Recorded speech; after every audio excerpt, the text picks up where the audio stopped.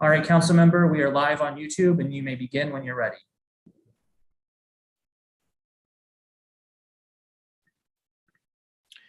Good afternoon. Good afternoon. I'm Robert White, council member at large and chair of the Committee on Government Operations and Facilities. Today is Thursday, February 17th, 2022. The time is now 12:25 p.m. and I'm calling to order this performance oversight hearing of the committee regarding the Contract Appeals Board, the Office of Contracting and Procurement, and the Office of the Chief Technology Officer. The first agency on today's agenda is the Contract Appeals Board, or CAB. CAB's mission is to provide an impartial, expeditious, inexpensive, and knowledgeable forum for hearing and resolving contractual disputes, protests, and claims. CAB has jurisdiction to review protests of district contract solicitations and awards, appeals of district contracting officers' final decisions, claims by the district against the contractor, appeals by contractors of suspensions and debarments, and appeals related to the Quick Payment Act. In FY21, CAB's orders were consequential to the outcome of hundreds of millions of dollars in contract awards. Reviewing controversial contract claims is tricky business. There are usually many stakeholders, and the truth is not always immediately apparent. This committee and the entire council relies on CAB's expertise to ensure our contract laws and processes are not abused and that our system is fair for all parties involved. We have learned that contracting officers are not infallible. No one in government is. CAB provides the checks and balances necessary to hold our agencies accountable and improve our procurement system. Today, we will talk to Chief Judge Loud about the status of CAB proceedings. The pandemic continues to have a unique impact on judicial bodies everywhere. Due to the ongoing pandemic, CAB opted to offer virtual hearings for parties. I'm interested to hear CAB's experience in instituting Zoom hearings and the lessons learned from instituting virtual forums. I also look forward to discussing CAB's progress in digitizing and archiving their remaining physical documents from older case files, a project the committee funded to improve the transparency and efficiency of CAB. The second agency on today's agenda is the Office of Contracting and Procurement, or OCP. OCP's mission is to procure quality goods and services through a streamlined procurement process that is transparent and responsive to the needs of government agencies and the public, and to ensure that all purchases are conducted fairly and impartially. The Office of Contracting and Procurement secures goods and services for 79 district agencies, which is an enormous task. The job was particularly difficult the past 2 years when OCP ensured the district had the essential supplies and equipment needed to battle COVID-19. As most know, the mayor declared a public emergency on March 11th, 2020, which has since been extended and reissued numerous times.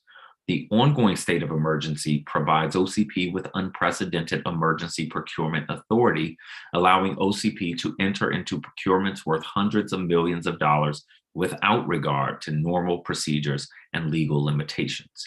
Unfortunately, we have received 3 separate reports from auditors indicating significant concerns with the use of this authority, including most recently, the revelation that OCP does not have records of receipt for approximately $28 million in purchases of goods and services. What's more, OCP has consistently failed to follow basic transparency and reporting requirements this committee put in place to maintain a minimum level of transparency and accountability for our expenditures. Finally, recently received information raises concerns that we may have procured shoddy or fraudulent materials or materials with large markups over retail prices. We will get into these issues today. I hope our conversation with Chief Procurement Officer George Shutter today will cover the lessons we've learned to prepare ourselves for future crises, the cracks in our systems that need to be fixed, and how we can continue to meet the district's emergency procurement needs going forward. After OCP and CAB, we will hear from the Office of the Chief Technology Officer, or OCTO, which is led and represented by Chief Technology Officer Lindsay Parker. Our district government relies on increasingly sophisticated information technology to assist with an ever-expanding set of responsibilities. Our digital systems are so embedded in our way of doing things that we sometimes take them for granted. but developing, procuring, deploying, maintaining, and updating systems that are useful to government workers and the public, not to mention training users, is a huge and constant undertaking. The hardworking staff at Octo support a vast array of district agencies on a daily basis, and I'm grateful for their work under any circumstances. The last 2 years have, of course, thrown up unique challenges. First, as dozens of agencies attempted to snap into a remote work posture virtually overnight, and then as many of us adjusted to the reality of a long alienation from centralized resources, such as secure shared drives accessible through local networks. Perhaps the most alarming tech takeaway from our government's pandemic response was just how stark the digital divide is in our city. We could not, in good conscience, keep asking students to participate in remote schooling when many families lacked a device that could run the necessary software, a home Wi-Fi connection that could maintain a reliable connection, or both. And this lack of technology parity also affects adults who might want to apply for services, research assistance programs, keep up with important news, or even relax with some entertainment after a hard day. Through today's discussion, I want to make sure we're well poised to tap into federal funding that is becoming available through President Biden and congressional Democrats' infrastructure initiatives, particularly as we continue to make progress on our goal of universal high-speed broadband access. Unfortunately, recent reports have raised concern that we may have lost thousands of computers purchased with district money. In addition, we recently received an audit that makes clear we have more work to do to address cybersecurity risks, an issue that our auditors have been raising with Octo since at least 2018 without resolution, while the district has faced numerous cyber attacks. I hope Octo will be able to shed some light on these challenges during today's hearing. Everyone should have received a copy of the witness list yesterday and an updated copy this morning. I'll call on folks on the list in the order that they appear. When I do, the staff will promote the witness name to a panelist so that you can testify. When you're promoted, you will drop out of the hearing momentarily and come back into the hearing as a panelist. At that time, you will be able to unmute yourself. Public witnesses will be provided with 4 minutes to testify, while advisory neighborhood commissioners will be provided with 5 minutes to testify. So with that, I want to welcome our first panel of public witnesses. We will do panels of 7, and our first panel will include Gretchen Vanderveer, Christy Respris, Debbie Shore, Kay Ann Spence, Lori Kaplan, Melissa Millar, and Kubi Nagaji.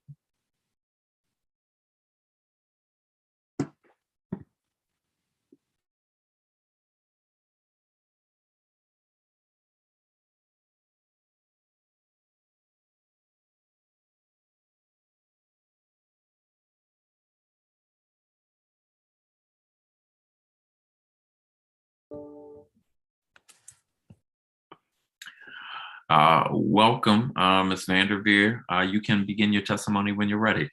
Thank you.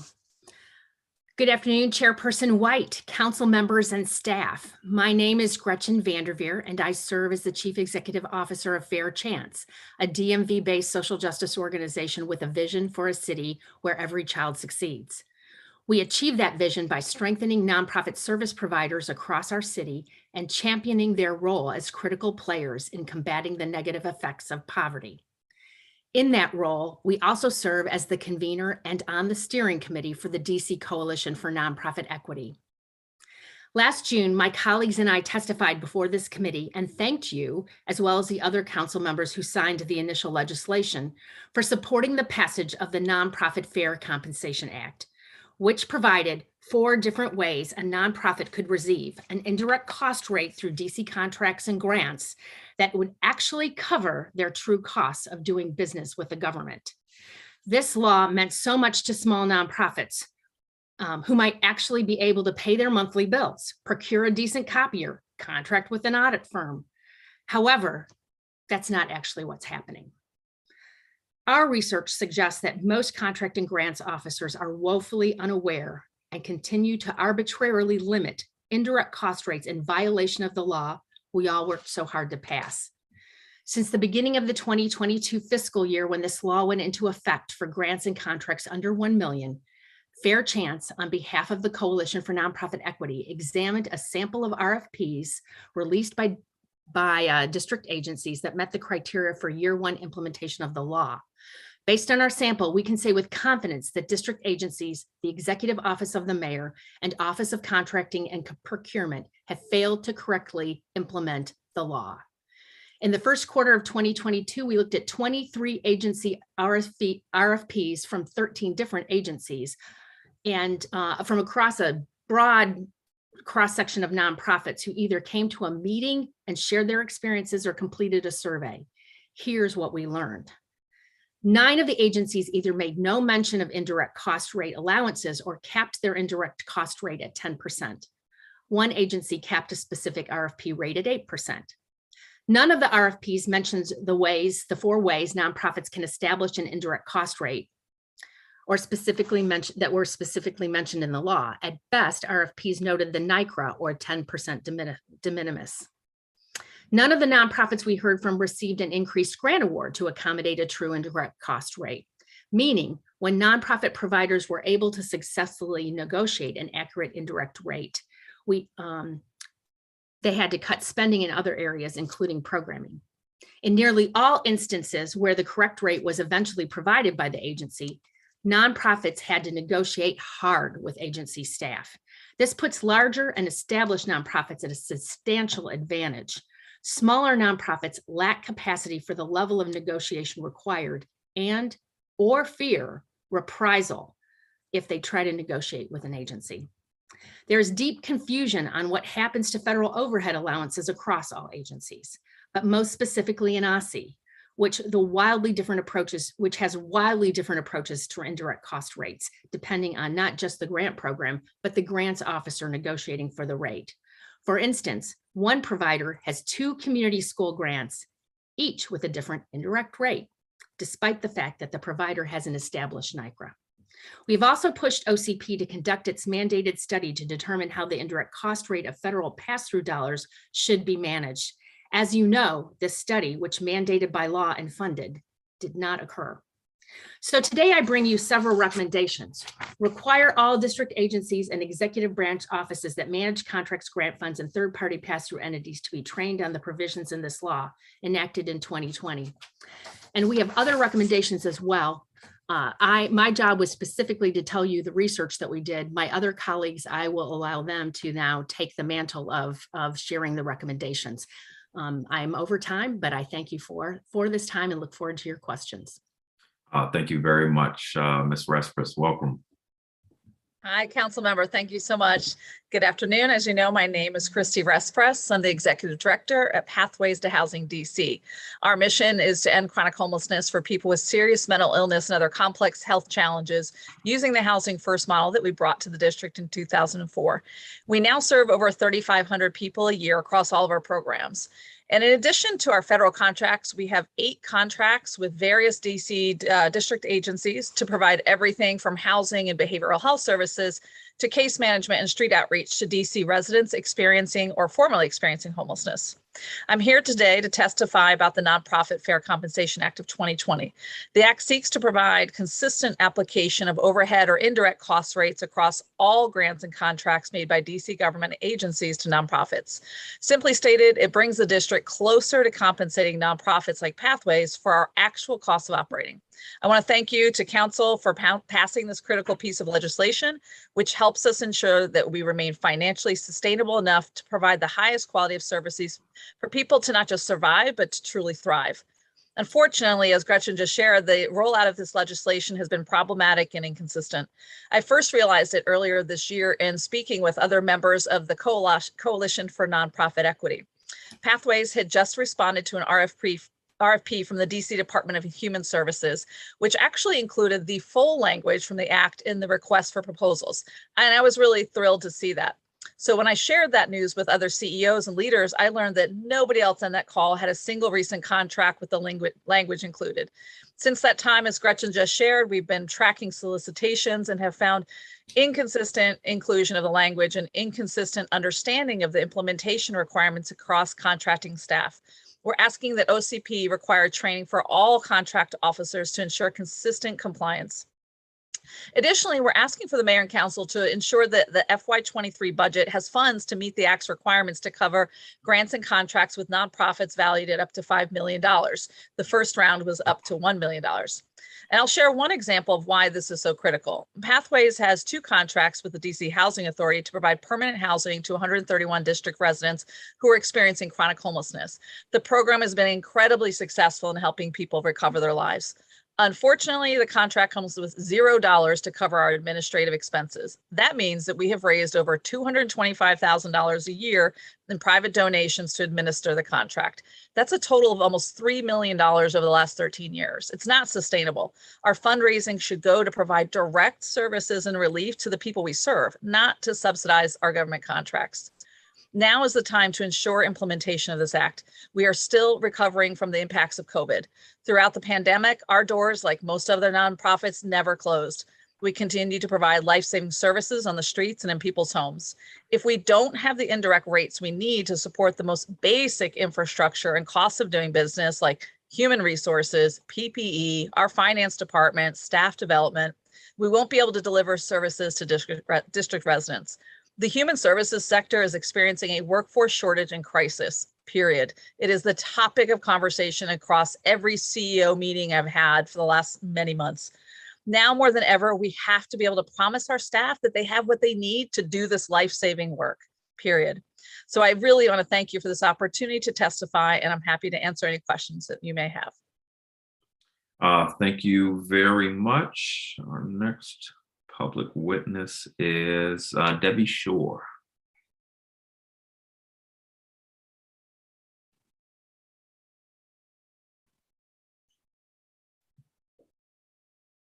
Hi there. I am happy to be here, and thank you so much, Chairman White, for your leadership on this committee. I am Debbie Shore, founder and executive director of Sasha Bruce, a youth and family services agency, which for over 40 years, we have served youth who are homeless through outreach, shelter, and long-term housing, as well as community programs aimed at keeping youth in school, learning life skills, and improving the trajectory of their lives. We are very proud of the work that we have done to build capacity to have impactful programs for young people. And we have an array of programs which work together to do that. And in fact, that is one of the critical points that I want to bring today, because I believe that it is the nonprofit sector that brings innovation and touches most deeply youth and families who are the most disconnected because they are sometimes reluctant to be known to governmental agencies. It is our sector that has typically developed the creative programming, which then becomes evidence-based strategies that are then adopted for replication.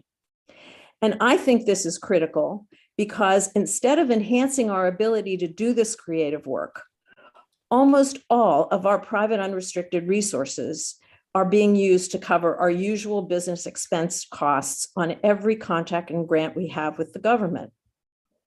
These business costs are the ones that every government agency and profit-making contractor is permitted to include in its budget. I know that there are places in this country where government, nonprofits, and philanthropy work in tandem to create solid programs and evidence about what works. And I would like to see DC as a leader in this vision of partnership.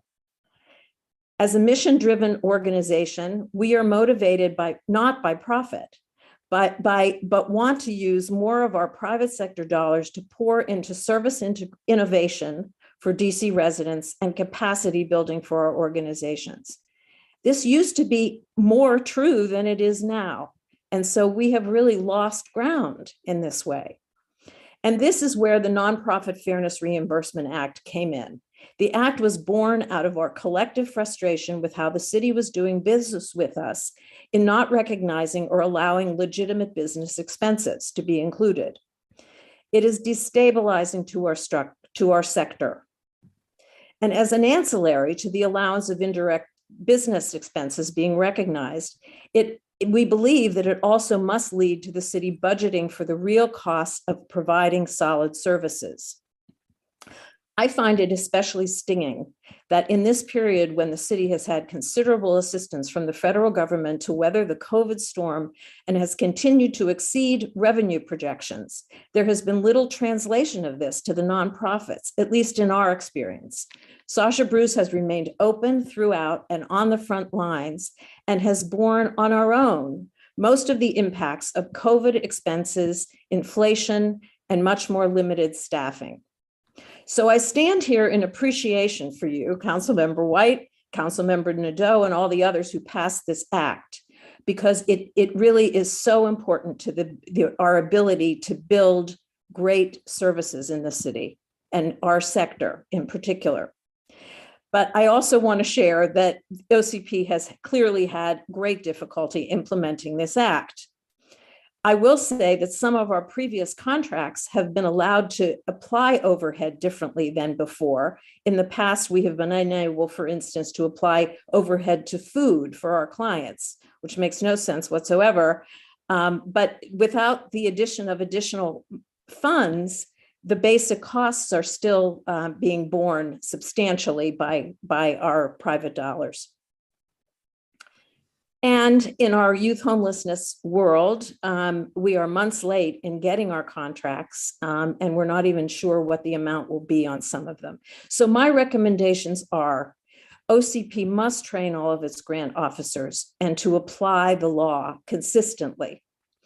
We are also asking for that mandated study. There is no reason to not do that, as it would be very helpful in planning forward. I would also strongly urge council members to adjust agency budgets to allow adequate funding to nonprofit partners. This we estimate to add up to 10% more to agency budgets, but it would make a huge difference in the kind of services that we are able to provide and the kind of innovation we would be able to bring. And along with the earlier point, annual adjustments should be made to nonprofit grants and contracts to allow for inflation and COLA. We are with the city, many nonprofits, particularly smaller nonprofits, face deficits and have to spend money borrowing to manage cash flow. This seems unacceptable in a city which has such a huge amount of resource. I believe the district has the resources to ensure that our nonprofits, who are first responders and excellent partners, have the resources we need. Our capacity as a city to be good stewards of our resources in behalf of our most vulnerable citizens depends on it. Thank you. Thank you very much. Ms. Spence, welcome. Good afternoon, Chairperson White and members of the committee and staff. I, Can Spence, am pleased to testify on behalf of Some Inc., so others might eat, where I serve as the Grants and Contracts Manager. I want to thank Mayor Bowser, DC City Administrator, and DC Council for their leadership throughout the pandemic. I also want to acknowledge the extraordinary leadership and staff at Some who show up every day to serve DC residents and break the cycle of poverty and homelessness. Chairperson White, we appreciate that through your leadership, Council passed the Nonprofit Fair Compensation Act of 2020, which supports the reimbursement of indirect costs across all DC grants and contracts to nonprofits. The implementation of this law has been challenging. The first challenge is that OCP did not complete the Nonprofit Fairness Analysis Report due to the Mayor and Council on April 1st, 2021. We recommend that Council urge OCP to complete the report to ensure the district complies with the US OMB uniform guidance that states that governments must reimburse nonprofits for their full indirect costs incurred while delivering government contracted services. The second challenge is a lack of consistencies within and across DC agencies for the implementation of the Nonprofit Fair Compensation Act. DC government does not have a centralized office mandated to ensure uniform guidance under the management of grants and contracts under this grant act. As a result, agencies interpret and implement the act differently. This causes high administrative burden for nonprofits to work with DC Grants and Contracts Manager on invoice reimbursements with indirect costs. Chairperson White, on another related matter, some reports inconsistencies in invoice approvals. It is our experience that grant managers and contract managers across the board are forgetting the DC Quick Payment Act and are rejecting proper invoices on the grounds of the invoice ID and not the accuracy of the content. We recommend that OCP promptly issues centralized guidance for DC contract and grant staff to receive annual training with refreshers to be socialized with grant law. Chairperson White, some also recommend supporting OCP's Ariba Pass Refresh Plan to migrate its 18-year-old system to the cloud-based platform. OCP must partner with Octo and the IT Investment Review Board using DC's Unleash the Possible series to integrate all agencies. DC can look at the US Department of Justice grants management system, Just Grants, and payment management system ASAP, a cloud-based platform. Some in the Coalition for Nonprofit Equity want to partner with the district to address all concerns shared today. And we hope that district agencies recognize that nonprofits are full partners in identifying and meeting the needs of DC residents. We urge district agencies to start by fully implementing the Nonprofit Fair Compensation Act of 2020. Thank you. Thank you very much. Lori Kaplan, welcome. Hold on, you're on mute. We need to. I'm not at the beach, although I wish I was. Anyway, good morning. My name is Lori, and I am a member of the Coalition for Nonprofit Equity. Like my colleagues, I appreciate that the Council unanimously passed the Nonprofit Fair Compensation Act of 2020. With the passage of this law, it is hoped for and anticipated that one day soon, the nonprofit community can focus more intentionally on outcomes and quality of programs while spending less time raising funds to cover the true costs of their services. While we all anticipated that there would be implementation challenges, and the survey results confirm this, fortunately, our recommendations address steps to ensure successful implementation of the law going forward. To frame this, once again, it's important to note that government contracts do not expect businesses that build bike lanes, bridges, or fill potholes to receive partial payment while corporate CEOs run around planning their galas to raise money to fill the gap. Government leaders, elected and appointed officials must ask themselves, why then is it okay to not pay the true costs of housing a homeless family, providing mental health services, or be on the front line of addressing the COVID response? For far too many years, as mission-driven entities, we have allowed this to occur. The Nonprofit Fair Compensation Act addresses this inequity, and once fully implemented, the nonprofit sector in the district will be respected as full partners in service delivery for those in need. As I've noted before, this movement for greater equity and fair payment to government's nonprofits is not unique to the district. Variations of our law are happening in many states and cities across the country, although I have to say your law is one of the best. As you have heard, implementation is inconsistent and sketchy at best, as the important steps that ensure implementation have not been carried out. Honestly, fixing this is just not that hard, but it will take changing the culture of how government views its nonprofit partners and collective leadership across the council and the government. Most importantly, agency leaders must themselves understand the law and make it clear to their teams of contract managers that their expectation be carried out. If leadership is not committed to implement this, their contract management staff will have no reason to comply. We have seen this time and time again in DHS, OSSI, DHCD, DOES, education, out of school time, the mayor's office on community affairs. Leadership's mandate to carry out the law must be clear and unequivocal. When government leaders change, new leadership must be told about the law. Our survey indicates one agency was fully implementing the law when new leadership came in and knew nothing about it. OCP must do their part. Grant officers must be trained, starting with the RFP process through negotiation. There should be no question or inconsistency. Some knew about it while many others did not.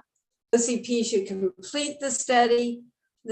Our group worked with OCP on their second draft of the RFP, yet it was never released. In addition, we identified people and entities waiting to apply to the RFP to conduct the work. When agency leadership does not step up, council members must work with agency directors to make sure funds are in the budget to cover the costs. The unintended consequence of this law should not be a reduction of services to cover the indirect costs. Finally, our city's nonprofit partners should get increased funding for inflation and COLAs from their awarded grants and contracts. Changes in today's workforce has been affecting the nonprofit sector as well, as many new staff have expectations regarding benefits, compensation, and work-life balance. This law will only be fully implemented as it was truly intended through leadership, commitment, and true valuing of the relationship between government and the nonprofit sector. Now is the time. The law has passed, and I look forward to a year from now testifying in front of you, telling you everything is going great. Thank you for this opportunity to testify today. Thank you very much. Ms. Millar, Melissa Millar. Yes, good afternoon, Chairperson White, members and staff of the Committee on Government Operations and Facilities. I'm Melissa Millar, Director of Policy and Advocacy for Community of Hope. We're a federally qualified health center and home services provider. And I'm here to testify today about the Nonprofit Fair Compensation Act, which we believe can be transformative in ensuring that nonprofits can achieve their missions and be financially sustainable. DC nonprofits provide vital services on behalf of the district to tens of thousands of residents each year. Community of Hope, for example, has grown to have a budget of about $40 million and employs over 350 staff. Last year, we served over 14,000 people with critical health care and homelessness assistance services. Apologies. We greatly appreciate that the council passed the act based in part on strong testimony from the nonprofit community and the director of the Office of Contracting and Procurement. This has been an important step in right-sizing and adequately compensating nonprofit partners for the actual costs of doing business in DC. However, as my fellow panelists have testified, the implementation of this legislation has been problematic. This fiscal year, all nonprofits, grants, and contracts with the district valued at up to $1 million are covered, excluding awards to hospitals, foundations, and universities. And the Act provides 5 options for nonprofits to calculate their true indirect cost rate and apply it to their DC grants and contracts. However, a group of nonprofit leaders, the Coalition of Nonprofit Equity, representing more than 600 organizations, began tracking solicitations slated to go into effect in FY22 that met the Act's requirements. And of the 20 we reviewed, as you heard from 9 agencies, several failed to include the Act's language or sought to cap rates. And I've also attached a copy of the report with this testimony. At Community of Hope, we have seen at least 2 solicitations since the start of the fiscal year that capped indirect rates at 10%, including one that is passed through federal money. When we wrote to procurement officers with information about the Act and shared our federally negotiated indirect rate of 13.3%, the officers have allowed us to use that rate. However, we had to make the argument for the proper rate, an argument that should not have been necessary if contracting staff were fully aware of the Act and its requirements. And further, I'm unaware what information was shared with other bidders and if the officers clarified that the rate cap was in fact incorrect. So now is a very important time to ensure proper implementation of this Act. Nonprofits are still struggling with the impact of COVID, including staff turnover and difficulties in hiring. We have had to invest more resources into the recruitment and hiring process, for example, as well as our overall infrastructure and support of in-person, hybrid, and fully remote work. We're also concerned as we go into the FY23 budget season that funds will not be identified in agency budgets to accommodate the next round of changes called for by the Act, which expands in FY23 to cover grants and contracts with nonprofits valued at up to $5 million. Several of my colleagues have addressed our recommendations, again, quickly, requiring OCP to provide training and also to collaborate with the Office of the City Administrator on training for grant personnel and on requirements of the Act, and ensuring proper language in all applicable solicitations, also requiring OCP to conduct the study that they failed to do last year that was mandated by law, sufficient budgeting by the mayor and council as a backstop measure for FY23 agency budget costs to support the indirect cost to nonprofits, and also including those annual cost of living adjustments, to account for inflation. Every DC nonprofit should assess the rates being paid on your grants and contracts, and you should speak with your contract or grant administrator if your rate is not appropriate. Without a robust nonprofit sector, the district will not be able to deliver on the promises it makes each year to its residents. Nonprofit partnerships are vital to the day-to-day operations of the district and the quality of life of our residents. And thanks for the opportunity to testify. Happy to answer questions. Thank you very much. And finally for this panel, Kobe Nagaji, and please correct me if I mispronounced your name. Happy to. Kobe Nagaji, pleasure to be here. Chairman White and members of the committee, thank you so much for the opportunity to provide testimony today. My name is Kuben Gaje, and I'm the president and CEO of the District Alliance for Safe Housing, also known as DASH. I would first like to express our appreciation to the committee for passing this critical legislation to address historic gaps in nonprofit funding in the district and to ensure that organizations like DASH can continue to provide the critical needs, to continue serving the critical needs of vulnerable populations. We also express our appreciation to Mayor Bowser for signing this legislation into law and call on her administration to integrate the full cost of doing business in the district into agency budgets from the inception of the budget rather than as an afterthought. For background, DASH was founded in 2006 with a mission of being an innovator in providing access to safe housing and services to survivors of domestic and sexual violence and their families as they rebuild their lives on their own terms. We envision a culture where safe housing is a human right shared by everyone. In 2021, DASH fulfilled 4,205 service requests for adults and children through our continuum of housing services, providing access to safe housing, advocacy, and resources to live safely away from the threat of violence. This represents a 35% increase from 2020 and a 94.5% increase from pre-pandemic levels. This work would not be possible without the financial support of our partner agencies, and we are extremely grateful for their efforts to work in community with us. However, the reality is that the program grants we have received for years now do not adequately cover the true cost of providing these life-saving services. In the fiscal 22 award process, DASH encountered substantial challenges while seeking to apply our indirect rate. Both our primary funders initially objected. DASH has had to have extended back and forth discussions with DHS before being allowed to use our indirect rate. DHS was ultimately able to identify a small additional resource of funds to make it possible to apply the extended rate of 16.12% as opposed to 10%. But it was still necessary for us to cut back some services to make that possible. Conversely, OVSJG enforced their de minimis indirect rate of 10% on our primary fiscal 22 award, although they did allow DASH to apply the CPA certified rate on our supplemental funding awards. The lack of understanding or planning for the impact of the Nonprofit Fairness Act, as well as its inconsistent application across agencies, has drawn significantly on scarce staff time resources as negotiations extended into several months. As you've heard from my colleagues, we believe the district wants us to meet us in serving the vulnerable populations, but the reality is that its commitment is not reflected in its funding priorities or mechanisms. As the result of years of flat funding that fails to acknowledge that both the cost of delivering services and the need for those services has grown substantially, our primary funding agencies at OVSJG and DHS are now unable to support the full true cost of these life-saving programs. To meet this burden, DASH calls on the district to not merely enact the act of the legislation, we call on OCP to provide training for all district grant officers to ensure that they understand and are able to incorporate the requirements of the Nonprofit Fairness Act into RFPs and grant awards. We call on the district's funding agencies to plan in advance for inflation for COLA increases for nonprofit partner grants and contracts to meet the true cost of doing business in the district today, not the cost of doing business in the district 5 years ago. We call on the mayor to incorporate these increases into her budget at the inception of every year, rather than mandating agencies to reduce costs in the face of increasing need. Finally, we call on this committee to advocate for these life-saving services that support citizens in all 8 wards of the city.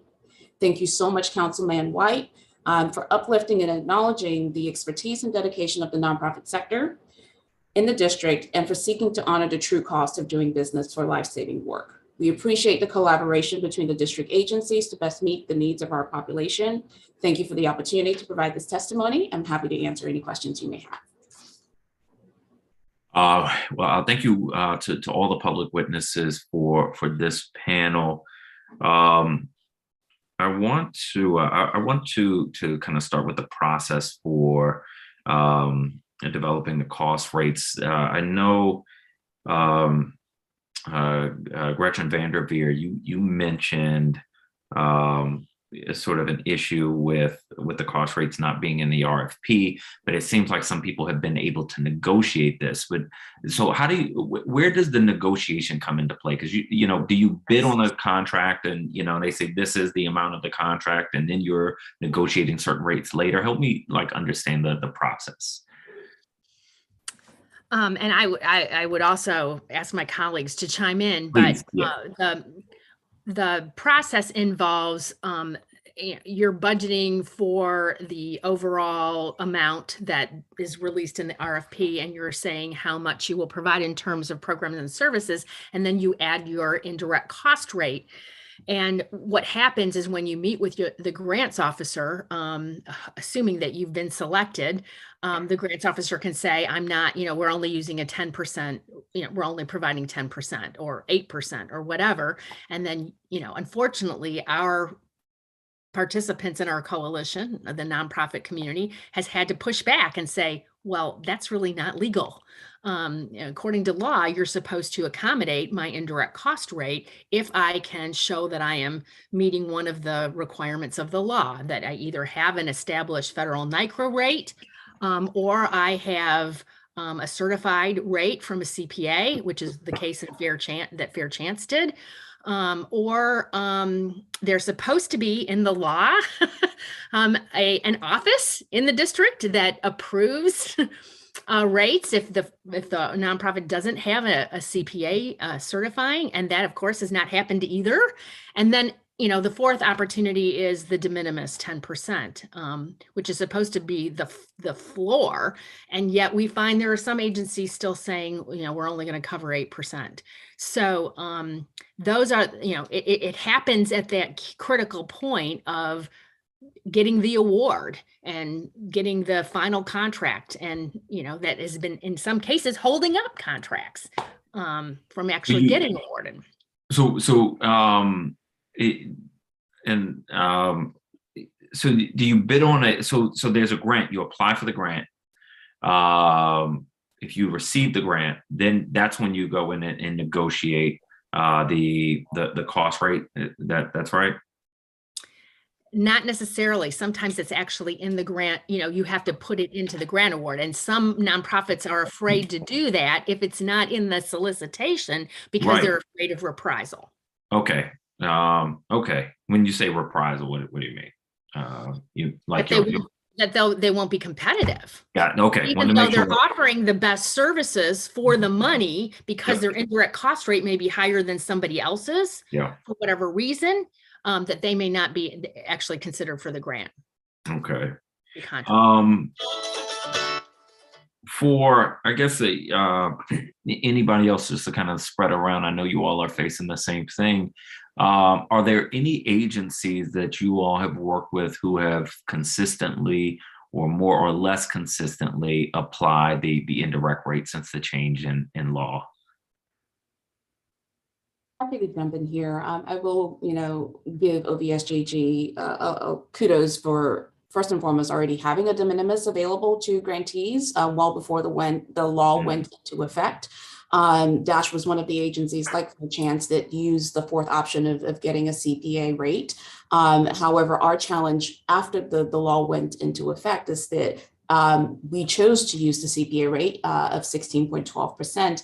However, because our grant is over $1 million, that meant that the agency, as OVSJG, had the option of denying that 16.12% because technically it's not allowed. They have the option of not enforcing it until next year, until fiscal 23, which means, and also when you add the fact that the grants are flat funded, so we're already coming in when you're flat funded, it's a cut because the cost of doing business is already higher than it was several years ago. So that means that agencies like Dash are taking hundreds of thousands of dollars of financial hits, putting us at significant risk for future fiscal years, where this in 22, because of that, we actually had to cut services and terminate some of our programs. And if the funds are not provided to OVSJG or DHS and all of the other agencies through the budgeting process to then pass down to nonprofits, it means that we will be facing significant cuts, not only in programs and staffing and in the overall scope of services that we can provide in the district.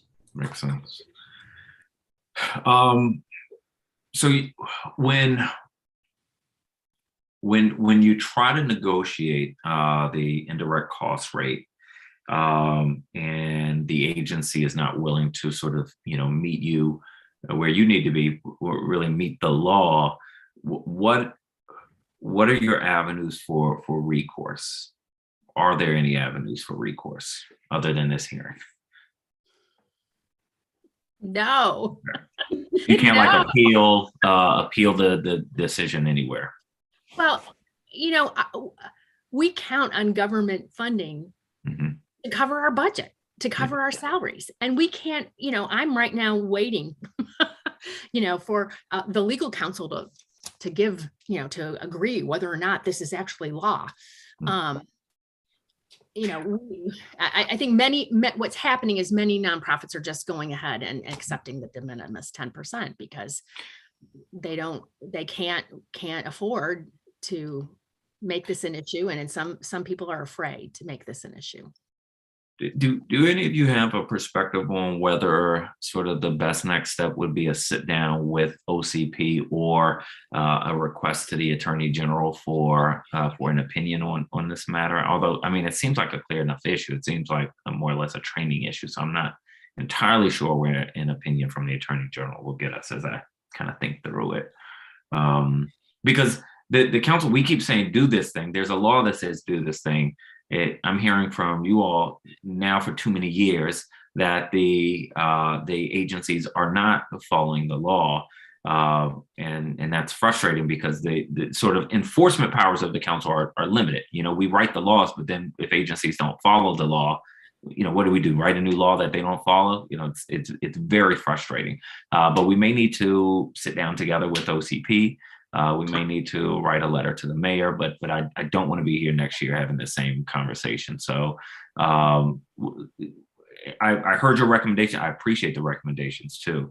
OCP to train its grant officers. I will talk to OCP about that, asking OCP to complete the study. We will absolutely talk to OCP about that, but we will have to think through sort of the steps after that to the extent that agencies still are not getting it. Councilmember White, if I may, really quickly, I do think it's a training issue, and fundamentally, it's also a funding issue. What we are hearing from the agencies is that their hands are tied, and that because they don't get additional resources, if they are flat funded, then they can't provide additional funding to the nonprofits to have a higher indirect rate. And so I think those two go hand in hand. We have to get the training, yes, for OCP. And before we even get to that point, there will need to be a significant financial investment from the district in fiscal 23 to make sure that those funds are available for the agencies to implement that. So what are we missing here then? Because the chief financial officer, I believe, concluded that there was no fiscal impact. And, obviously you were saying, well, they need additional funding in order to give us a higher cost rate. Is there anyone who can help me sort of reconcile these two things? mean, sometimes government just doesn't make sense. So that just may be the answer here. But Laura, do you Yeah. want to take Oh, that? Yeah, I'm not sure, council member, I can reconcile it. I think we appreciated the work that was done for the fiscal impact statement. But there were some aspects to it that just seemingly were wrong. And the timing was such that we didn't really have an opportunity to work with them on that, nor is it our job to fix it. But, you know, when we initially saw it, we recognized that there was, not in every single grant or contract is there a need for additional funding, but in some cases there is. You know, it really depends, because we're dealing with such extraordinary diversity in what the government is contracting for. So in some cases, you know, you could be 50 kids or 60 kids, but you're not going to cut a service to build in your indirect. yeah, But if you're renting apartment buildings, you know, or apartment units for housing homeless people, the numbers may not work. You know, so let's assume a contract manager understands the law, which is a leap, but let's assume you find one that does. And they say, okay, we'll give you your rate, but you have to build it into the existent amount. It won't be over and above the cost of the services. Then the CEO has to make a decision about how to take a finite amount of money and budget it. On the other hand, there is still the issue of the federal dollars not being passed through.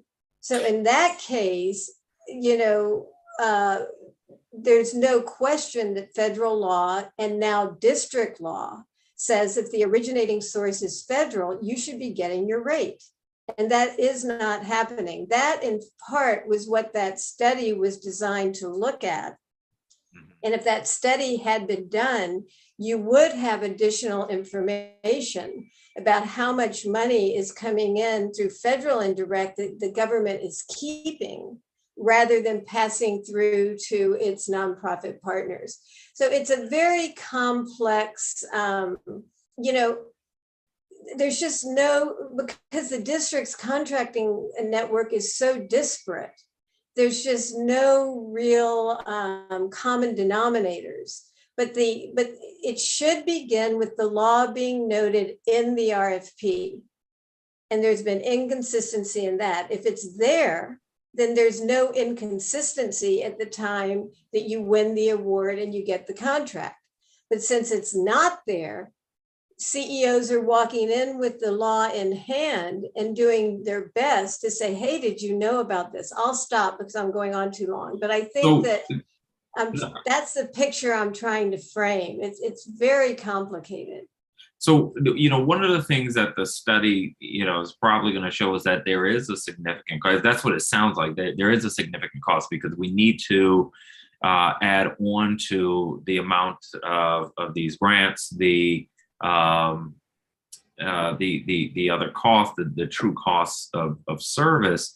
That's going to create a pretty significant fiscal impact. And that's going to have to get funded, which is going to be steep.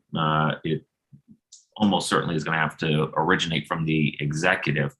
And so that's one of the things that I would expect to come from this study. Mm-hmm.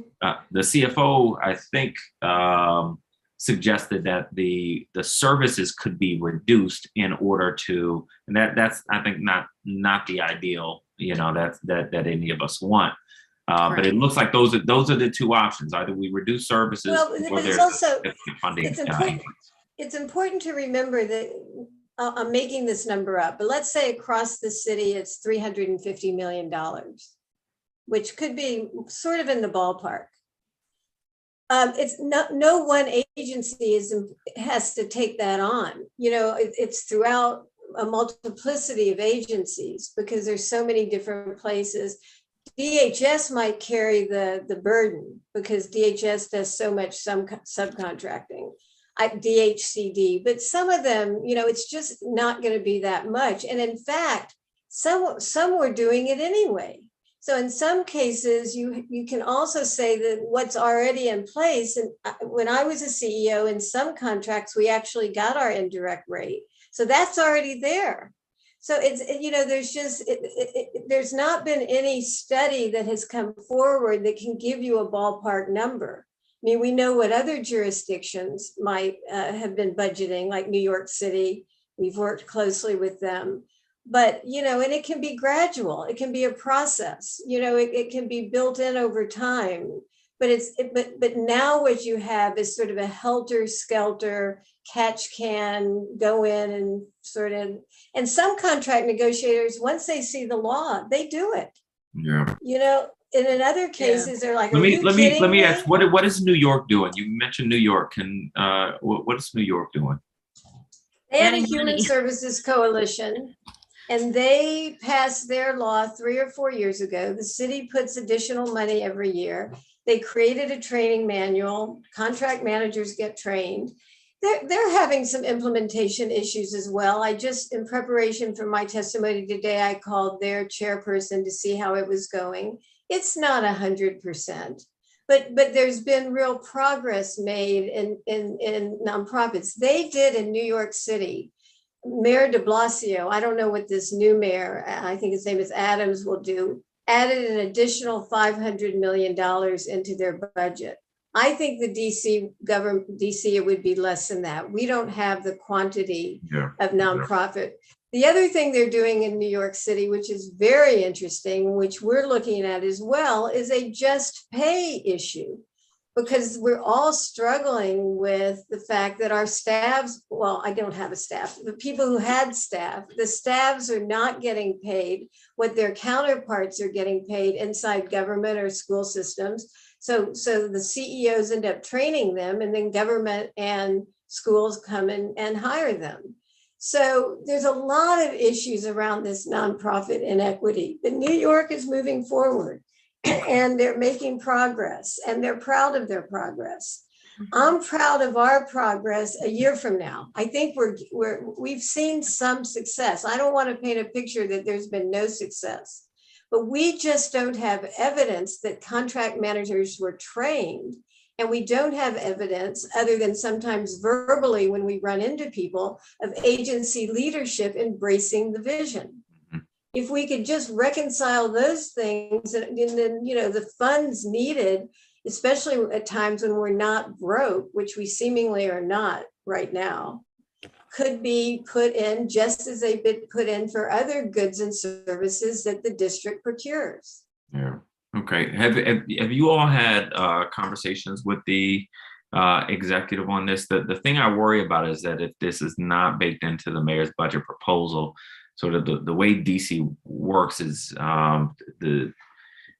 it's going to be difficult to find that amount of money, like to move it from things that it was identified for in the mayor's budget proposal. So have you all had conversations with the executive on this as they are preparing their budget?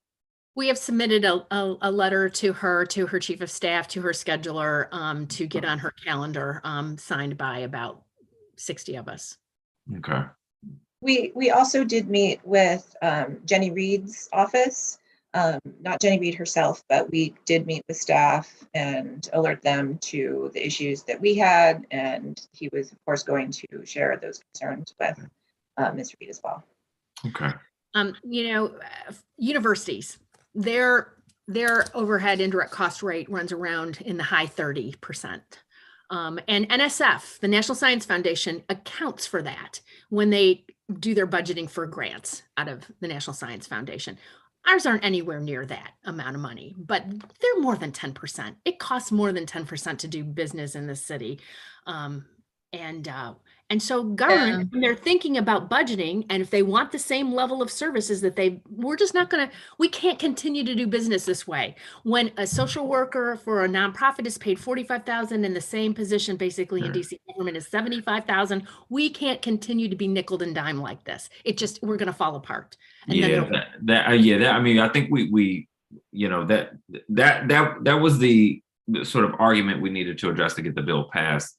Now it's law. Now the question is, all right, how do we get the law implemented at this point. And as I said, I don't want to be here next year having the same conversation. So we're going to That is one question, council member, I have, just a simple one, because when I first heard this conversation happening at the Coalition for Nonprofit Equity, I was kind of shocked because my contracts are good. DHS has been solid on the contracts that we have.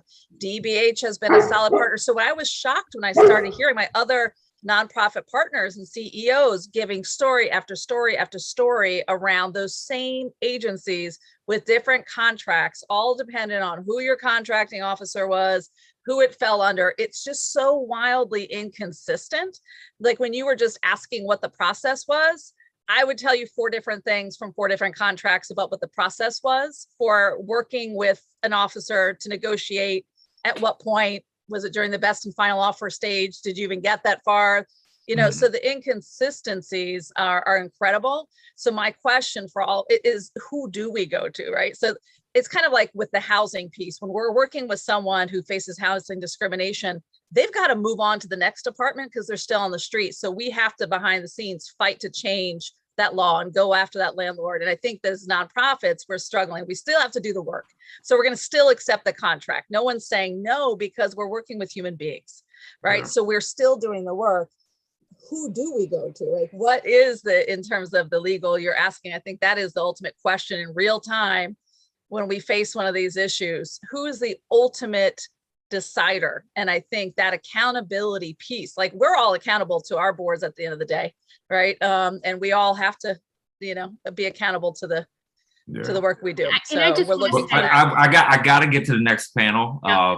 I will ask you, keep it brief, Ms. Vanderveer, and I want to make sure. I just want to say the district cares about small businesses, right? There just was this big bridge fund, right, out of the surplus money to support small businesses that were affected by, you know, COVID. We've lost money during COVID. We are the nonprofit sector. Who cares about the nonprofit sector in the District of Columbia is what I want to know. And we're 46% of the workforce. I mean, 26% of the workforce. You know, I think that is a fundamental moral question for district government. I appreciate that. I want to thank you all for being with us. Again, we will not be planning to have this conversation next year, so we will work together on deliberate steps forward, and we'll push this with our Chief Procurement Officer today, and hopefully get clarity across the district. So thank you all again. I want to call up our second panel of public witnesses: Scott Bruton, Lupe Quinteros Agrady, Trudy Peterson, Fritz Mulhauser, and Rachel Usden.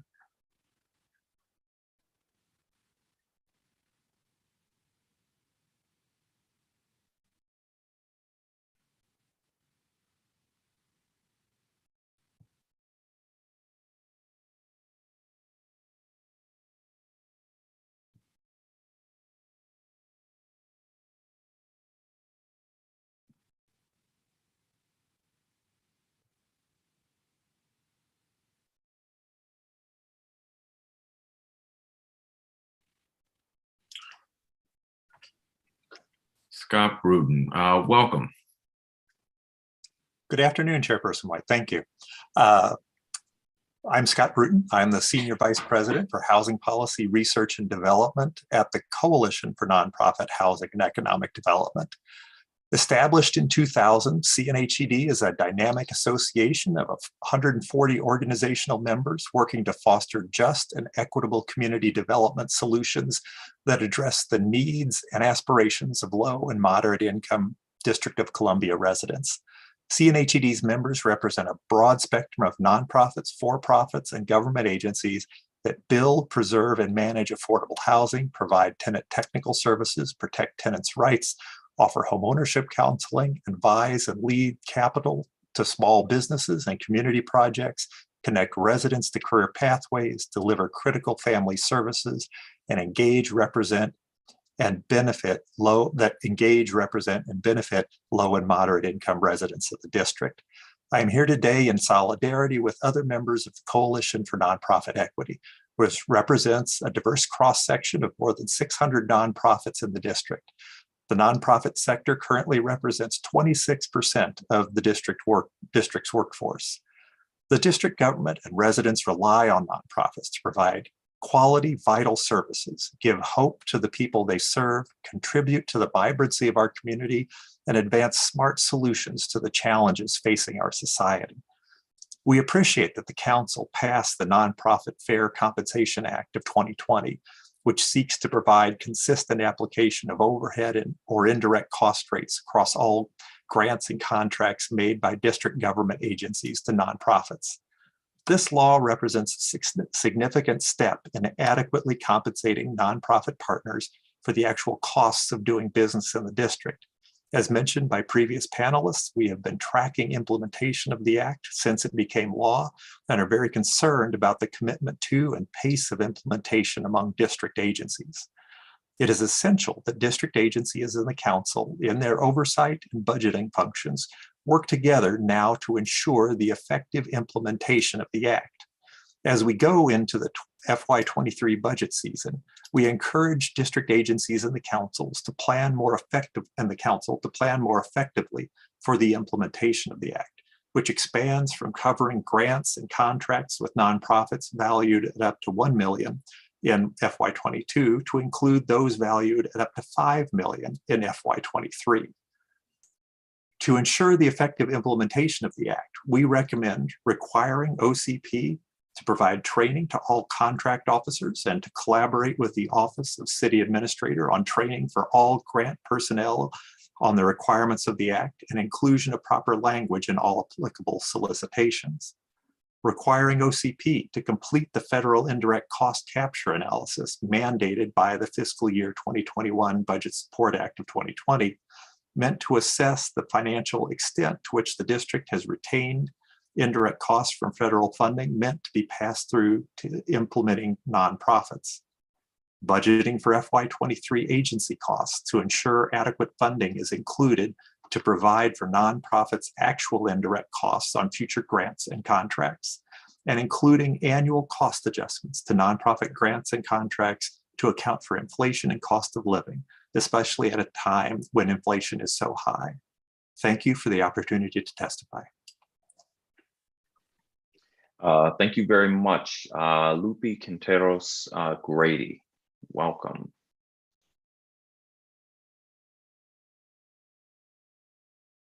Good afternoon, Chair Councilmember Robert White. I want to thank you for your leadership and support of the Nonprofit Fair Compensation Act. I'm Lupe Quinteros Grady, and I'm the President and CEO of the Latin American Youth Center. I've been engaged with LAYC for about 23 years now as a direct service staff and approaching my 4th year as service as CEO in June. This council passed the Nonprofit Fair Compensation Act in 2020. And while this has been an important step in the right direction, the implementation has been very uneven. LAYC learned to adapt to the evolving needs of our youth and families and remain an engaged partner with DC government agencies to ensure that quality service reach those that most in need.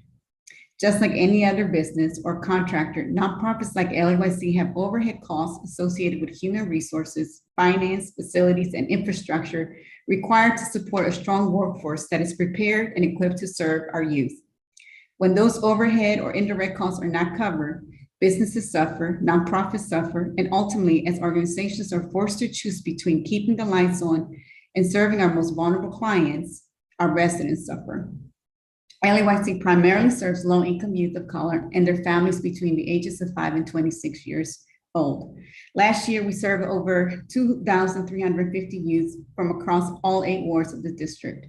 Of those youth, 58% identify as Latino, over 30% African-American, and 12% other. Currently, LAYC maintains over 20 grants and contracts across 10 DC government agencies. These contracts allow LAYC to provide critical service to our youth and families, including housing for homeless youth, after-school academic enrichment, mental health supports, and training and employment opportunities for COVID vaccines and outreach. However, despite the passage of this Nonprofit Fair Compensation Act, LAYC encountered numerous barriers to this in implementation. As LAYC responded to RFPs and worked with each agency to submit budgets and contracts, we were met with various levels of awareness and in some cases resistance to compliance with the Nonprofit Act. Nonprofits were still being told they could request no more than 12, 10, and at times 8% for indirect costs. The burden of training and informing teams across DC agencies was being carried out by the very nonprofits that this was meant to support. Even when approval was granted, the portals and online entry systems where grantees must submit budgets were not adjusted to accept a rate above the preset cap. And so once again, LAYC had to restart a series of communications to get this rectified. This inconsistency, lack of training, and confusion cost staff time and district agency staff time. I imagine this would have been even more burdensome for smaller nonprofits who don't have the capacity to assert their ability to request and receive their true indirect costs. Thankfully, LAYC received our approved indirect rate on most contracts. However, given that our indirect rate was higher than most previous set caps, no adjustments were made to award amounts to account for this change. Costs continue to rise, and yet nonprofits saw no change in amounts granted. This forced many of us to make some challenging choices between direct program costs and indirect costs, which leaves us with some of the same constraints we experienced before the legislation was passed. I believe this council passed the Nonprofit Fair Compensation Act in an effort to help nonprofits grow stronger and not to hurt our communities by undercutting programs. So along with my colleagues, I shared the request for the council to support the proper implementation of this legislation as it was intended.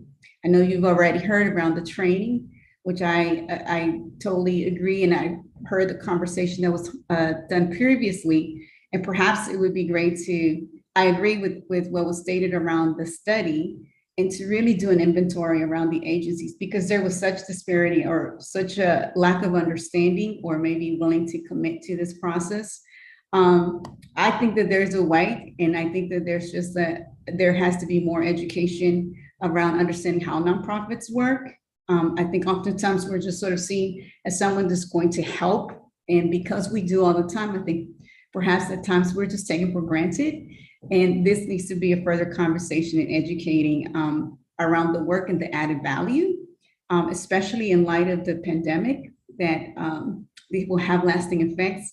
Our work and our collaborative efforts are going to be needed. So I really appreciate your support, and I look forward to not having this conversation next year. Thank you. Likewise, thank you very much. Trudy Peterson.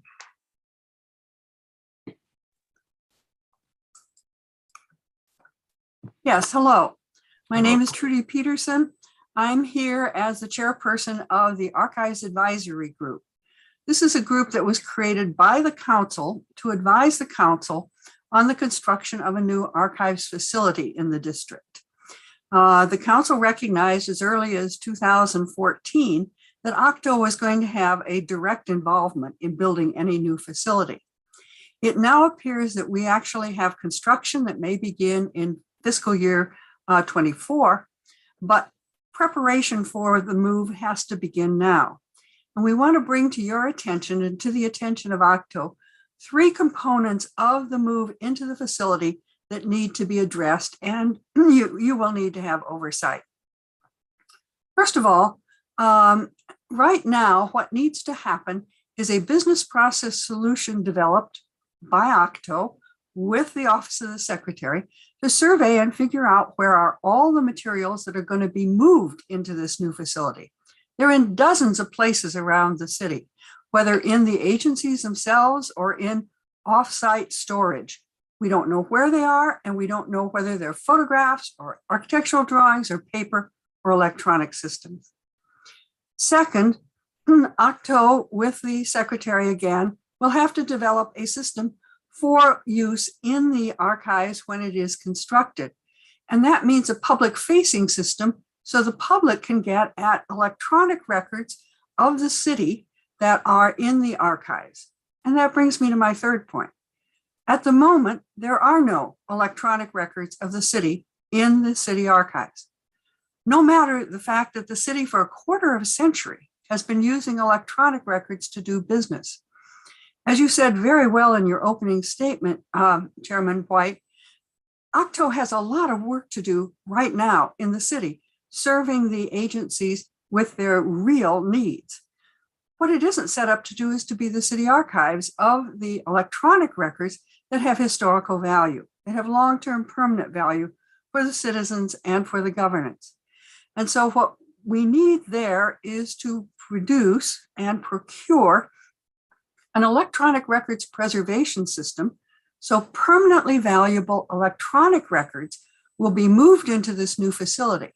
The system has to be able to take them in, to validate them, to preserve them, and also to make them available to the citizens. This is a big purchase, and it's one that has long-term implications for the access by the citizens to the electronic records that are permanently valuable out of the city government. So this is going ahead. This is looking forward. We have these three issues that we think are really essential that OCTO begins to work with. And thank you very much for the opportunity to discuss them with you. Thank you very much. Fritz Mollhauser, welcome.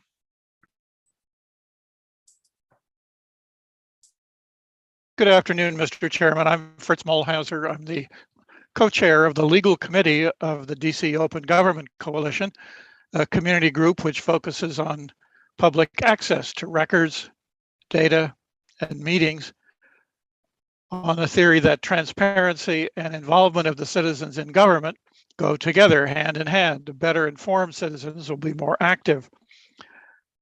We join everyone in applauding OCTO activity during the pandemic. We're here to talk about a small part of their work that has been going on for many years without much public attention, but which deserves it because tens of thousands of people every year request public records through a piece of technology called the FOIA Express portal. In short, the portal doesn't work very well. We have been talking about this to this committee for years. We cite where your staff can read our past comments in our testimony. We've made formal complaints about it. It's under review by the Office of Open Government, but without results yet. We have offered to help to improve the site. We have gotten zero response over the years. One meeting, a few changes, but so much more needs to be done. Detailing the shortcomings of this site would take the rest of my time.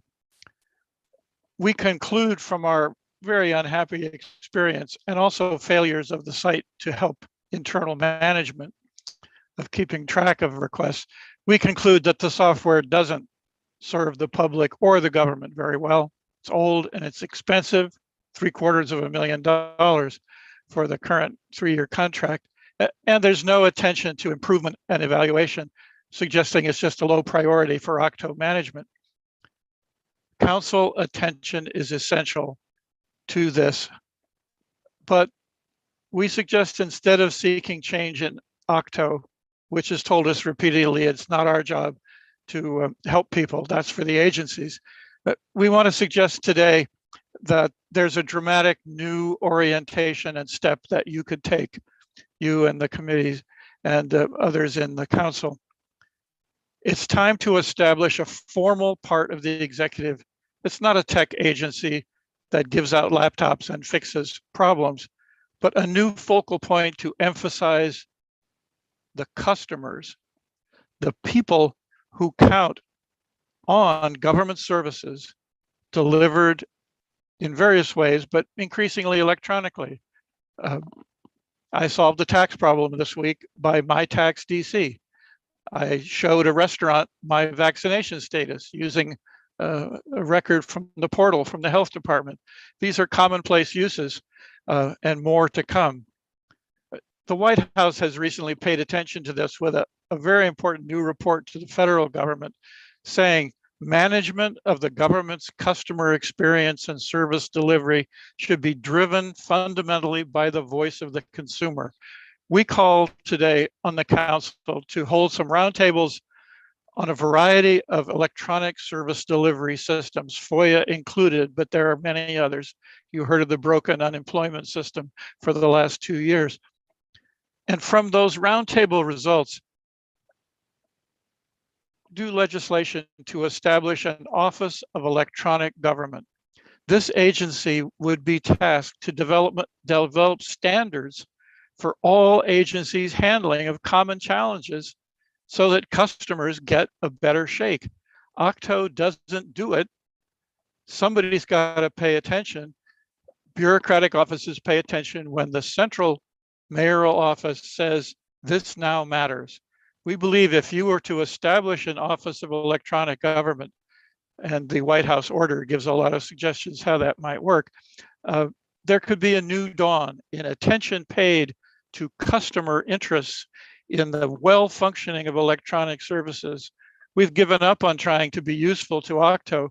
Maybe removing from them the task of listening to consumers would give that a new lease on life. We look forward to working with your committee to design an improved approach so that consumer perspectives are heard when they design systems. That's precisely what we found missing in the Octo treatment of the FOIA portal, and it's time for it to happen. Thanks so much. Thank you all very much for your testimonies. Scott Bruton and Lupe Quinteros, Grady, I hear you loud and clear. We had a robust conversation in the last panel on the indirect cost rates. So I don't have additional questions on that. Ms. Peterson, help me understand a bit about preservation. So why do we need a facility for preservation of electronic records when most of us have computers? Oh, I'm sorry. Let me wait. I'm sorry. Rachel Uzda, thank you very much. I'm sorry. Hold that answer, please, Ms. Peterson. Rachel Uzda, welcome. Good to have you with us. My apologies. That's all right. I can be in a third panel if you want. No, this is the last panel, actually, so I don't want to leave you out. Okay, thank you. I'll move forward. Good afternoon, Chairperson White, members of the committee and staff. Thank you for the opportunity to testify today on behalf of Peace for DC with regard to the Office of Contracting and Procurement. I'm testifying today with regard to the contracts that the city makes for violence intervention services. We have the power to stop shootings before they happen. This is community-based violence interruption work. I can't do it, you can't do it. Police most often come after the fact, but the individuals serving as violence interrupters and street outreach workers, peacemakers, can stop shootings before they happen. Violence prevention and intervention are essential components of DC's public safety efforts, and they need permanent structure and funding. Unfortunately, these services are currently treated as discretionary with annual contracts and cost reimbursement models, and the contractors are treated in a very transactional manner. The Office of the Attorney General and the Office of Neighborhood Safety and Engagement have both moved to a cost reimbursement model, and they both use annual contracts which often end up operating on even less than 12 months because the actual contracting process takes so long. This is no way to run essential city services. We don't require the fire department to submit receipts for reimbursement. The contracts for animal care are 5 years with 3 years being guaranteed and 2-year option to renew. It's embarrassing and appalling the way that violence intervention contractors are treated compared to these other examples. If we are truly taking a public health approach and building an alternative and critical form of community-based public safety, then we need to treat these individuals like we do our other first responders.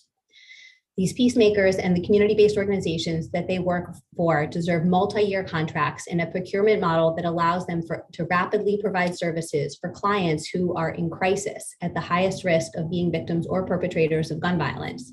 And these organizations deserve the opportunity to plan ahead and adequately staff and grow their work. We have a strong base, credible, committed frontline workers, dedicated community organizations, and a multitude of government programs. We can build a strong, fully scaled system for addressing gun violence, all forms of violence, helping individuals transform their lives, and building thriving communities. We know that the community-based organizations and peacemakers who are closest to the most impacted individuals and communities, who are the most trusted and credible, are the people who should be doing this work. We will see even more positive results from our current efforts if we can allow for multi-year contracts and move away from the cost reimbursement model. Consider these wise words by a wiser person than me. The red tape leads to the yellow tape. When people are shot, we don't have any time to waste with an out-of-date procurement model used for purchasing supplies and office furniture. Lives are at stake. Lives are being lost. What would be even better would be a public-private partnership to ease the grant-making and oversight burden on the DC government and allow a private foundation with a history of working in and with impacted communities to manage equitable distribution of multi-year contracts, grants to community organizations, with stipulations that grantees follow evidence-based practices, and grant will focus exclusively on programs that we know will have the biggest impact. This would allow for innovation and speed and would help us build up the organizational and professional skills and capacity in a way that the current cumbersome and inefficient procurement model sadly cannot. Two final thoughts. First, the infusion of funding provided by the American Rescue Plan has been very helpful in bringing much needed funding to these efforts, but these funds are short-term and we need to start building long-term funding streams for these essential violence reduction programs. Second, I want to highlight the Council on Criminal Justice's Violent Crime Working Group, who recently released a report with 10 essential actions cities can take to reduce violence now. I highly recommend the entire council read the entire very concise report, as all 10 recommendations would make a huge difference if the DC government put them into action. And to close, please consider with me that it's not typical that I would be at this office's hearing, but every government agency, private business, and nonprofit can contribute within their role and scope to help reduce gun violence, transform lives, and build thriving communities. So let's work together to make it happen. Thank you. Thank you very much, and my apologies again. I'll come back to you for some questions shortly. So Ms. Peterson, with regard to electronic records, why do we need a facility? Why not just make these available on a website? Because you have a huge quantity and because they go out of accessibility as technology changes. You know, if you want to look at email exchanges at the top of the police department from 20 years ago, you're going to have a system that has migrated that information to the present and is making it available. We're not talking about a database here. We're talking about ingesting systems from a variety of places with a variety of characteristics, but selecting those that are permanently valuable for the governance of the city, for the understanding of the history of the city, for understanding how choices have been made in the city. And it is essential that somebody watches over those records and keeps them live and available as the city needs them.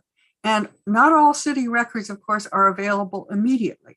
There are sensitive records in places like Health and Human Services, in places like the police, where some materials can't be made available immediately. And Archives does that job. It makes sure that the records are indeed preserved and can be made accessible at such a time as it is appropriate to do so. I appreciate that. I guess, you know, if I want to look at a letter that was written 100 years ago, as long as somebody has digitized it, I can pull it up on my computer. So I'm still, I guess, not following why there needs to be a facility to house why the facility should house electronic records. Because someone has to manage those digital materials, whether they were born digital or whether they were digitized. Okay. And they don't just preserve themselves by themselves. Somebody has to take care of that and continue to update them.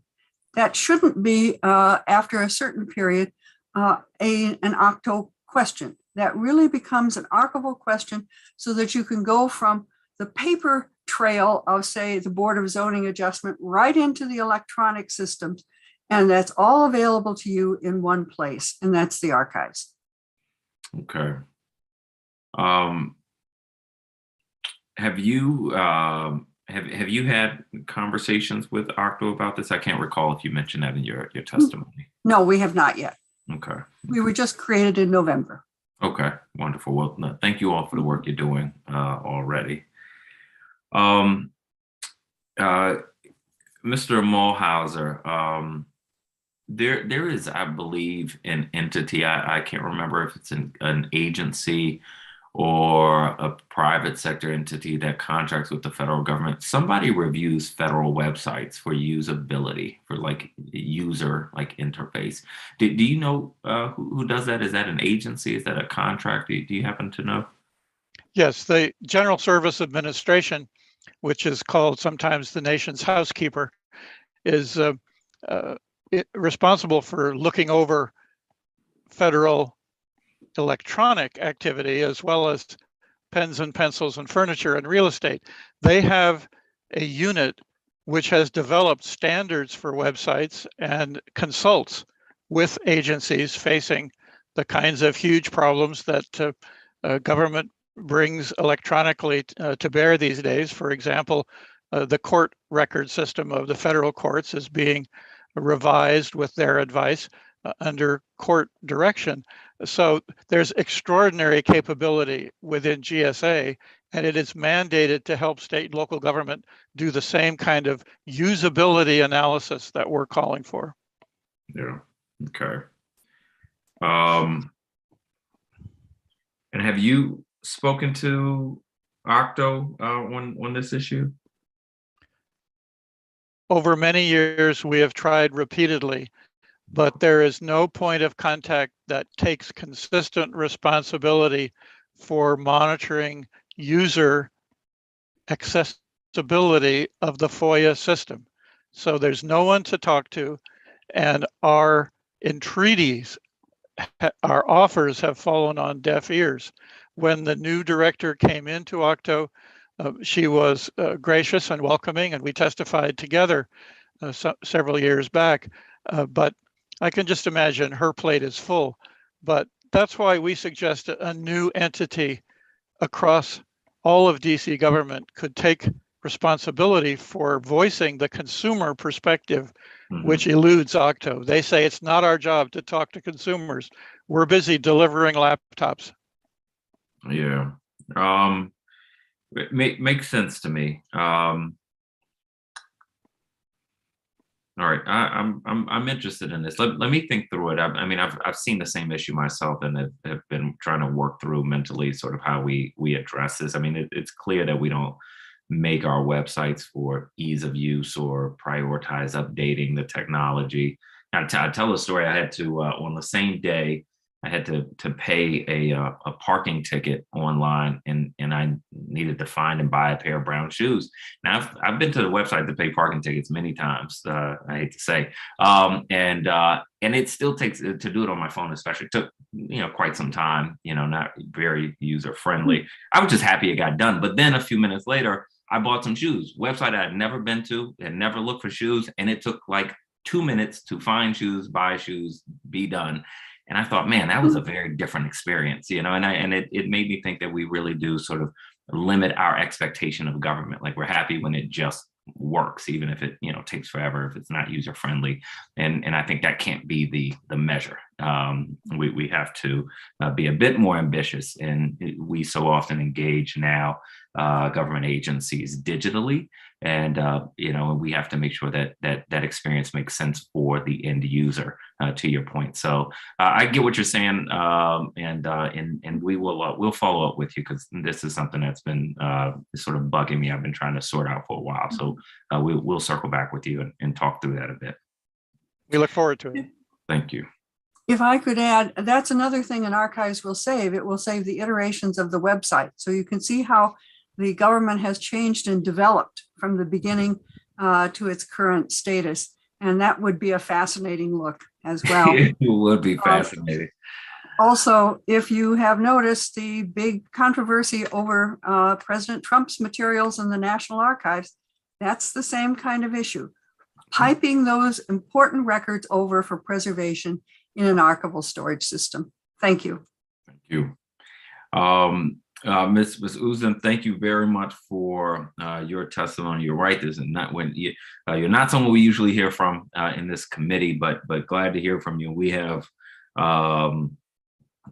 cut agency budgets in the past several years to facilitate more funding for violence interruption programs. It's something I believe in as well. And to your point, and I appreciate yours and the advocacy of others, really pushing us to better professionalize and mature these programs over time. Like you can't be 4 or 5 years in at the same place where you started. You've got to mature these things if we want them to work. And to your point, the best way to address violence is to, as much as possible, get in front of it, so that we are preventing it and not just responding to it. The recommendation for multi-year contracts or public-private partnerships, is there a model for this? Is there a jurisdiction that does long-term contracts for violence interruption or public-private partnerships? There are a few. There's something called the Grid Foundation in California that does a good job. There's also several partnerships in Chicago that are similar. Partnership for Safe and Peaceful Communities. There's a couple others. And the DYRS has a agreement with Progressive Life Center here in DC that handles some of their contracts. So it's been done before. It seems like that could be a good solution. And we've talked about this with the OAG and the ONE's office, but it seemed like coming to the Office of Contracts and Procurement might be the way to go, because I'm not really sure where this decision is coming from. But it's causing lots of challenges for these essential workers. Okay. What's the temperature of the ONE's office and the Office of the Attorney General on multi-year contracts? You'd have to ask them. I'm not exactly sure. I think the entire process of approving, every year is tiresome for them as well. So yeah. I think having that longer term ability would be beneficial for everyone, just in terms of being able to plan and build on. Of course, it requires oversight. It requires trust of the contractors and grantees, but that's nothing different than what they're doing now. Yeah. I mean, we have a lot of multi-year contracts, and they always require some trust and also good contract writing, so that you have an exit ramp if necessary. So it seems doable, and we'll have to get some more information on this. So I appreciate the recommendation, and glad you came here to flag that so we can look into it as well. Thank you very much. Well, I want to thank you all, and again, thank Mr. Bruton and Ms. Quinteros Grady for your testimonies as well. I want to thank all of our public witnesses for really pushing us and making sure that we are holding the agencies accountable. And frankly, most of the time they want to do the right thing as well. And so it's just sort of collectively helping us all get there. So I really appreciate you all taking your time, sharing your expertise and your concerns with us today. So with that, we will turn to our first panel of government witnesses. And I believe Cab is up first. One moment. Yes, we will welcome Chief Judge Mark Loud of the Contract Appeals Board.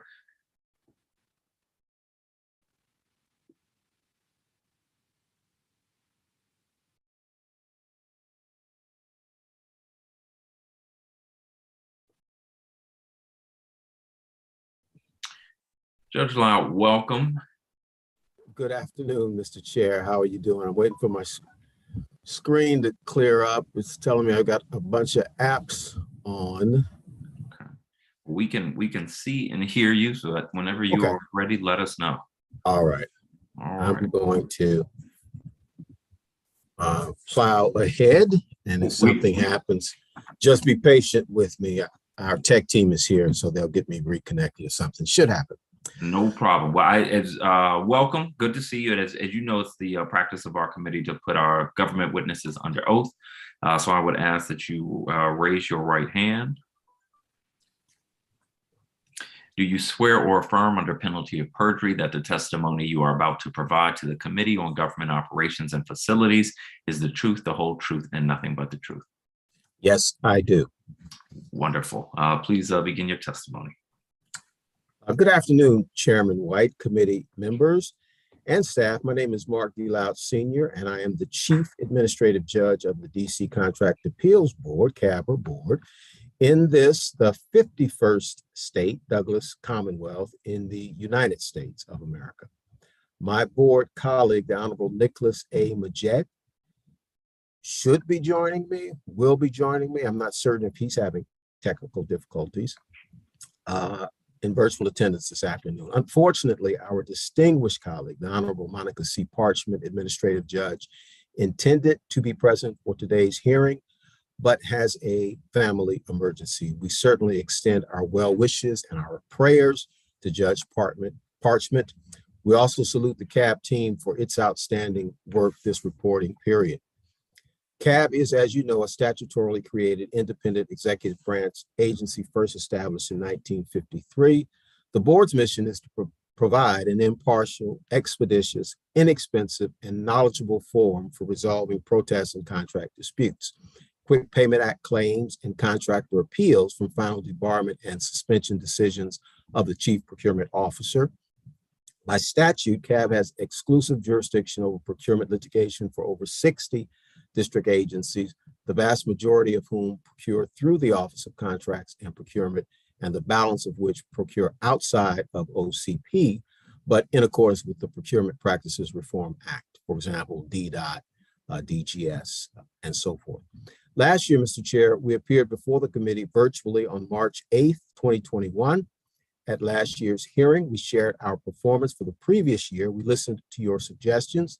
Then on July 21, 2021, this committee issued its report and recommendations of the Committee on Government Operations and Facilities on the FY22 budget for agencies under its purview, summarizing its policy recommendations for the board at pages 63 and 64. We've been joined virtually by Judge Majette. Good afternoon, Judge Majette. Mr. Chair, the board returns today to report on our performance for FY21, FY22 to date. Specifically, we will report on the board's performance for the applicable reporting period and CAB's progress addressing the committee's July 21 recommendations. Written updates have been provided for each of the committee's policy recommendations, but I will only highlight a few in today's testimony. First, with respect to the board's docket performance in FY21-22 to date, the table that I'm going to cover briefly contains the pertinent data, all of which is highlighted in yellow. For background and context, we provided a 5-year look, but I'm only going to highlight 21 and 22 today with the committee's permission. So for cases closed in FY21, there were 22. In FY22 to date, there have been 16. Disputes closed, those are our appeals cases. There were 7 closed in FY21, 8 have been closed to date in FY22. Protests closed for FY21 were 15. Protests closed to date in FY22, 8. Cases filed in FY21 were 34. Cases filed to date in FY22 have been 8. Disputes filed in FY21 were 16. Disputes filed to date in FY22 are 2. Protests filed in FY21 were 18. Protests filed to date in FY22 have been 6. Settlement rate for FY21 of our cases was 41%. The FY22 to date settlement rate is 43%. And for FY21, the board had filed before us.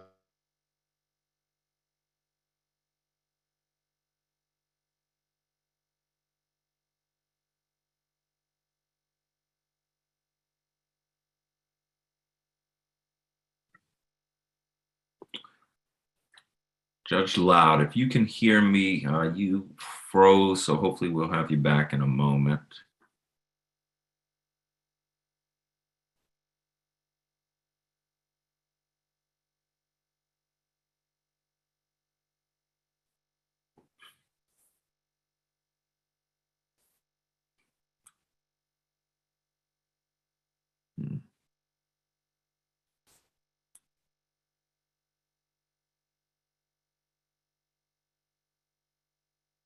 I'm sorry, did you lose me for a minute?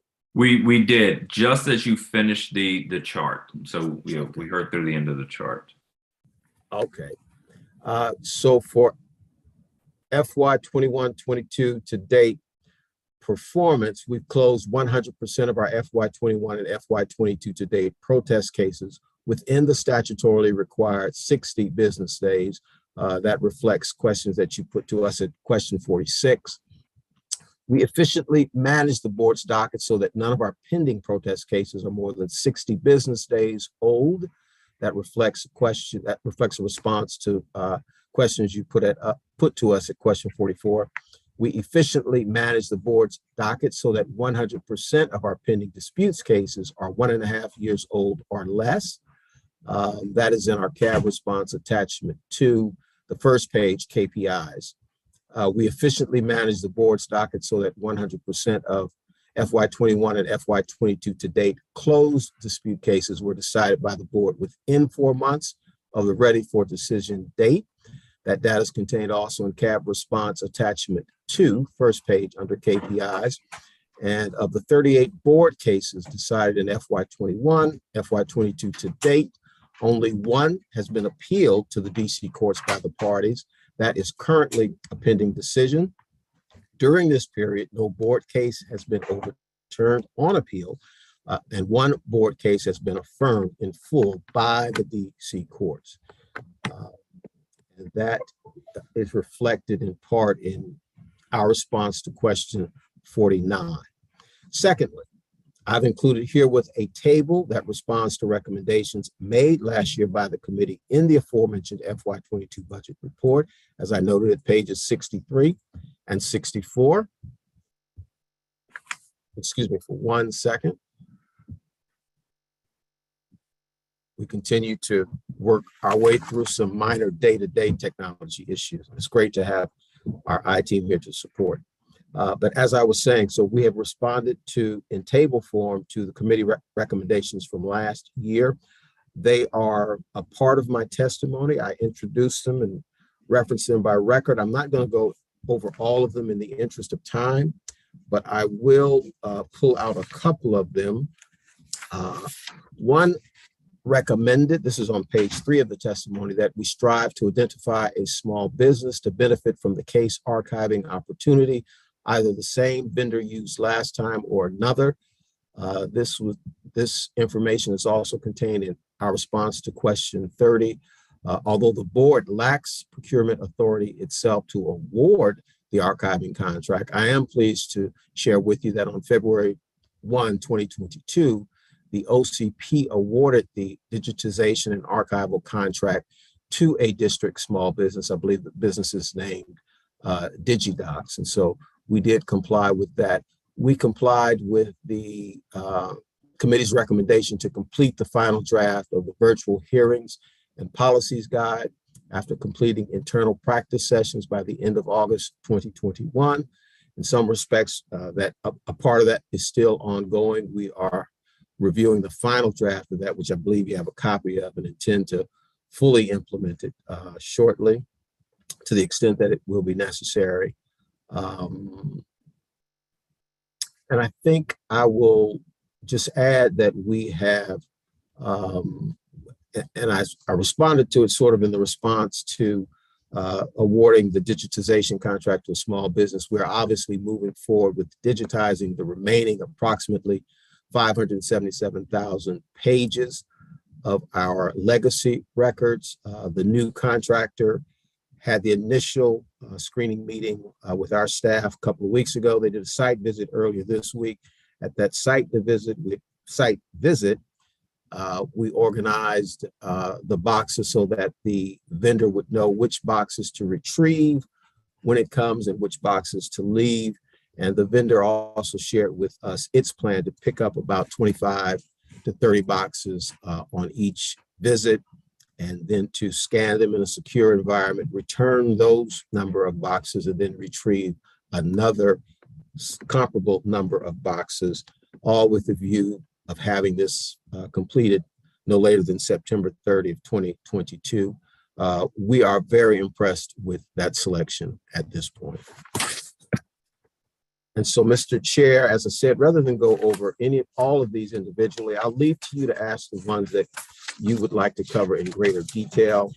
And I will close out the testimony by saying that on February 11th, you sent us 66 performance questions. Actually, earlier you sent us those 66 and on February 11th, we sent our responses to you. We thank you for the opportunity to answer those questions, to present this testimony. This concludes my testimony, and my colleague, Judge Majette, and I are available to answer questions that you may have. Thank you very much, Chief Judge Loud, Judge Majette. Welcome. Good to have you with us as well. Judge Loud, in your testimony, you note CAB's IT director will submit to council its long-term IT action plan. We expect to, I think, receive the full report in March of this year.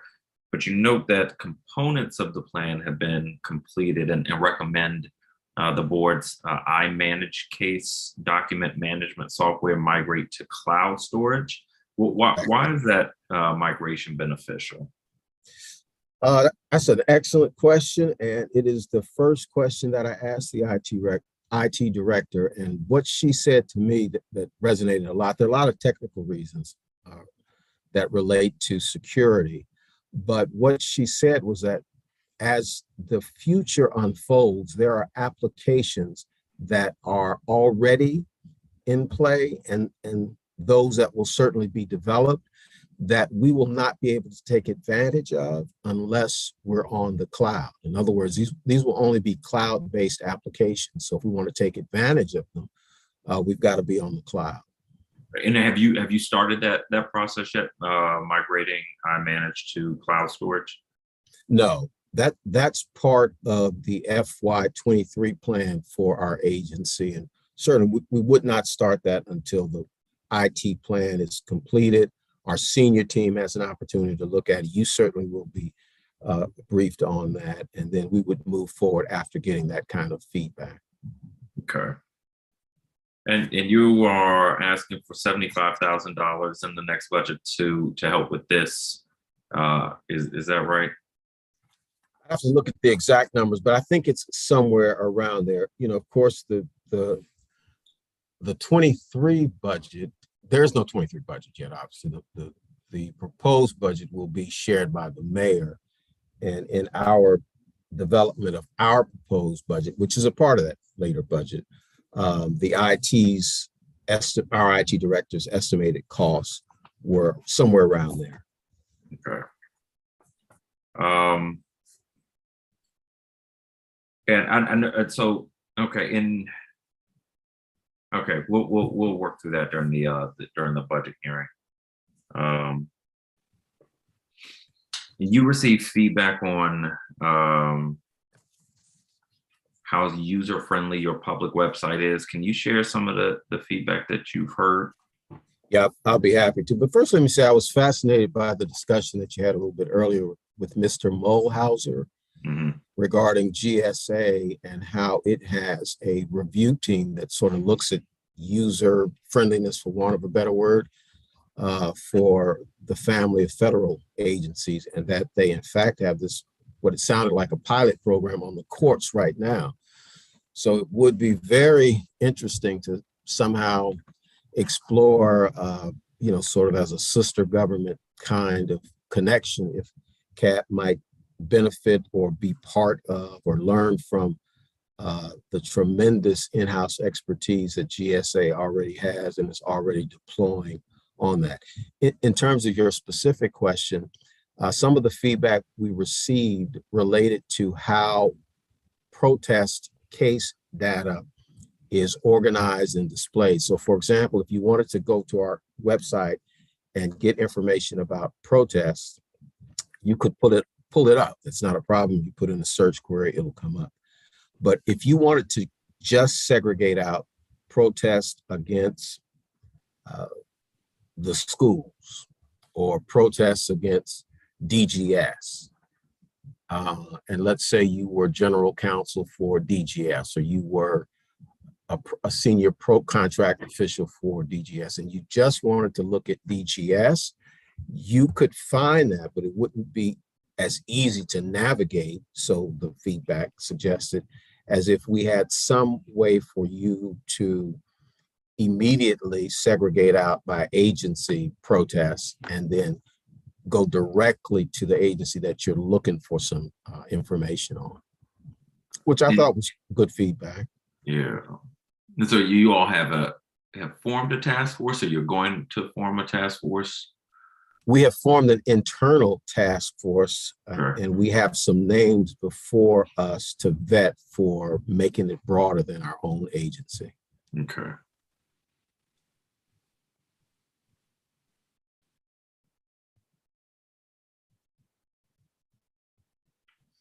And with regard to the process that you all have been working through on digitizing and archiving the remaining legacy records, you noted in your testimony that the first batch of legacy records have already been scanned and have been ready, are ready to be transported to DC archives, I think since August or September of 2021. Unfortunately, DC Archives remains closed since March of 2020 until last month. But now that they're open, do you have a timeline to get that get those documents delivered? We don't have a timeline yet, Mr. Chair, because what has happened in the interval is that there is a queue that is already developed. Okay. Of agencies that initially contacted archives, and we're somewhere in that queue, but we're not early enough in the queue for them to give us a timeline at this point. They're approximately, from my understanding, they're about 9 months behind schedule. Okay. Based on the agencies that have what are called accession numbers already for transfer of files. So we are working on getting that kind of schedule, as I alluded to in my responses. And as soon as we're able to, then we will certainly provide that information to the board. We're hopeful that it could be this fiscal year, but we do not know. Okay. And not go there yet.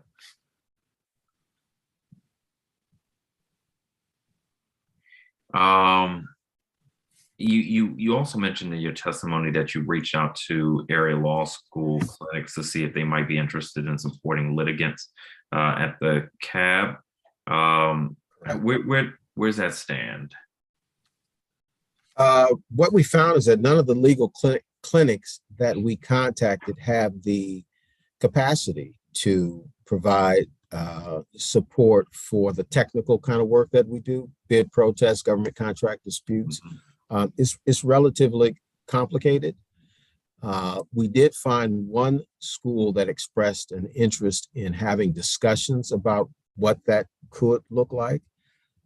That particular school is known in the area for having a government contracts program. And so it's not surprising that they express that interest. We don't feel like that would be appropriate for us as an impartial tribunal that presides over cases both that private parties bring to us and they are going against the government. But we do think that an organization, and I don't want to throw anybody under the bus, but there are a number of business organizations in Washington, D.C. that may have an interest in working with that university along those lines. Okay. I mean, it's worth seeing if there's a path there. So, I'm glad you all are, thinking creatively there. With you all have done some work to review ADR best practices with the Office of Administrative Hearings and the Office of Zoning. What did you find through that review? I think I'm going to. Do you have in front of you the question number? I remember I've got it. It's 58. Yeah. So our outreach, it largely confirmed for us that many of the best practices in ADR and mediation are already in our rules, our published rules that we issued a few years ago. The new thing that we learned as a best practice, which could have been arguably something that we focused on previously, is the need for continuous mediation training for judges and for mediators. And so one of the best practices is to have the funding in place to do that. But many of the other things that came out of the outreach were things that we already, as I said, already have. So for example, drafting ADR rules that give the mediator enough flexibility to be as informal as necessary or as formal as necessary. It just depends on the two parties in question and the case in question. Obviously, complete confidentiality of the process so that there's open and frank discussion. Clearly describing ahead of time what the rules and the expectations are of the parties. Making it clear that mediators and staff cannot be called to testify. Those, again, are things that are already in various board rules that we have, and I believe in our responses to you, we've identified the specific rules. Okay. Are you all working virtually or in person now? We are hybrid, Mr. Chair. So some of us are virtual today. Some of us are in the office today, and on a rotating basis, we are continuing that. Okay. And I understand from, this would have been a question 63, CAB has offered the option of fully virtual or hybrid proceedings in all matters that are urgently pending and subsequently filed before the board. What constitutes urgently pending? I think I'm trying to think of a practical example of that without just disclosing anything that I am not at liberty to disclose. But if we had a case, for example, where there were contract services that were clearly addressing public safety emergencies, critical care issues, and things along that line, that would constitute something that we want to make sure we were nimble and could very quickly turn over a hearing or status hearing or oral argument or something like that. We don't currently have anything like that, but we certainly want to have the capacity to offer that and have the policies and the procedures and the authority in place to move forward with it should that become a reality. Okay. Are you requiring some parties to proceed in person? At this point, we're not necessarily going to require them. The next trial that we have will be in July of 2022, and I'm actually the presiding judge in that trial. And my preference would be to do it in person if everything is stable and calm on the COVID-19 front. But I will see, obviously, it will depend partially on what's going on with COVID-19 or other public emergencies. And we will navigate it based on the circumstances.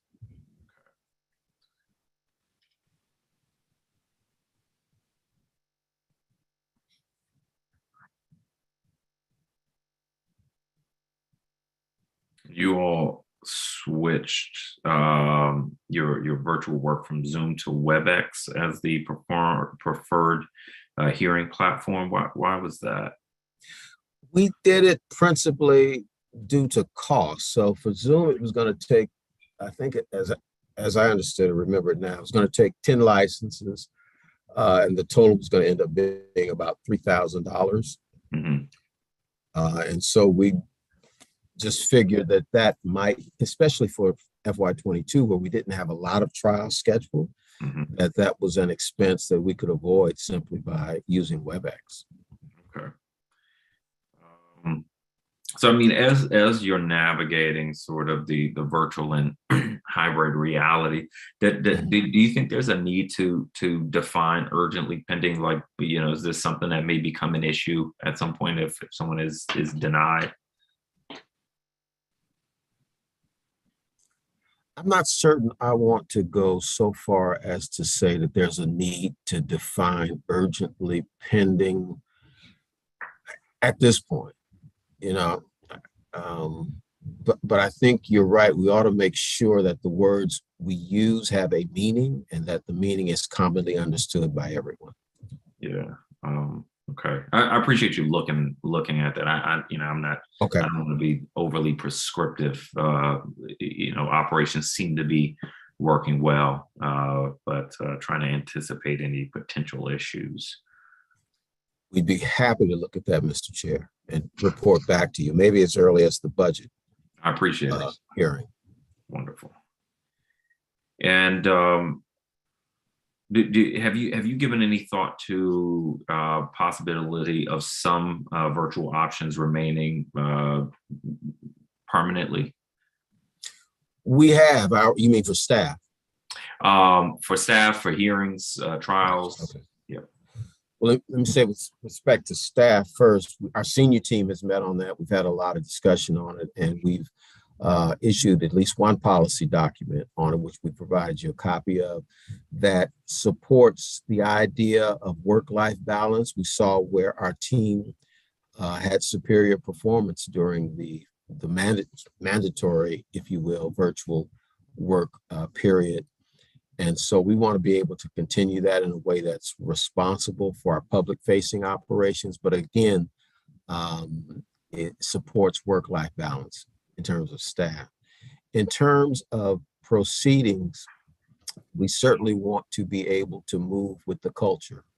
And the culture across various trades is embracing the new virtual reality.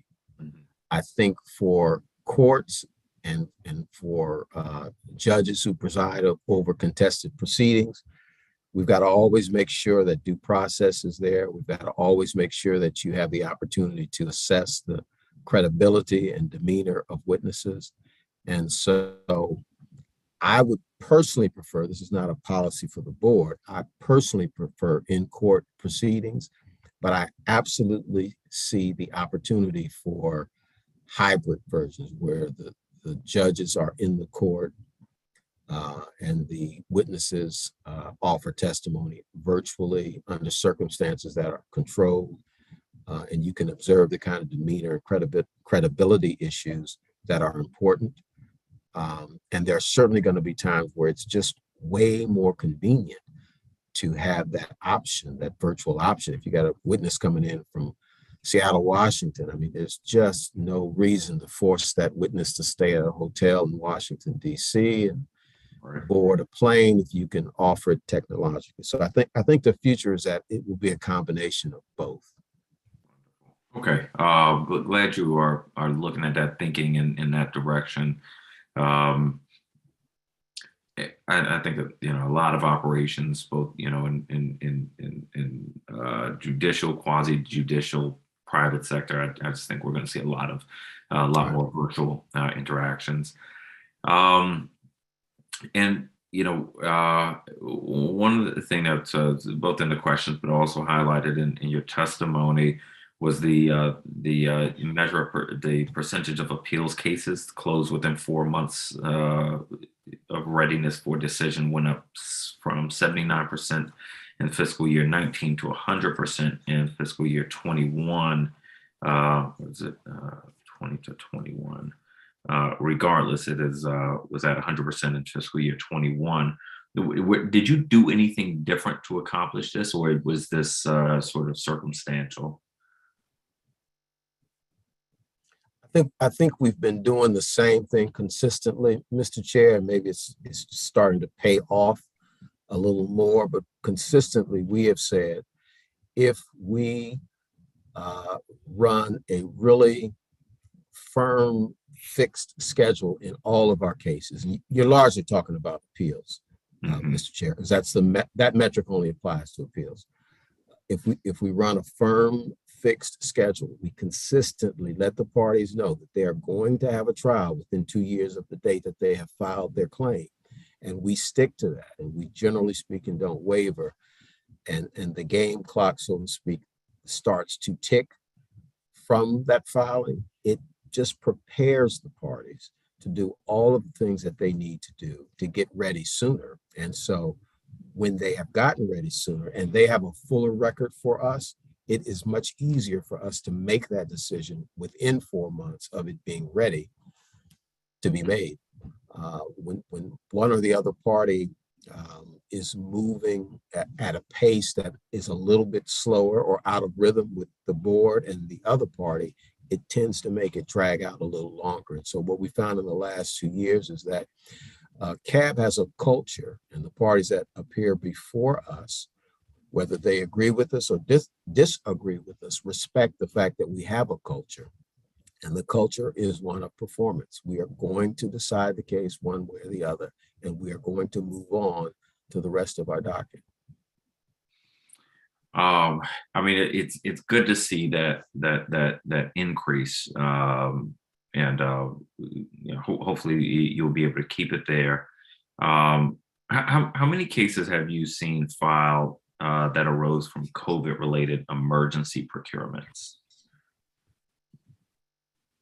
And I know there was question 5 had to do with this, but I can't remember if this was exactly the question.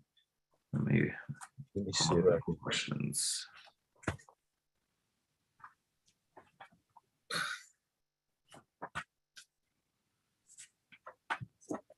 Off the top of my head,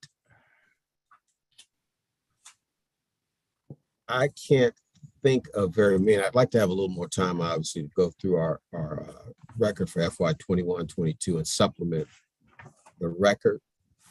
Certainly there were contracts awarded, obviously, that were COVID emergency related. Whether they ended up before the board is a different kind of question.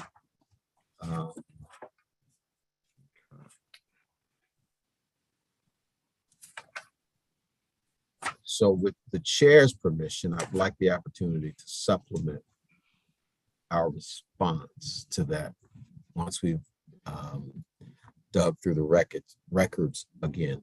But off the top of my head, I can't think of any direct cases. I appreciate it. I'm just trying to sort of gauge, you know, not surprisingly, with the emergency procurements don't have the same rules and procedures, and we just, from an oversight perspective, want to, you know, make sure we're not seeing any trends. So I appreciate that. We'd be happy to do that.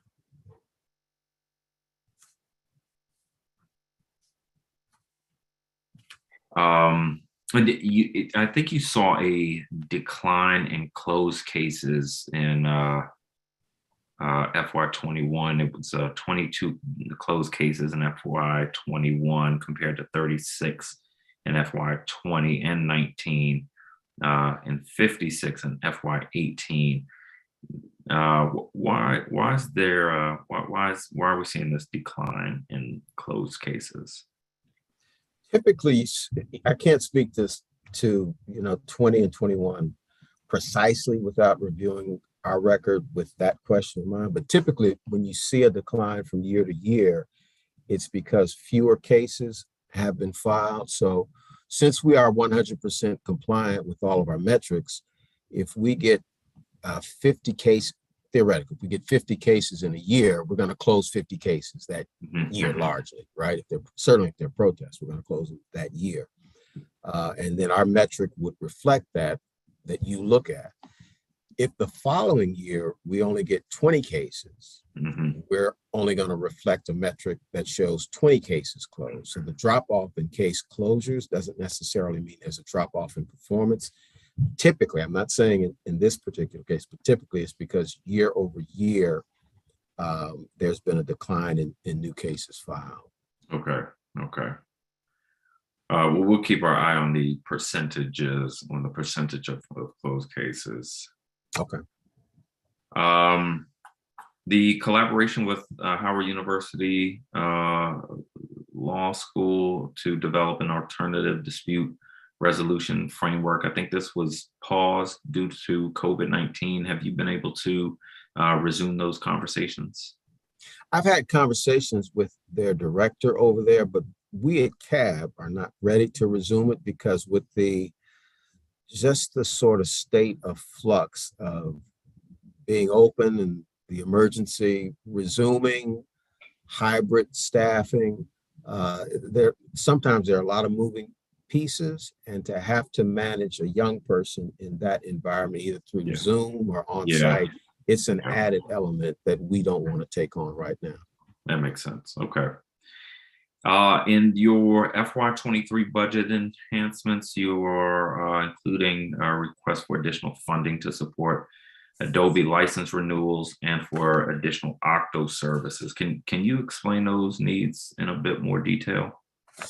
So with respect to the Adobe licenses, it's my understanding that several of the licenses that we have will expire right around the end of this fiscal year.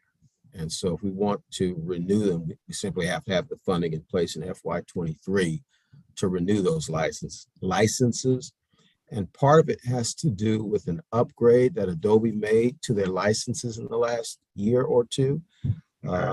I'm not completely a master of that subject matter, but that was what was explained to me by our IT director. In terms of increased Octo services, so apparently Octo has different levels of service that they provide to agencies. We've always been at a relatively lower tier level, and our incoming, who is now our resident IT director, has recommended that a more standard level for Octo service to agencies is that which she recommended. And so that's why it is proposed that in FY23 that the board move to that level. I believe it's called Tier 3. Okay. And I believe we're at something less than Tier 3 now. And I would imagine it involves more desktop support on a continuing basis. Okay. Well, those are all the questions I have for you, okay. Chief Judge Loud, Judge Majette. Very, very good to have you both with us today. I want to thank you and your teams for the work that you all are doing. Of course, we know that you two are only part of a larger team, so appreciate all that all of you are doing. Thank you, Mr. Chair. We appreciate that. And in closing, again, we thank you for your leadership of the committee and support for the board.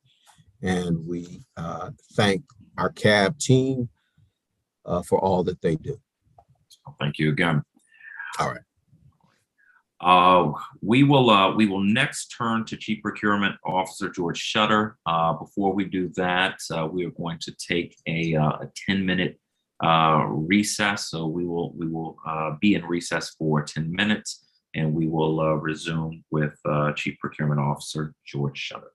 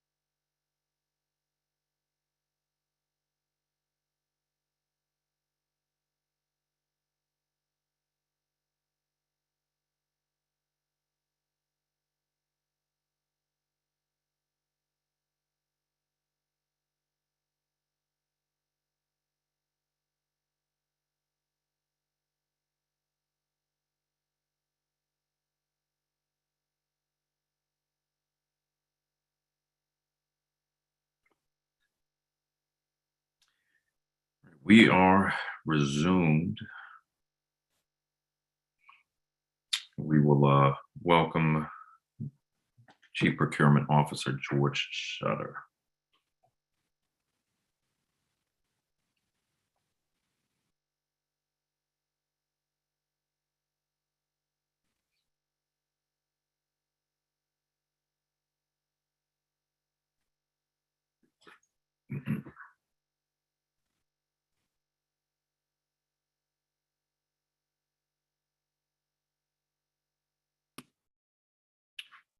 Good afternoon, Chairman.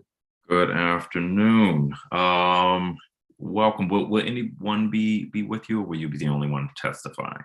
No, Chairman, I'll testify by myself. All right. As you know, it's the practice of this committee to put our government witnesses under oath. I would ask that you raise your right hand. Do you swear or affirm under penalty of perjury that the testimony you are about to provide to the Committee on Government Operations and Facilities is the truth, the whole truth, and nothing but the truth? I do. Wonderful. You can begin your testimony when you're ready. Thank you, Chairman. Good afternoon, Chairman White, members of the Committee on Government Operations and Facilities. I'm George Shutter, Chief Procurement Officer of the District of Columbia and the Director of the Office of Contracting and Procurement. I'd like to thank you for the opportunity to provide testimony on the performance of the Office of Contracting and Procurement for fiscal years 21 and 22 to date. The mission of OCP is to partner with vendors and district agencies to purchase quality goods and services in a timely manner and at reasonable cost, while ensuring that all purchasing actions are conducted fairly and impartially. In 21, OCP provided construction, contracting and procurement services to 79 district government agencies, procuring over $5.5 billion in goods. Over the past year, the district has faced several unique challenges. I'm proud of our team of professionals, how they have turned these challenges into opportunities for the continued growth and maturation of the operations and services. Throughout the pandemic, OCP has served as the primary agency responsible for procuring vital goods and services, such as PPE, masks, COVID-19 tests, and vaccination supplies. To date, OCP has procured over $420 million in COVID-related goods and services. Through key partnerships with DC Health, HCMA, and DPW, our team has swiftly adapted to the changing requirements of the pandemic response.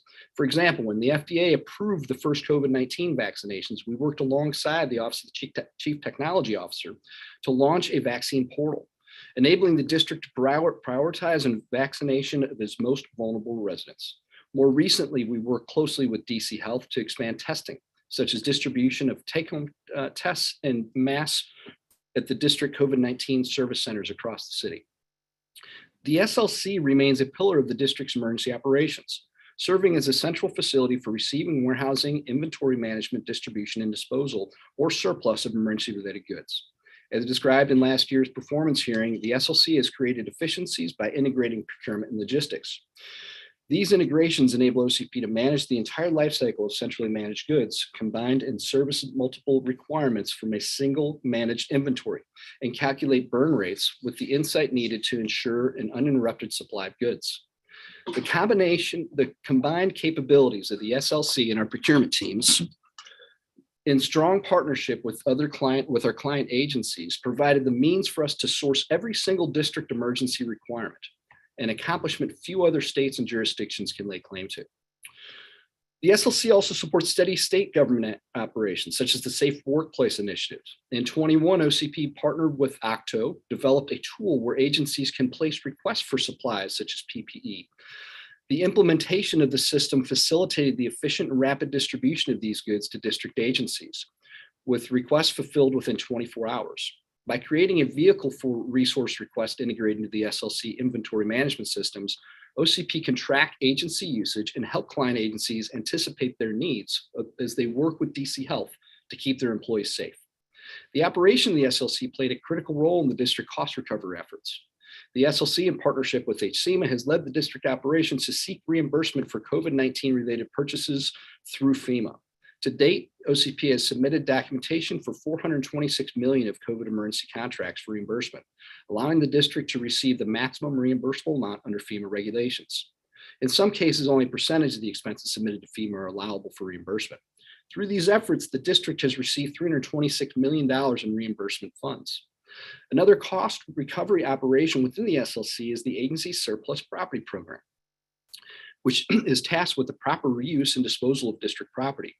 In FY 2020, the district earned $1.5 million in revenue from the program despite a temporary pause in operations due to COVID. In FY 21, revenue increased by 350% to $6.8 million, most of which went to the district's general fund. Much of what we accomplished in 21 would not have been possible without the district's dynamic community of certified business enterprises, CBEs. In 21, OCP awarded $1.4 billion in prime contracts to CBEs. This figure does not include the significant support CBEs provided through the subcontracting efforts. This increase from $300 million in contracts awarded in 2015 to $1.4 billion in 21 solely in prime contracts is a testament to the district's strong continued commitment to CBEs. Our commitment to district small and local businesses is further evident by the ongoing outreach and education opportunities. To assist with identifying and capturing contractual opportunities, OCP's ombudsman partnered with the Department of Small and Local Business Development to create a new workshop that explains procurement best practices and outlines the current tools available to the business community through the Contracts and Procurement Transparency Portal and resources provided by DSLBD. OCP has continued to offer its monthly general vendor workshop online since the start of the pandemic. In 21, OCP expanded the workshop to include presentations by our colleagues at DC Water and the Metropolitan Washington Airports Authority, connecting businesses to even more opportunities in our region. OCP's ombudsman has also facilitated additional meaningful engagements with the business community. In 21 and 22 to date, the ombudsman has met with 169 businesses to engage on matters such as how to do business with the district, answering solicitation-specific questions, or to resolve procurement-related concerns. Moreover, OCP's contracting officers have had numerous engagements with the business community to include advising on set-aside opportunities and thorough pre-proposal conferences to increase awareness of procurement opportunities. OCP takes its role of keeping the public trust seriously. We value transparency and accountability and hold ourselves to a high standard. To this end, we maintain an easy-to-access transparency website, the Contracts and Procurement Transparency Portal. The portal is the public clearinghouse for all information related to the district government's contracting and procurement activities.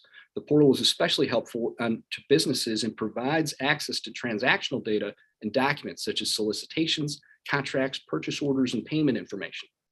The portal also features a forecast tool where you can view the anticipated needs of agencies based on the district's annual acquisition plan. The independent agencies tile contains a list of agencies not serviced by OCP and links to each agency's procurement webpage. To be absolutely sure that the public is aware of the considerable contracting volume related to COVID-19 specifically, we have provided a link on the transparency portal to all documents for contracts executed to support the district's COVID-19 emergency response. All of the data is accessible at the contracts.ocp.dc.gov. And OCP welcomes feedback to the Contracts and Procurement Transparency Portal. Residents and stakeholders can visit the OCP website to complete the survey and suggest features you would like to see. Holding ourselves to a high standard requires readily working with oversight agencies, such as the Office of the Inspector General, to audit the work we do. For example, current audits include the COVID-19 Procurement and Warehouse Operations Audit, the Comprehensive Procurement Risk Assessment, and the ongoing Annual Comprehensive Financial Report. I am pleased to report that there were no contract-related findings or findings for OCP in the district's annual comprehensive financial report for 2021. Additionally, OCP is working with the OIG in several inspections and evaluations regarding the efficiency of procurement in the district. To meet the needs of the auditors, we have provided the OIG with access to our systems and data, including all contracting files related to the district COVID-19 emergency response. These are the same contracting files the district is submitting to FEMA for reimbursement of COVID-19 related expenses. Our commitment to the audit process does not stop there. OCP staff regularly engages with the OIG team to answer questions and provide documentation as needed. These staff members include those on our front lines of the district emergency response operations, OCP's Office of Procurement Integrity and Compliance, and OCP's Chief Operating Officer, who meets bi-weekly with the Deputy Inspector General for audits. Just last week, I met with Inspector General Lucas to discuss our ongoing audits and ensure the agency is supporting the audit function, which is important to our operations and our commitment to transparency. Our commitment to transparency extends to our partnership with the Council of the District of Columbia. We have frequently met with you, Chairman, and the staff of this committee to discuss procurements executed by the OCP in the context of the agency's work supporting the district's emergency response, and to discuss the reporting transmitted to the council. I am committed to maintaining an ongoing dialogue with you to keep the committee abreast of the agency's role in the district's emergency response operations. In conclusion, the OCP team accomplished many feats in the face of significant challenges in 2021. Through the leadership of Mayor Bowser and the dedication of OCP public servants, we helped our client agencies complete monumental projects, such as the historic Frederick Douglass Memorial Bridge and the Black Lives Matter Plaza, and projects vital to the well-being of our residents, such as procuring test kits for DC Health. One of the great takeaways of 2021 was building stronger relationships. Our strong relationship with CBEs, industry, colleagues at other district agencies, and the council greatly impacted our success over this past year. These partnerships continue to play a pivotal role in OCP's success, as the agency's volume of contracting actions have significantly increased by 49% from $5.6 billion in FY21 to $8.2 billion in FY22. I'd like to thank Mayor Bowser, City Administrator Donahue, and Assistant City Administrator Parker for their continued leadership throughout the fiscal year. I thank you, Chairman White, and the members of the Committee on Government Operations and Facilities for the opportunity to testify and your ongoing support. This concludes my prepared testimony, and I'm happy to answer any questions you might have. Thank you very much, Chief Shutter. So I want to start with the topic we heard the most about from our witnesses, which is the implementation of the Nonprofit Reimbursement Fairness Act. Obviously, we had several witnesses who testify with concerns. I understand that OCP, in coordination with the executive, is preparing regulations on the implementation of the act. When will those regulations be issued? What we have completed this last fiscal year, or in this fiscal year, Chairman, is developing a training aid for our contracting officers on implementation of the Nonprofit Act. I have personally ensured that my contracting officers are aware of the act and that we will implement it in FY22. I have asked my contracting officers to advise me if there are any contracts with their, and if there are any issues with their client agencies in implementing the act this year. Really great comments from the nonprofit community. One of them mentioned that DBH and DHS are doing well. That is, from a contracts perspective, those are the two largest agencies that this act would affect. I've also shared that information that we provided to our contracting officers with the independent agencies in the best practices forum. There was another excellent comment by one of the nonprofits, Chairman, mentioning contract clauses. I think that's very smart. And we have drafted a clause for RFPs to incorporate the detail that we need necessary under the law to ensure that our industry counterparts are understanding what they're allowed to do in support of the law. Okay, but the testimonies, many of them suggested that there's sort of widespread non-compliance across the government. So what do we do? So I understand you've informed your contracting officers, and you've sort of, I guess, sent notice to other agencies, but it seems like there's still broad non-compliance. So what do you suggest we do? What I understood, Chairman, is that there was a lot of discussion about grants and contracts, and even maybe conflating the two of them. As I mentioned before, Chairman, my contracting officers are aware of the act, and I'm not aware of a single contract that we don't have the act implemented. If there is any contracts that we have a challenge with, I'm happy to take them and make sure that we're working with our agencies. I have asked of that. I'm not aware of it. I did meet with the coalition last quarter as well. I advised them as well that they can contact my deputy or myself if they have any contracts that have the Nonprofit Act challenges. In the Office of Contracting and Procurement, and as the Chief Procurement Officer, I have zero authority to award or administer grants. And this agency does not award or administer grants for the district. So who do you suggest they speak with to address the issue? I would defer that to the city administrator's office, Chairman. Regarding grants, I'm sorry, let me be specific, Chairman. They can reach out to myself or my deputy directly if there is an issue with a contract that OCP is executing. Oh, okay. I would defer the grants piece to the city administrator, Chair. So I think the group has compiled a list of contracts with challenges and has identified contracting officers. So can we have them send that list to you, and can you commit to working with them on that? Absolutely, Chairman.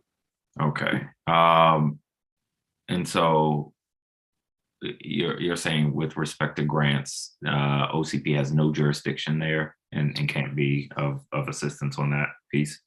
That's correct, Chairman. I have no authority to exercise grants, solely contracts. Is the Nonprofit Reimbursement Fairness Act, do you have any idea like where in the code is it in OCP's section of the code? Do you happen to know? I believe it's a separate act, Chairman, but I'd have to look at that to respond adequately. All right. You had mentioned giving guidance to agencies, and was that the email on June in June of 2021? I have, yes, Chairman. I have provided the information to all of our contracting officers, but I've also we have a contracting best practices committee that that OCP will chair and invite independent agencies to. And we send information to that group periodically when we have done something in OCP that we think can be shared in other agencies. We shared that training aid as well with the independent agencies. I should state, Chairman, just for a full answer, that we have also, and there was another good comment from the nonprofit community on training, and not only have we provided that training in the training aid, but we are also incorporating that particular aspect of training into our Tier 1 certification course this year. And the first one will be next. The first one will be next month. Okay. I mean, since this applies to both contracts and grants, is this something that you could work in collaboration with the Office of the City Administrator on? I would defer that to the City Administrator, and I'm happy to help the district however I can, Chairman. Okay. Well, we will make sure they get that list to you, and then we'll follow up with you and with them to make sure things are proceeding. See if you need anything from our end. What recourse? Let's talk about contracts here. What recourse do nonprofits have if they don't receive the appropriate indirect cost reimbursement? I can speak to grants, Chairman. I can't speak to, I'm sorry, I can speak to contracts. I cannot speak to grants. For a contract, I would suggest initially that the discussion goes to the contracting officer. If there's a question from when the solicitation goes on the street, the contracting officer who is noted in that solicitation should be the first one that is contacted. If there are challenges in contacting, or if there is not a sufficient response there, the OCP Ombudsman is another source that a nonprofit or a contractor may reach out to if there is a concern of anything with making comments around a particular action. That's why we have an ombudsman, and the ombudsman has the direct access to me if we have challenges. As I've mentioned in this case, both to my contracting officers and to the nonprofit community, if we have contracts in OCP that we have challenges in implementing this law, they may contact my deputy or I, and the contracting officers have been advised if there are any issues with implementing this with our client agencies to also bring that to my attention, and I'll make sure it's rectified. Okay. With respect to the to pass the procurement automated support system, which is OCP's primary system of record for the district's procurements. OCP initiated a cloud-based pass refresh in fiscal year 20, which was put on hold due to funding constraints. OCP received funding in FY21 to resume the pass cloud project, which is scheduled to go live in Q1 of FY24. Considering that the current system is at least 8 years old, what internal and external improvements do you want to see through this project now that it's been funded again? Well, Chairman, we'll have the same desired outcomes from the past project or from the system as we wanted to have before, which is broadly incorporating the contract actions and the contracting processes within the system. And we're in cases now where we may have a contract that's done in a Word document that's exercised through a Word document and then entered into the system as a purchase order annually. We want to be able to execute those contracts directly out of the system. That will incorporate the process within the system. It will improve our ability to manage requisitions and contracts, and certainly improve our ability for document retention and reporting as well.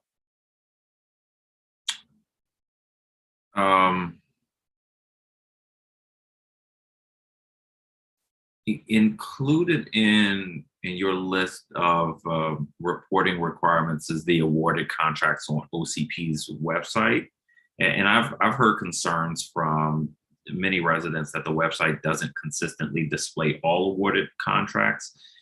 Is this your understanding? And if so, what setbacks preclude OCP from maintaining a full list? So, Chairman, I think the stats that we have from 21 are greater than 90% of the contracts on the website.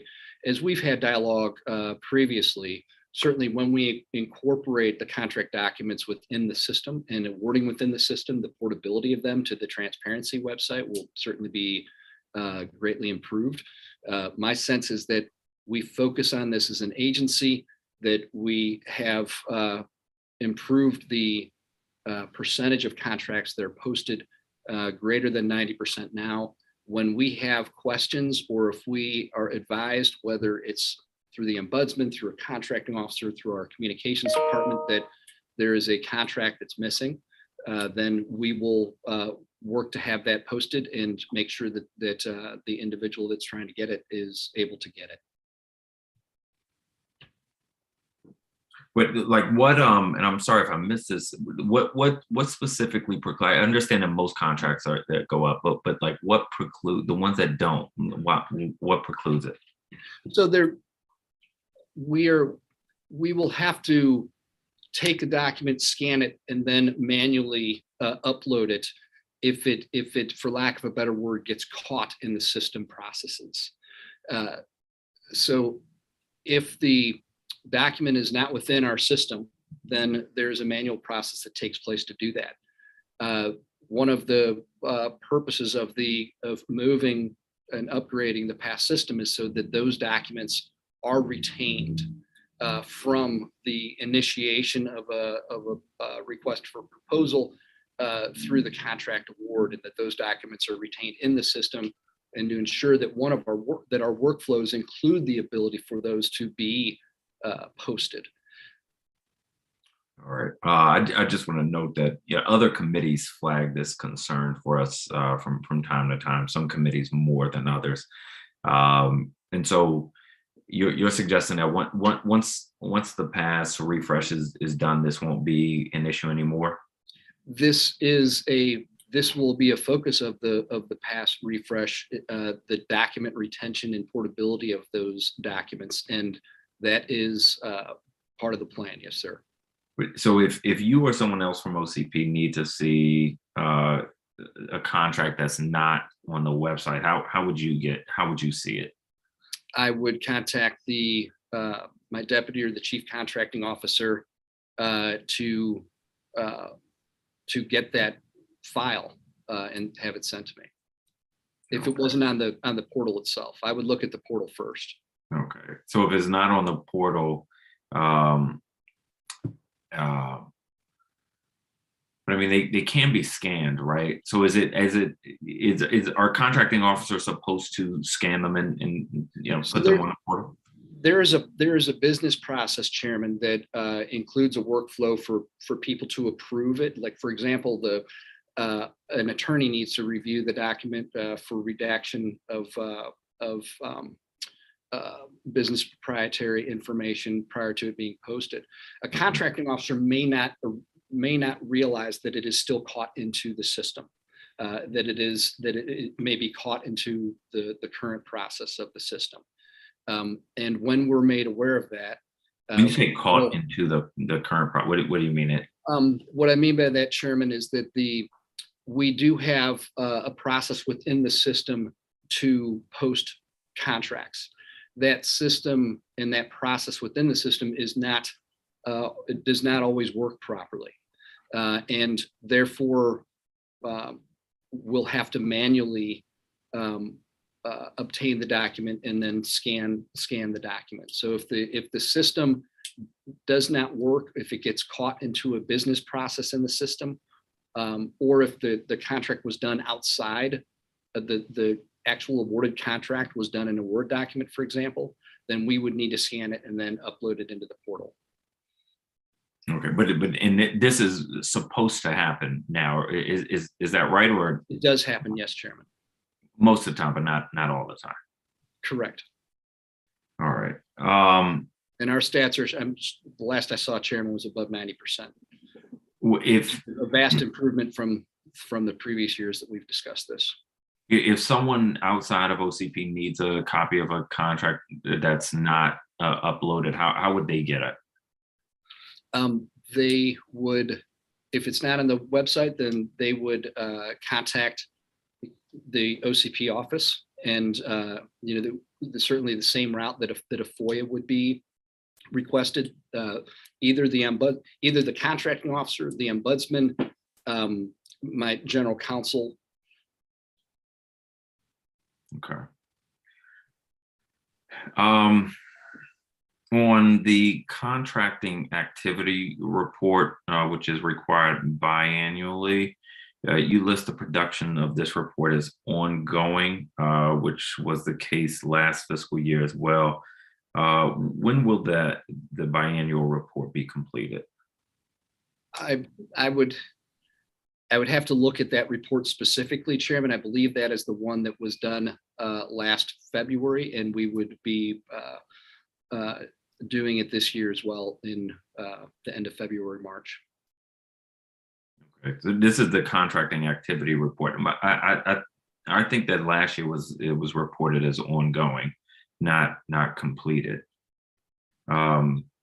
Could you send the committee the latest production of this report, whatever the most recent one was? Yes, Chairman, will do.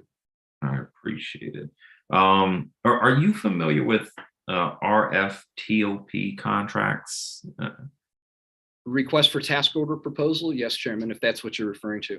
I think so. I heard it mentioned in an acronym. The concern that was raised with me, and I'm to be candid, not abundantly familiar with these contracts. I obviously understand task order contracts, but these are selected just on best price. Is that right? Chairman, that totally depends on the terms of that request for task order proposal. Generally speaking, okay. where you'll have multiple you have multiple awards, multiple contract vehicles, and the solicitation is around a particular task that may be awarded as a task orders against one of those contracts. So think of it as a mini competition between a set of awarded contracts. Okay. So for those, the concern that was raised with me by a local company was that for traditional RFPs, you have a right for a debrief if you're not awarded the contract, so you can understand sort of where you fell short and potentially make improvements in the future. But for these RFTOPs, we don't give contractors a debrief, or at least not by right. The concern raised with me was, well, for local business, if they want to improve for next time, figure out why they weren't awarded the contract, and submit a better proposal next time, they don't know where they fell short. Is there a reason that we don't do a debrief on those? Again, Chairman, I'd need to see that contract. I'm not aware of contracts that we have that would not allow for a debrief. Okay. And generally, as we've spoke before, Chairman, I encourage businesses to seek a debrief, and I require our contracting officers to provide that debrief because it's so important in learning. RFTOP, that could be from a I don't even know if it's our jurisdiction. So I would be, Yeah. It wouldn't be proper for me to opine unless I knew what contracts we're talking about, Chairman. Okay, but as a general matter, under your jurisdiction, RFTOP contracts can bidders can still get a debrief. I'm not aware, Chairman, of any contracts that would prevent us from providing a debrief against a task order award. Okay, I appreciate that.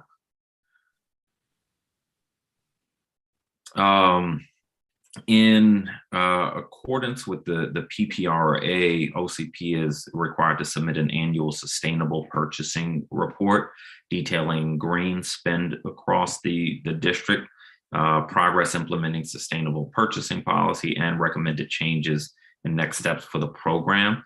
I understand the FY21 report should be completed this month. Is that accurate? This is in relation to question 3 from the pre-hearing questions. That's correct, Chairman. Okay. The website lists the report from FY19. Could you work with your team to include the report for FY20 on the website? Will do, Chairman. Thank you.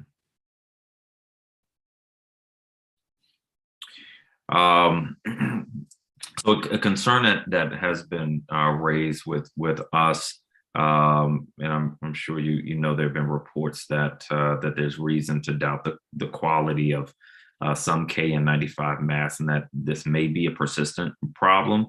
What's your knowledge of these reports? Chairman, I'm very comfortable with the quality assurance process that we have in the district for the central received masks. I think that I have not read all the narrative that is in the papers. I do know the process that we follow. We have a quality assurance. We ensure up front, working on the contract side, making sure that the businesses that we're engaged with are proper businesses, that they're not on various government lists of challenging corporations. We have a 43-step quality assurance process that a quality assurance expert, someone who has been utilizing personal protective equipment for at least 2 decades, that does a 43-step process of quality assurance with our masks that when they're received. That was done with the masks that were provided to the COVID centers. And this is a good example of where we work with the IG on improving the business that we do. One of the recommendations that we worked through with the IG last year was to create an app that we capture the quality assurance testing on our products. Mm-hmm. And so our quality assurance inspector uses this app to not only perform the test, but also capture the testing that is done. What process does that person use? So it includes a visual. It includes a visual process. Mm-hmm. Even before the visual process, it includes researching the sites and the companies that provide the products. It also includes a visual inspection of the mask. It includes a filtration inspection where the mask is cut. There is an understanding of the fabric itself. There is a burn test that's done on the internal layer of the mask, and it should burn a particular way. There is a water test that is conducted where water is held in the mask to see the filtration of it. But it's a 43-step process. Okay, so this is done for every shipment? This is done for the personal protective equipment that is received in the central strategic logistics center from central receiving. Every shipment of That's correct. PPE. Okay, that's correct, Chairman. Actually, part of our process is that when they are received, there is a sampling of quantity from a number of the different boxes within the shipment, so that we're able to get a broader understanding of the shipment itself. And are the masks competitively sourced? The masks are now, as we buy masks, they're all competitively sourced. Over the COVID emergency, Chairman, especially in the early days, we were getting what we could get. And if you look at the pricing of masks, from the early days in 20 to today, obviously there's a stark difference in pricing there. So we're always, before we award a contract, we're looking at the reasonableness of the cost of the contract and the cost of the items that we're getting. Okay. And so that reasonableness certainly can change over time. As I mentioned, when you're looking at the second quarter of 2020, you have a lot different pricing than what we have now. On the pricing, the district purchased KN95 mask from VTech Solutions. Who sourced the mask from an overseas company. It was reported that under this contract, the district paid $4.40 per mask, totaling almost $2 million. A simple Amazon search shows, KN95 masks range between 60 cents a piece and 99 cents a piece. So it seems like a huge markup. Why would we be paying so much?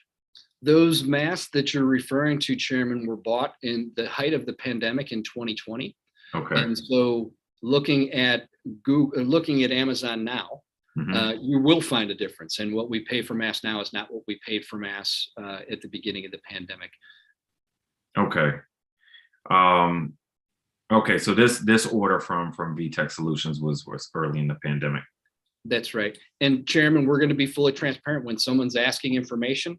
We're going to say where it came from, how much it cost. And VTech is a certified business enterprise as well. I'm happy to say, Chairman. There was an article exactly a week ago, in the city paper suggesting that DC had they characterized it as shoddy KN95 masks. Do you have thoughts on that report? Are you aware of that report? I'm aware of the report, Chairman, and my thoughts would be the same as I just mentioned to you before. I'm confident in our quality assurance testing, and those we have gone back to ensure that those masks that were provided have been tested, and we have that documentation. All right. And do masks come with any certifications? Yes, they sure do, Chairman. Okay. What they have certifications? They also have. There's also on the CDC website the specifications around the different PPE products, and those specifications can change over time. Realizing, of course, KN95s are a Chinese certification. It's not a U.S. certification, but there are certifications, and we do receive that in our contracting documents.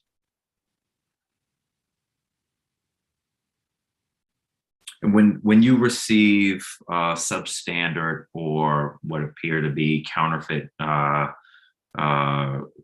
PPE, what course of action does OCP take? So that's a great question, Chairman, and that's why we inspect goods when they arrive at the warehouse. And there are a number of shipments that we have received over the last over COVID where we have returned, whether it's a partial return or a full return. Sometimes the return might be because the expiration date is too close to when we're needing to use them. If the product is substandard, if the product doesn't match what we received as the example products before we order the contract. So yes, Chairman, we do return and work with companies if we receive substandard product. And certainly over COVID, we have received substandard product that we've returned. Okay.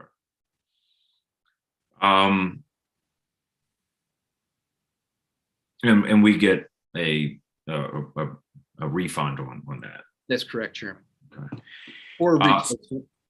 I'm sorry. Or a replacement might be the. The district has spent over $73 million on COVID-19 self-test kits. How do we ensure that these kits are authorized by the FDA? The same way, Chairman, I was mentioning before about masks. There are, I believe, 3 manufacturers of the test kits, and our quality assurance inspector is very familiar with both the CDC as well as any other requirements around those test kits. So we will get samples of them before we'll execute contracts. Once we do receive them in the warehouse, the same thing, we will go through and inspect them. Our quality assurance inspector is going back and looking at CDC information, going to the manufacturer's website, looking at other platforms to ensure what we've received is quality and ensure that it is valid. Could you provide a breakdown of how many units were ordered per vendor for the self-test kits? Yes, Chairman. I appreciate it. You're talking about the manufacturer. I just want to be specific.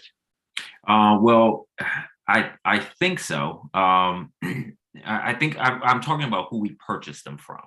Okay, so if it's not in some cases we have awarded contracts to certified businesses that have, like, for example, an iHealth test kit.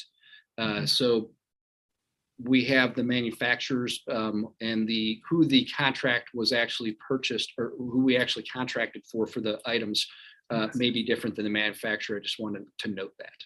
Okay. So we're talking about the people the entity we purchased from at the contract. Correct. And in some cases in the district, we've bought directly from iHealth. Yep. And in some cases, we have worked with our CBEs to see if there is availability of kits, and to see if we're able to work with our CBE community to acquire test kits from them as well. And we have been successful there in a couple of cases. So 3 separate audit findings have indicated problems with record keeping in our emergency procurement. Your testimony indicates that there were no contract related findings or findings for OCP in the annual comprehensive financial report, but that's not my reading. So the auditors described in the management recommendations section of the report that there were approximately $28 million of transactions to which there is no proof of receipt. And I know this is an area of significant concern for the Office of the Inspector General. So why is OCP not able to account for $28 million of transactions? Chairman, I don't have in front of me what you're referring to, but I believe what you're referring to is the 2020 ACFR that noted 17, initially 18, but then 17 samples that had bills of lading that were not matched to the contract documents. So for example, the contract documents might say quantity 100 and the bill of lading may have pallet. In all of those transactions, we do have a receiving report by a government official that says that they have received the product. We have sent those transactions, and again, we're talking about 2020. There were no findings in the 2021. In those 17 transactions, all were submitted, and the documentation around them all were submitted to FEMA. We were appropriately reimbursed for those.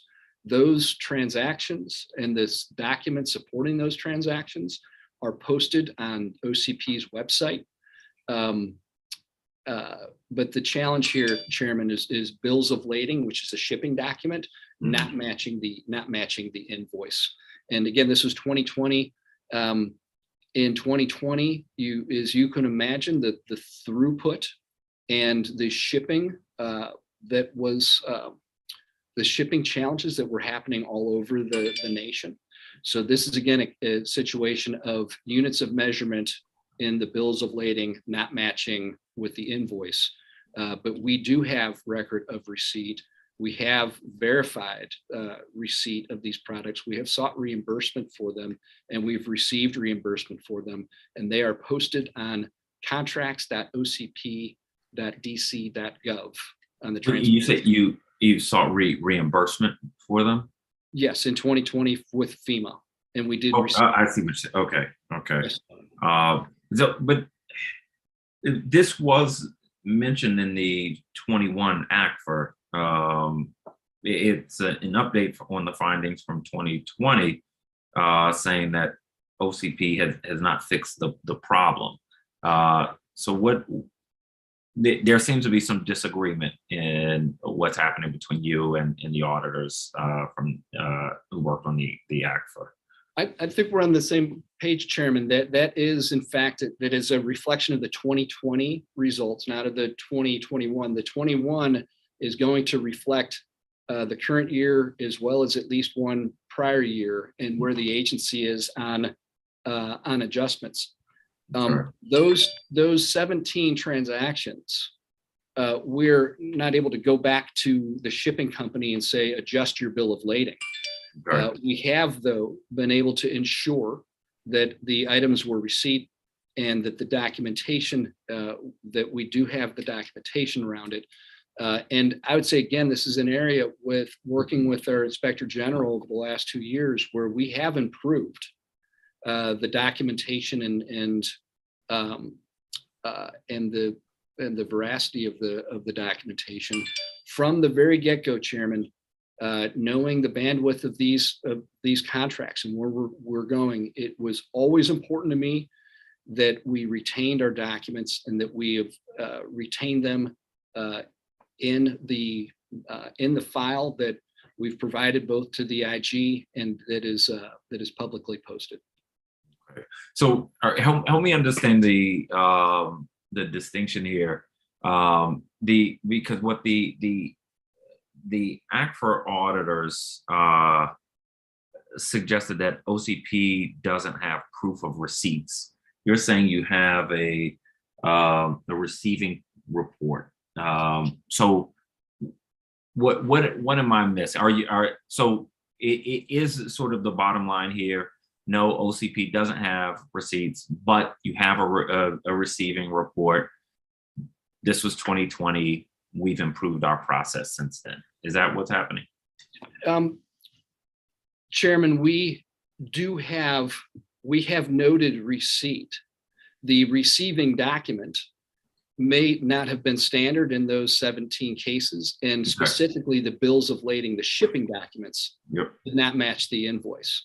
And that I totally understand that. That's absolutely valid, and they all should match, but we do have verification of receipt of the product. We do have a government official that says that these have been received, and that documentation has been provided to FEMA, was reimbursed, and that documentation is on contracts.ocp.dc.gov. So if the bill of lading doesn't match the shipping document, how do we know what that we received what we paid for? Because you're doing a hand count when the items are received. Okay. And so, and that's the receiving report? That's correct. Or And does the you can receiving report match either the bill of lading or the shipping document? The receiving report, Chairman, could be a note saying that, yes, I've received this number of boxes. It may be we have matured to a standard form that we use now for receiving at the warehouse. Mm-hmm. I don't know enough of the detail of these 17 transactions but they were in 2020. And I would agree that the documents are not standard. Mm-hmm.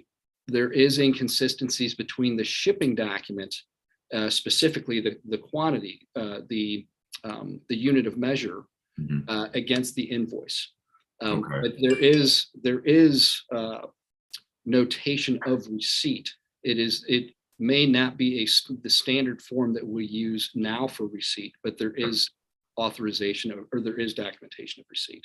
Okay. But just re-highlighting what you concluded on, the record keeping and process has changed since then. You now double check to make sure we have a clear receipt. We match it to the shipping document and the bill of lading. We do all that now as a standard practice.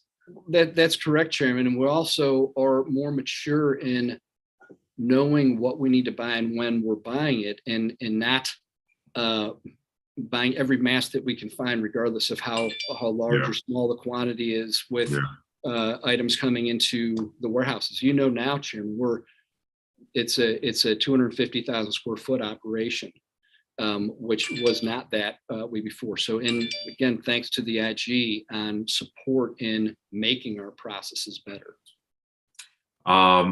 So the council has still not received any reports on emergency procurements in the last month under the legislation we recently extended to require that reporting. This, of course, follows 2 years of inconsistent and incomplete reporting of procurements to the council. Is emergency procurement authority currently being used? Chairman, we are using the limited authority at the moment, and we are in some solicitations at the moment in use of that limited emergency authority. However, we are not at a place yet in the procurement where we would either post it on the website or send it to your committee prior to awarding the contract. So we are using that limited authority at this very moment, but we are not yet in a place where we either post the award prior or post the notation of with the requirements by the council, or send it to your committee, Chairman, prior to awarding the contract.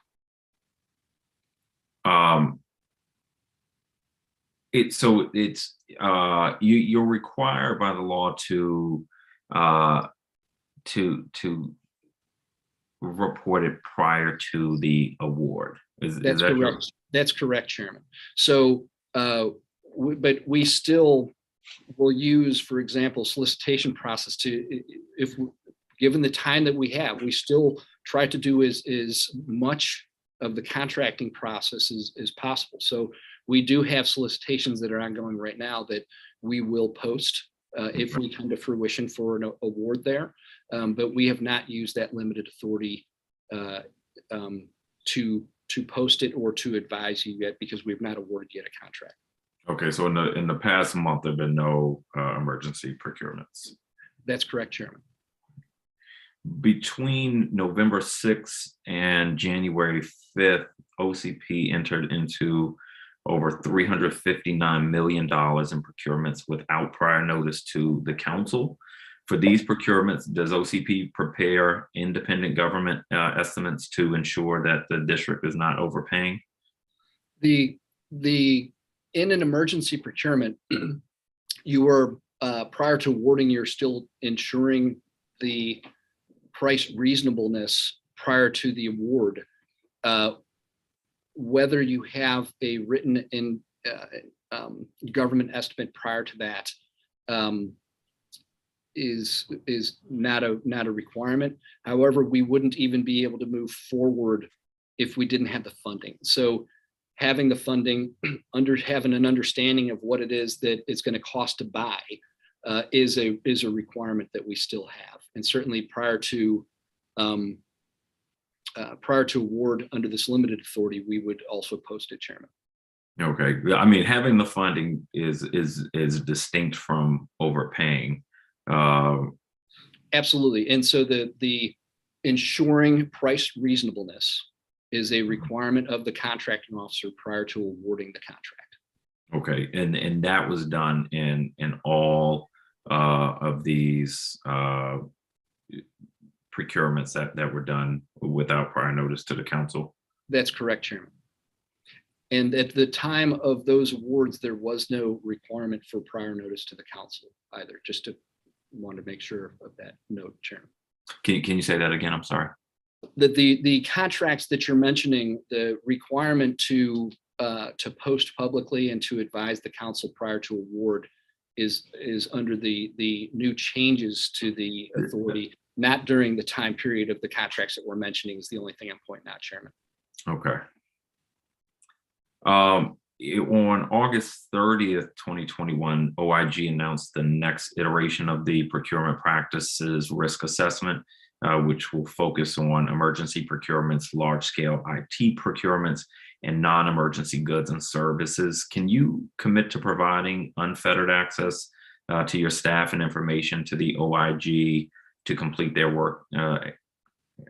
I do, Chairman, and I've had that discussion, as I mentioned in my testimony, with the Inspector General himself in the recent weeks. As I understand it, most, if not all, of the district contracts for goods and services require that the provider agree to assume unlimited liability as part of the contract. Many contractors are unable to agree to this provision. And it strikes me that as a consequence, we're left with a more limited pool of businesses to serve the district's needs, so less folks competing. Can you describe any instances when contractors have declined to participate in the district's contracting process because of the requirement that they assume unlimited liability? I do know that, Chairman, that a business, before they award a contract or sign on to a contract, they have to contemplate all of the terms and conditions of the contract. Unlimited, the liability and limitations to liability clause. You are correct on that standard, and that has been used in the district for some time and has been a topic of discussion over the years. But that is the standard clause at the moment. Why is this unlimited liability provision in place? It's not an atypical government requirement to hold the contractor responsible. That is the way that the district has done it for a long time in some jurisdictions, and I would say particularly around information technology contracting. There are discussions about how do we limit liability through negotiations. There have been cases where we have limited liability. Is it a best practice across government contracting offices in other jurisdictions to require that contractors assume unlimited liability? It is a common practice. I would say best practice depends on the requirement itself and what the government is trying to get out of the need. And you mentioned a big one, Chairman. You know, will there be adequate competition? Is there limited firms that might seek this work and they wouldn't be interested in that? We work very closely with the chief risk officer in the district on on liability and insurance, and we have negotiated both of those. We have negotiated those terms in contracts. However, our standard clause is our standard clause, Chairman. And whose sort of decision is that generally? Is that OCP? Is that ORM?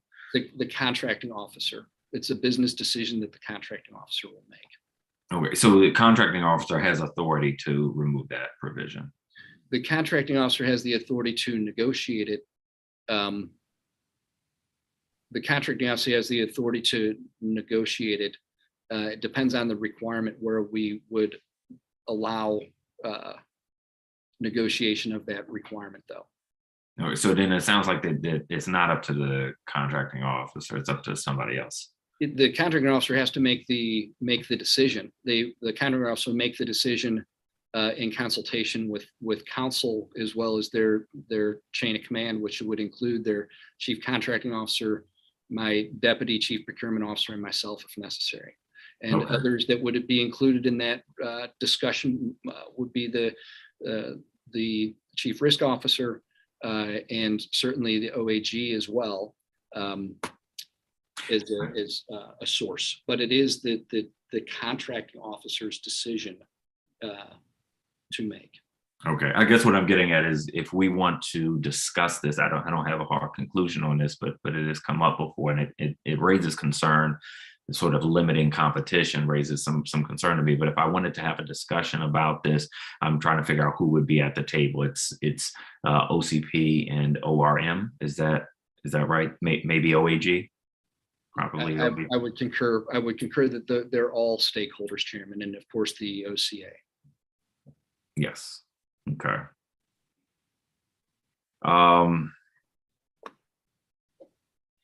The agency's performance plan, which is in attachment 8, we got a few questions regarding that. In fiscal year 21, the percentage of client agency satisfaction was listed at less than 60%. How do you measure that? So, Chairman, this is the second year that we've done. First of all, I think it's important that we survey. I think it's important that we're getting feedback from the two groups that we do, one being our client agencies and second being industry. This is the second year that we've done this survey. The biggest challenge I have with the survey is the number of people that are receiving it and the number of responses. So we're dealing with a very small pool of responses. What we are doing this year is trying to get that survey out to a broader group to make sure that it's not just the contract administrator, for example, that is doing that, but also providing it to agency leadership.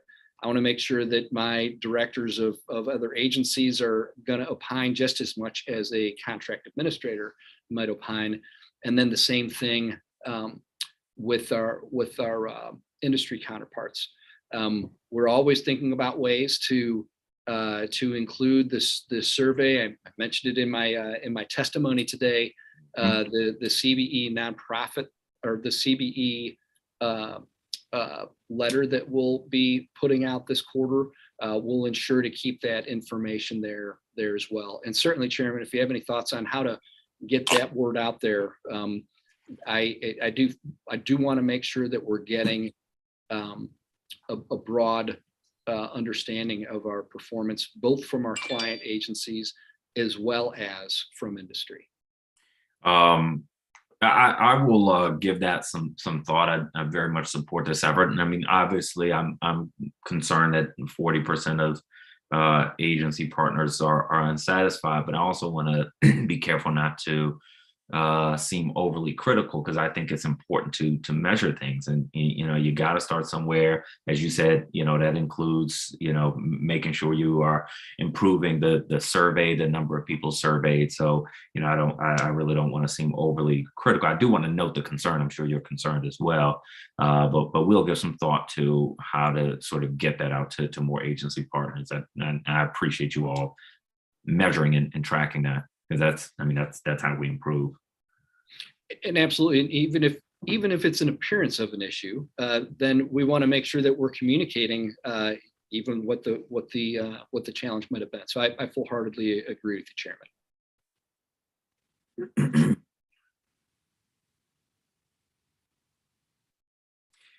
For contractor performance evaluations, it looks like only 60% were completed in FY21. What's the OCP standard practice regarding performance evaluations?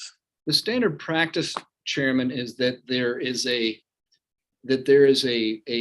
link that is sent to the contract administrator that's on record in the system for them to complete that evaluation in particular intervals. We have beginning this fiscal year, we have now developed reports that by contracting officer that we're able to share with each contracting officer so that they can understand where we have contracts that the administrator or the agency is not opined on the progress of the contractor. So I believe that report is going to help greatly in improving the response rate, Chairman.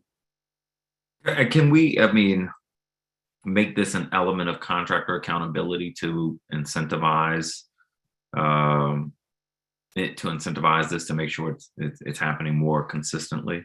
So, Chairman, the report of performance is done by the government. It's done by the contract administrator in the client agency, because they're the ones that are the best place to understand if the work was actually performed. And so we do have situations of turnover, for example, where someone is left or is moved to another position, and even if the contract has adjusted it, it may not reflect that in the system. Again, we do contracts in Word documents, and then we'll incorporate them in the system. So that administration is an area that we're honing in on to be sure that agencies as well and programs understand where the performance needs to be noted. And we'll continue to work on that, Chairman. It certainly has my attention. And as we've discussed before, performance of our contractors is super important to quality. If we don't track our performance, if we're not doing it consistently, that is a source that our contracting officers go to understand past performance. And so it is important to me, and it is an area that we'll continue to focus on, Chairman. In your pre-hearing responses, you noted that OCP will improve compliance with the Language Access Act, given that OCP was largely non-compliant in FY20 and one of the poorest performing agencies in the government. In your pre-hearing responses, you say you'll improve, but can you explain in more detail your plans to climb up from the bottom on language access? Two big things that I point out, Chairman. One, and I appreciate the OHR for their support. We have worked with them this year to complete our biennial plan. Okay. And the completion of that plan will certainly help with our numbers. The other thing that we are focused on, and I'm committed to this year, is to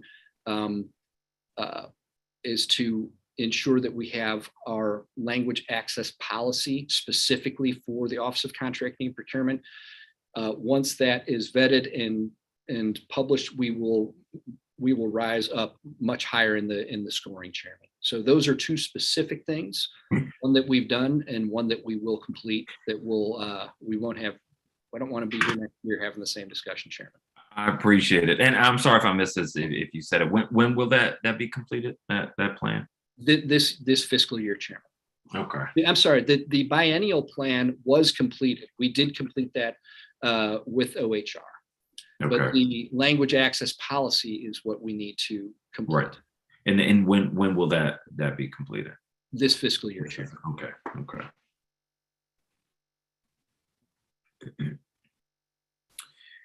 In the FY21 performance plan, you describe the increase of OCP's warehouse space from 20,000 square feet to 250,000 square feet. And you note the maturation of OCP's preparedness for district emergency response operations through continued development of the Strategic Logistics Center, or SLC, as a top priority. Do you plan to keep all 250,000 square feet of space permanently? So, Chairman, we'll work with with the appropriate stakeholders there, including the Department of General Services and HCMA as well, on what type of all hazard support do we want to retain centralized items for. So I would say, Chairman, that is really a requirements generated item, and something that like all requirements, we'll have an annual review of that. So do we lease or own the space? The space is a combination. Adams Place, for example, is a building that we've been in for some time, where surplus property was born, Chairman. And then we also have additional leases and warehouse space in the B Street corridor to flush out the rest of that square footage, Chairman. How long the lease space? How long are those leases? I'd have to get back to you on that, Chairman. Okay, I appreciate it. Absolutely.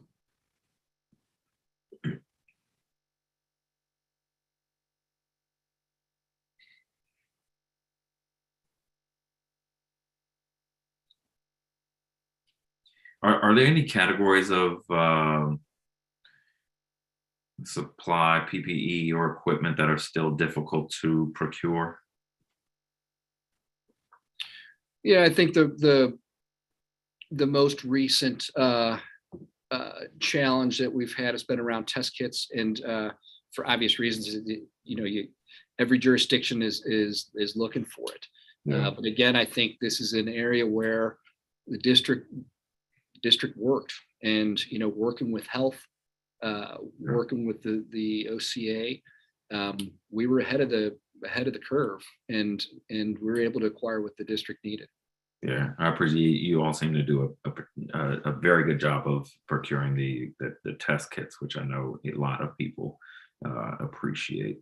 We have excellent staff that are working these requirements, Chairman, and again, I really appreciate the partnership that we have with health and HCMA and the OCA to make these things happen.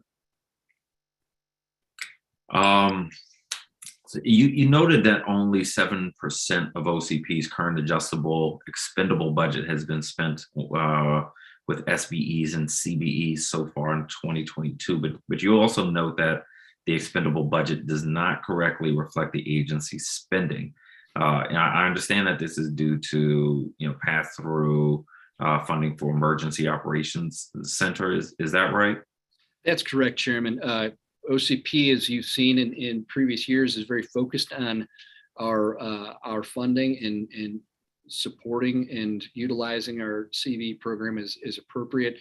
In this year, just like last year, we do receive larger tranches of funds to support COVID. These are not funds that OCP is using to acquire goods and services for the agency. Mm-hmm. They are funds that we use to support the district writ large. And so once those adjustments are made, we'll be back to where we need to be, Chairman. Okay. And you all are working on an interagency newsletter for CBEs? That's correct, Chairman. We are working on a CBE newsletter as another tool to engage our certified business enterprises. And that's what I was mentioning before, Chairman. We'll make sure that the survey goes in there too. Okay, wonderful. How do you plan to disseminate it? We'll do it in a number of ways, Chairman. I have not talked to my communications director specifically about this, but I'll want to make sure that it's on our website. I want to make sure that is sent to our all of the CBEs that we're aware of. that we have either through the PASS system or through other venues. And of course, we'll market it with our colleagues at DSLBD to make sure that they're able to ensure that it's getting out to that community as well. Okay. How many CBEs have you been able to reach through your virtual CBE vendor workshop? I'd have to get back to the number on that, Chairman. I believe we had 100 register for the last session. Okay. And Chairman, we have there is the general vendor workshop that still continues, and I really look at that as almost as like an entry level, piece of training for our community. And the other one that we've been working with DSLBD, I really look at that as a more mature intermediate level, because we're actually going in that course and working through how to use the transparency site, how to use the tools that are available. So just want to point out, those are two separate training events that we have routinely. And that second one, we had really great interest this last time.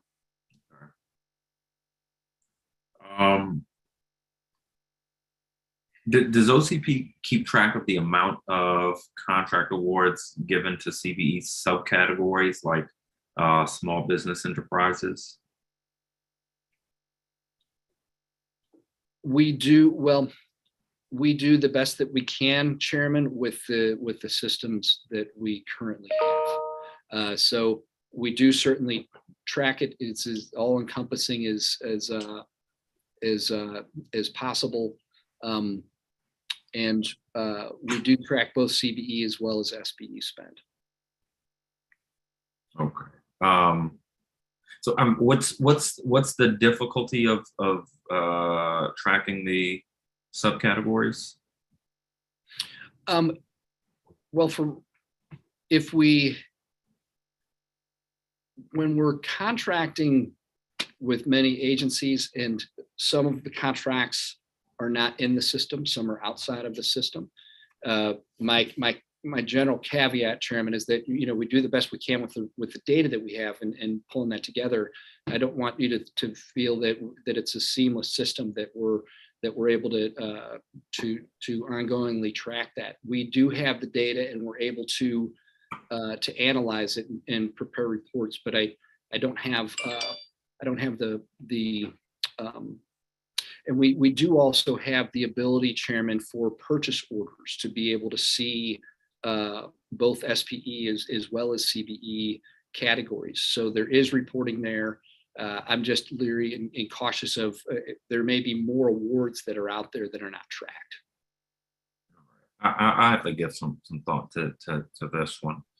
I want to thank you, Chief Shutter. You and your team are certainly continuing to do a lot of work now 2 years into the pandemic, which I recognize and most people recognize. And appreciate you continuing to work with us, working with the Inspector General and others to make sure we're doing our best at every aspect. We're double checking our work. So I appreciate it. I want to thank you and your team, and I appreciate you being with us for this hearing today. Thank you, Chairman. And I really appreciate that. We've got a team of professionals that works really tremendously hard, and they continue to do it. And I thank you for that. I certainly thank you for the engagement that we have as well, Chairman. Thank you. Well, have a great rest of the day. Thank you again. Thank you, Chairman. Take care. Thank you. We will move to our final government witness for today, Chief Technology Officer Lindsay Parker.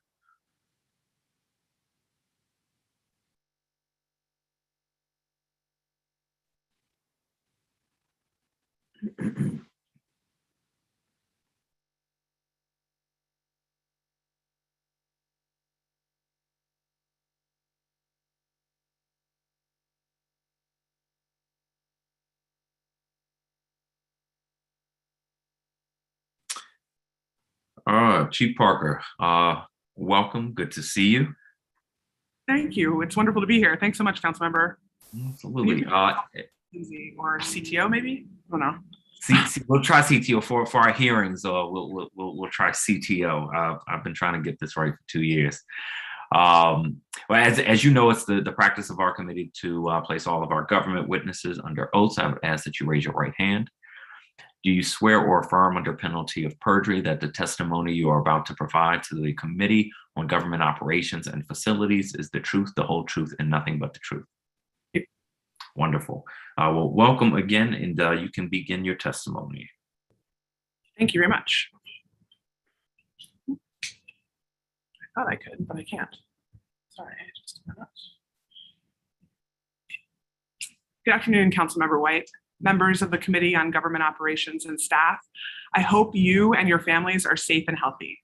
I'm Lindsay Parker, the Chief Technology Officer for DC Government, and I'm honored to testify today on behalf of Mayor Muriel Bowser and her administration regarding the performance of the Office of the Chief Technology Officer, otherwise known as OCTO, during fiscal years 2021 and 2022 to date. This is my fourth performance oversight hearing as CTO, and as I have done in each of my previous testimonies, I want to first thank the team that I'm honored to work with every day, a team that works around the clock, overnight, weekends, holidays, to keep DC government connected. And I remain proud and grateful to have the honor to work alongside some of the most talented professionals in government. From their makeshift home offices on kitchen tables to the front lines of the pandemic response, distributing laptops in DCPS classrooms, to standing up online portals for over 90,000 students to submit rapid test results to safely return to schools. Our team has and will continue to meet every challenge that comes our way. So to the team, I do want to say thank you. Your continued sacrifices, your resilience, and your can-do attitudes have not gone unnoticed. You have been an integral part of making sure that Washington, D.C. continues to recover and thrive in this better and new normal. As you know, Councilmember, we are quickly approaching the 2-year mark since DC Health confirmed the district's first COVID-19 case on March 7th, 2020. It's been it's been a very long and short 2 years. In response to this unprecedented event, Mayor Bowser directed all agencies to work together to launch a comprehensive and coordinated response and recovery. The team at OCTO worked alongside agencies heading up the pandemic response and recovery to leverage the technology we already had in place and find more to meet the challenge. We built, managed, and advised on tools used to communicate with the public, empower testing and vaccination scheduling, and the safe return to in-person work and learning. We set up processes and tools to ensure government services continued virtually, and then again, once back to in-person services. And we created entirely new programs and initiatives that responded to the unique demands of the pandemic. FY21 brought the promise of vaccinations and a window into a post-pandemic world. We took the lessons learned from the mobile testing solution developed in partnership with DC Health and Microsoft in early 2020 to build out the vaccination solution. Together, with OCTO serving in a tech broker capacity, we assisted DC Health with deploying the vaccination reporting platform.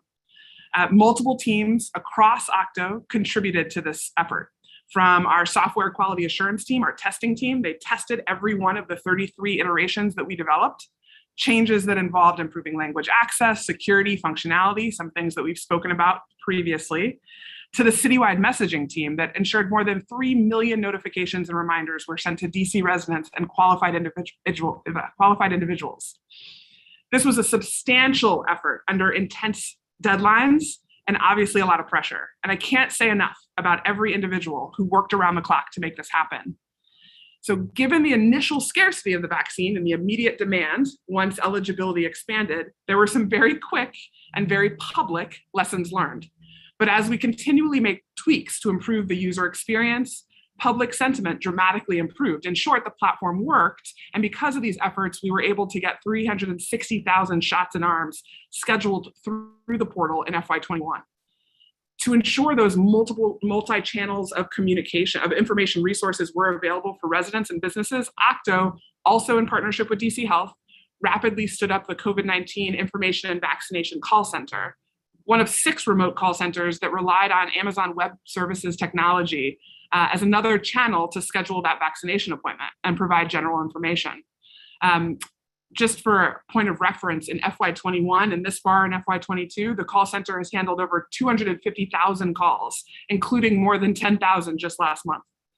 So additionally, our communications team supported Mayor Bowser's team in recording and sending a total of 3.9 million recorded robocalls to ensure we reached all residents with the latest vaccine and testing information, reminders of COVID appointments and other important notices. And our data and web services teams continue to work around the clock to provide data and critical messages via coronavirus.dc.gov. As you can see, under Mayor Bowser's leadership, our goal was to communicate through multiple channels, almost an omni-channel response to ensure we reach residents in the way they expected. Another project that OCTO worked to support was return to in-person workplaces. Our remote portal resource that we stood up in 2020 at the beginning of the pandemic was updated to serve as DC government's hub for online collaboration tools, how to use them. There were 2 secure options to access the actual network and some critical applications, device support guidance, as well as trading videos and resources. Now, 2 years later, government employees have grown more and more comfortable supporting a virtual posture. Super proud to say that. The site was visited over 130,000 times by 36,000 unique users. Nearly 90% of DC government employees went there.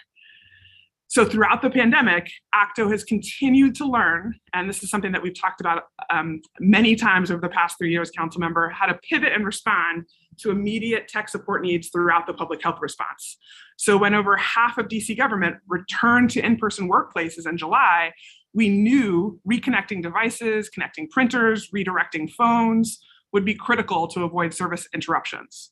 So we added helpful return to work FAQs at start.dc.gov and created a simple form for people to submit feedback and ask other questions. So in FY21, the site was visited over 1.3 million times. Already in FY22, the site has been visited nearly 500,000 times as of January 31st. So by pivoting 30 staff from other teams within OCTO as support technicians for the anticipated increase of that tech assistance, we were able to ease the transition and avoid many headaches along the way. And to assist with return to work safety protocols, we developed a screening survey to allow employees to self-attest to their health status anytime they entered an office building. The URL and the QR codes were right as you walked into buildings. And the application really makes it easier for agencies to contact trace in the event of a close contact or known positive case. In May of 2021, our Human Resources Enterprise Resources Planning team, shorthand, that's PeopleSoft. I try to avoid talking about vendors in my testimony, but it's hard not to, deployed the COVID-19 vaccination tile.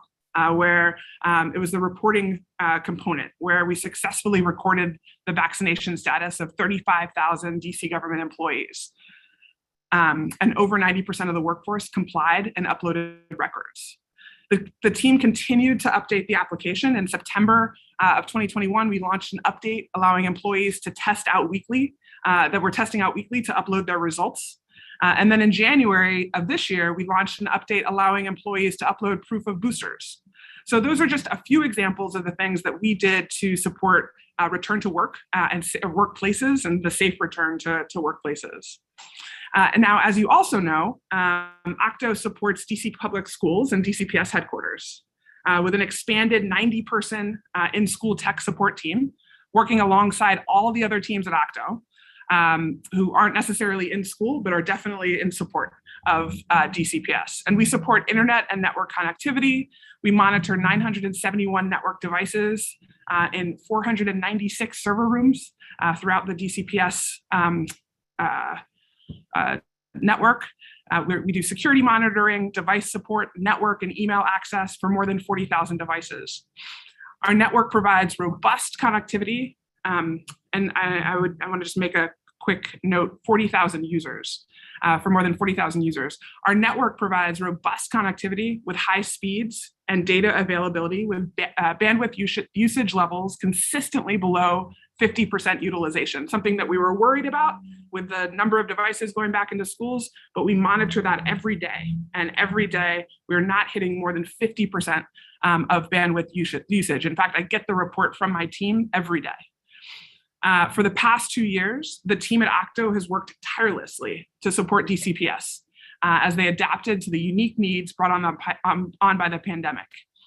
To get ready, DCNet completed 43 outdoor Wi-Fi installations to support in-person learning in a safe environment. All 119 DCPS schools are now equipped with outdoor Wi-Fi.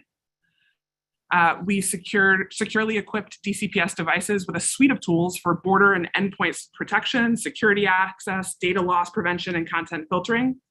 We stood up the DCPS student and family call center and built a self-help IT resource page at backtoschool.dc.gov, which acts as the front line of IT and customer support for our families, providing a 24/7 lifeline to DCPS staff and students and their families for fast, efficient, and friendly phone and remote assistance. In fact, I'm proud to say that 91% of survey respondents have found that the online or over the phone support was helpful. To assist DCPS teachers and staff, we set up a tech support portal with self-help resources like automated email and PeopleSoft password resets, as well as an IT support form that asked straightforward questions to get the right teams engaged, really thinking about that user experience of the end user. So not asking all the sort of the tech questions that people normally find when they have to deal with an IT service request, but really making sure that we were thinking about the staff and the speed at which they were going to need to enter a ticket. To ensure that DCPS staff in schools that handle asset management, the DCPS staff in schools that handle asset management have the latest information on the trends that Octo techs are seeing across the schools, we also started a weekly virtual check-in called Tech Tip Thursdays. It's a mouthful, where the combined teams could learn, ask questions, and coordinate efforts. As Omicron surprised us all, just as schools were preparing to return from winter break, our strong partnership with DC Health and Microsoft that I talked about earlier, and our ability to pivot for rapid response was called upon again in January 2022. In what Mayor Bowser referred to as the city's biggest data collection effort throughout COVID, DCPS was able to collect rapid test results from more than 50,000 students and staff. That tool we later extended to the charter school community shortly thereafter. And while we continue to collect weekly test results from DCPS and DC charter schools, pre-K and kindergarten students, we're confident and fully prepared to meet the next massive data collection challenge following the midwinter break later this month.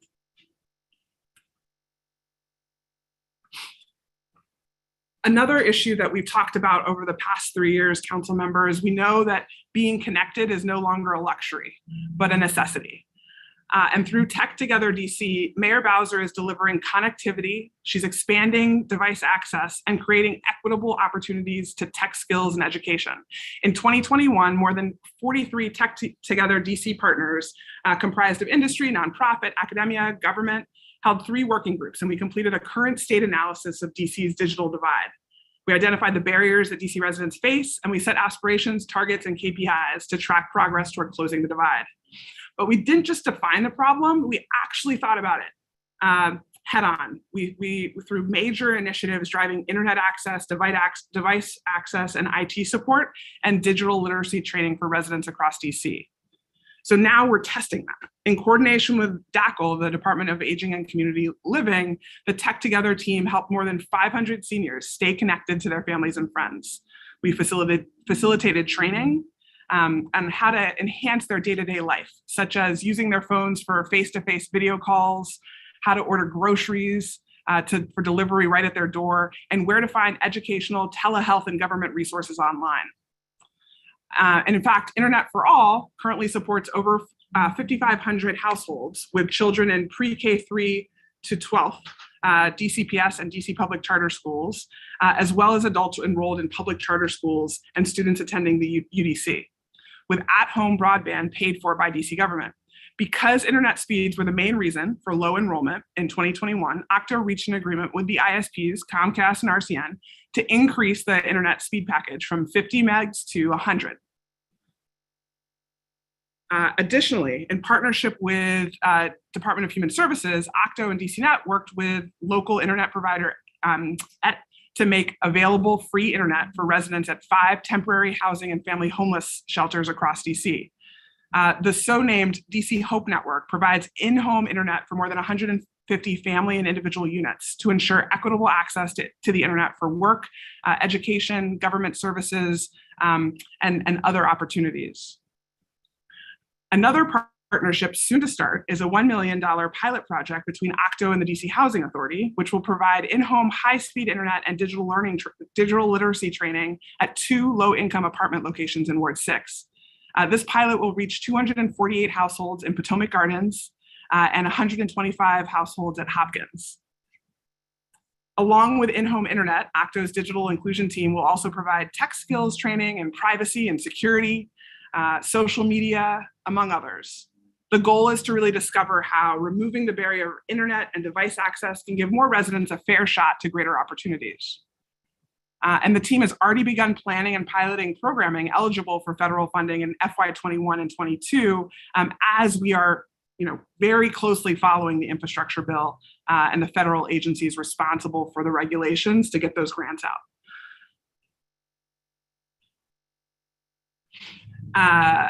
And to sort of pivot quickly to OCTO and the rest of the team at OCTO, most of the time, it's really not the high-profile projects and innovations that make the most impactful difference.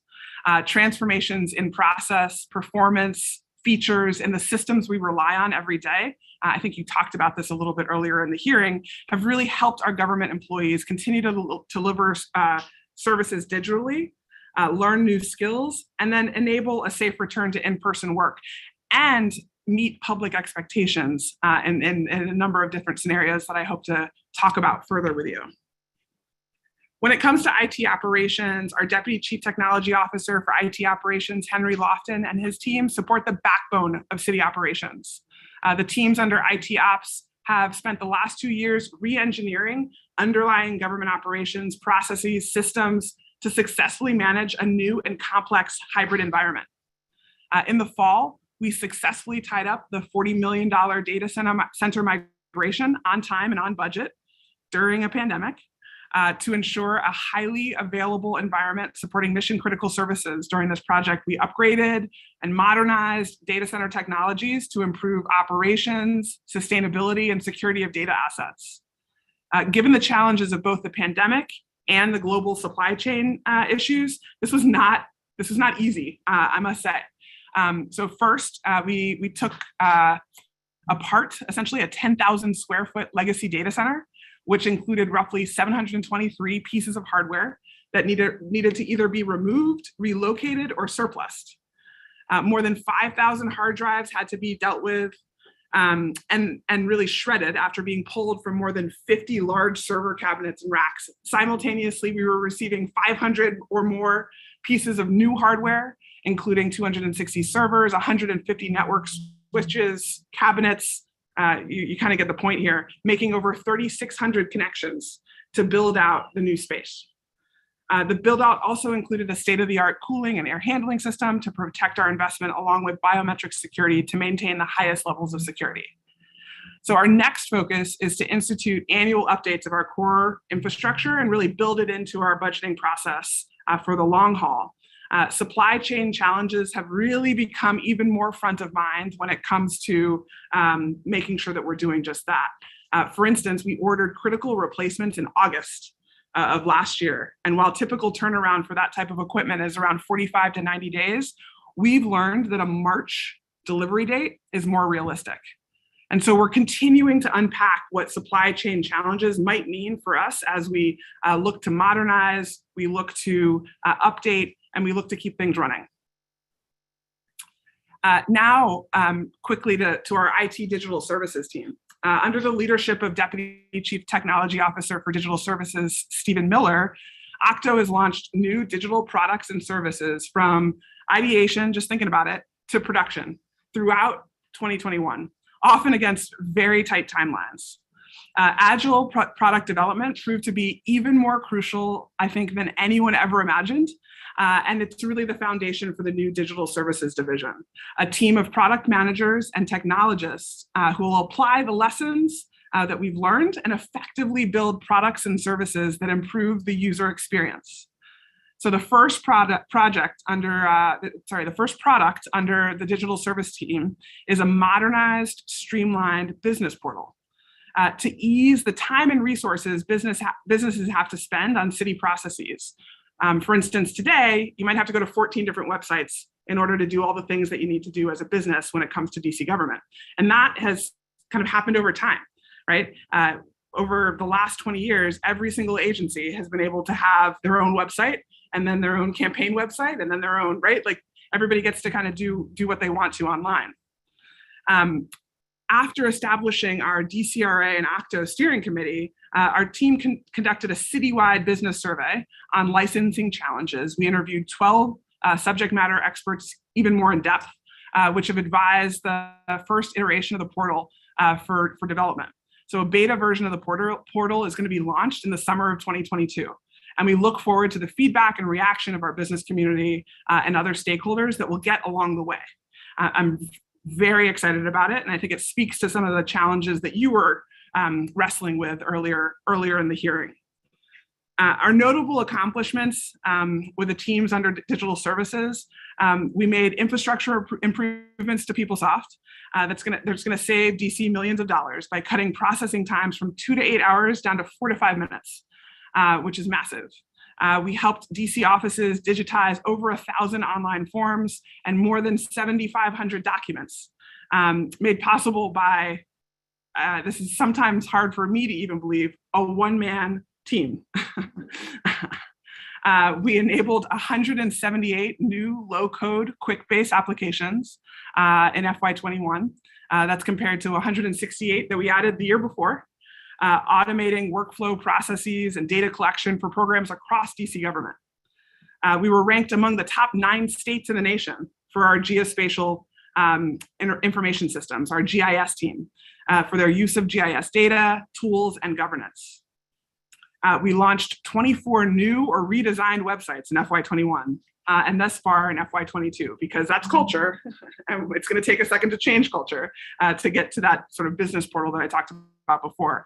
But we worked on state.dc.gov, the website, not the application, and I'll get into that a little bit more. DOES.dc.gov, DDOT.dc.gov, the website, but not the underlying applications like TOPS, for instance. Can't redo that. That actually has to be a full build.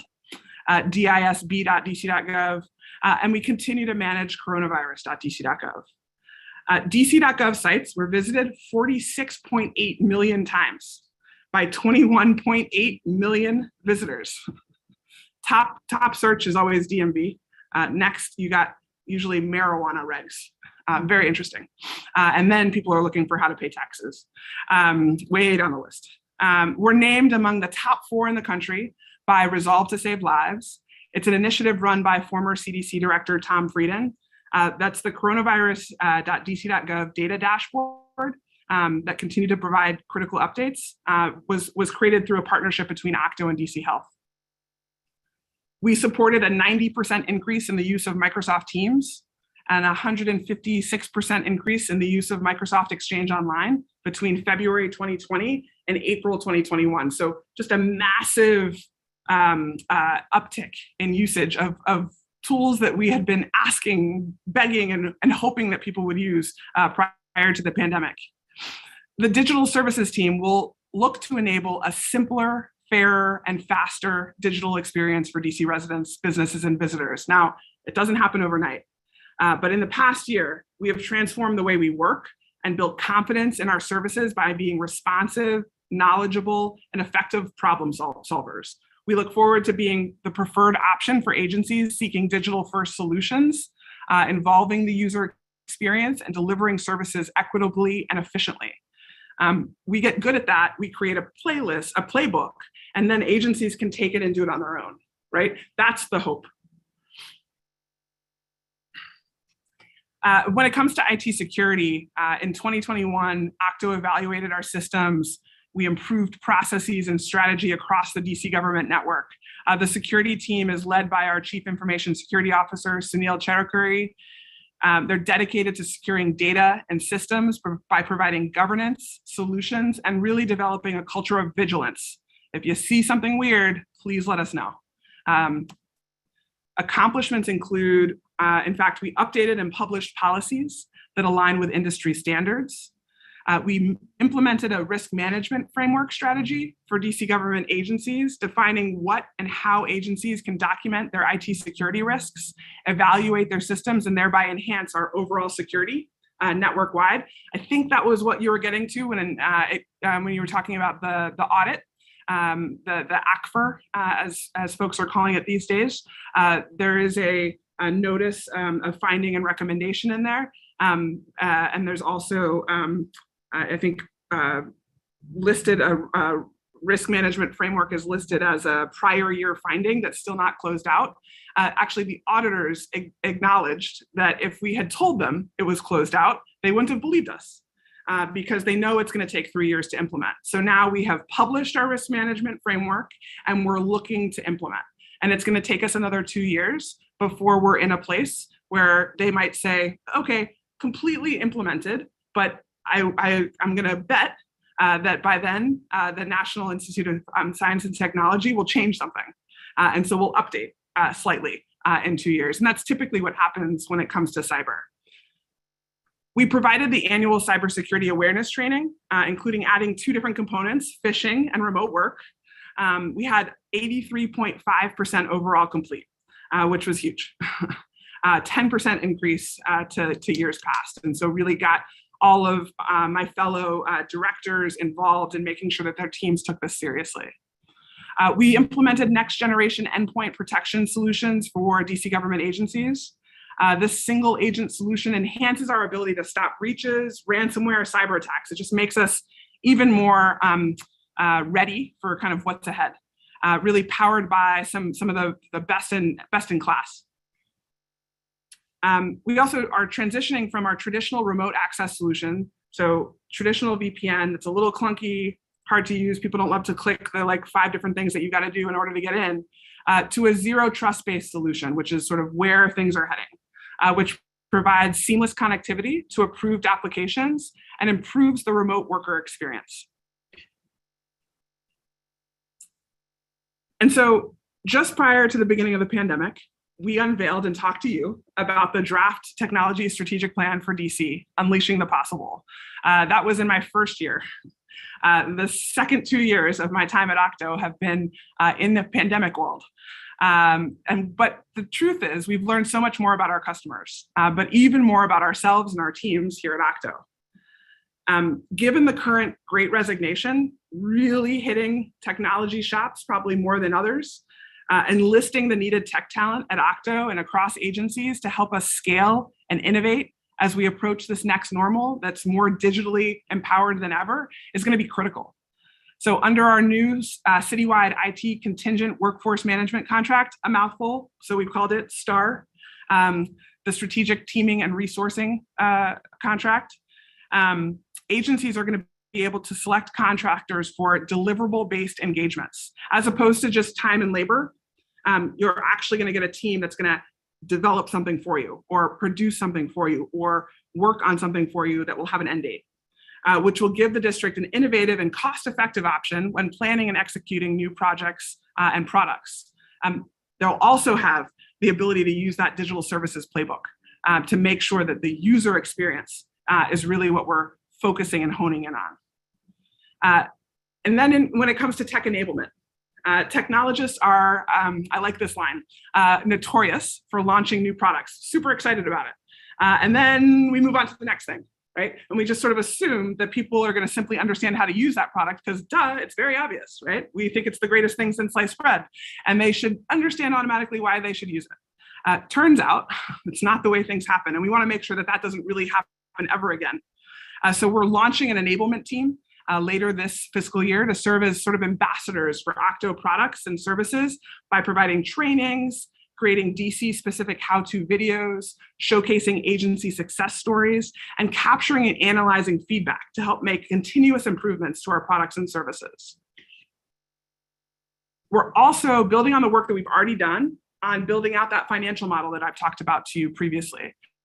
We're expanding to an enterprise IT service management system to really help automate IT service requests and fulfillment. As a part of the system, we'll also populate a new self-help knowledge base. The new analytics-driven portal will make it easier for us to get answers to the most frequently asked questions, redirect and reduce those routine questions and answers away from our help desk staff so that they are offering more proactive services to employees. We've also released our new performance plan that I'm super excited about. Our Chief Performance Officer, Taj Johnson, has helped us find ways to track key metrics that coincide with the tech plan performance indices that I talked about year one: reliability, value, customer satisfaction, cybersecurity, organizational health. Going forward, we're going to integrate a performance tracking tool and recurring performance dialogues in our week-to-week activities at Octo. Should we do this? How do we prioritize that? Will come with how we're going to measure success before we even say yes or no. As we emerge into this post-pandemic world, it is reassuring that much of the tech strategic plan still holds today. And I'm proud that we've made strides in so many areas. In many ways, the pandemic forced us to move in new directions faster than anticipated. But as we revamp our performance practices, we're reviewing that strategic plan, and we expect to launch a revised version later this year, mostly in line with the budget. And we'll be excited to share that when we're done. And in closing, we just really appreciate the opportunity to share our accomplishments. A lot has happened over the past 2 years, and our plans for continuous improvement that I continue to talk to you about. And we look forward to continuing to work with the committee. And this concludes my presentation. Happy to address any questions at this time.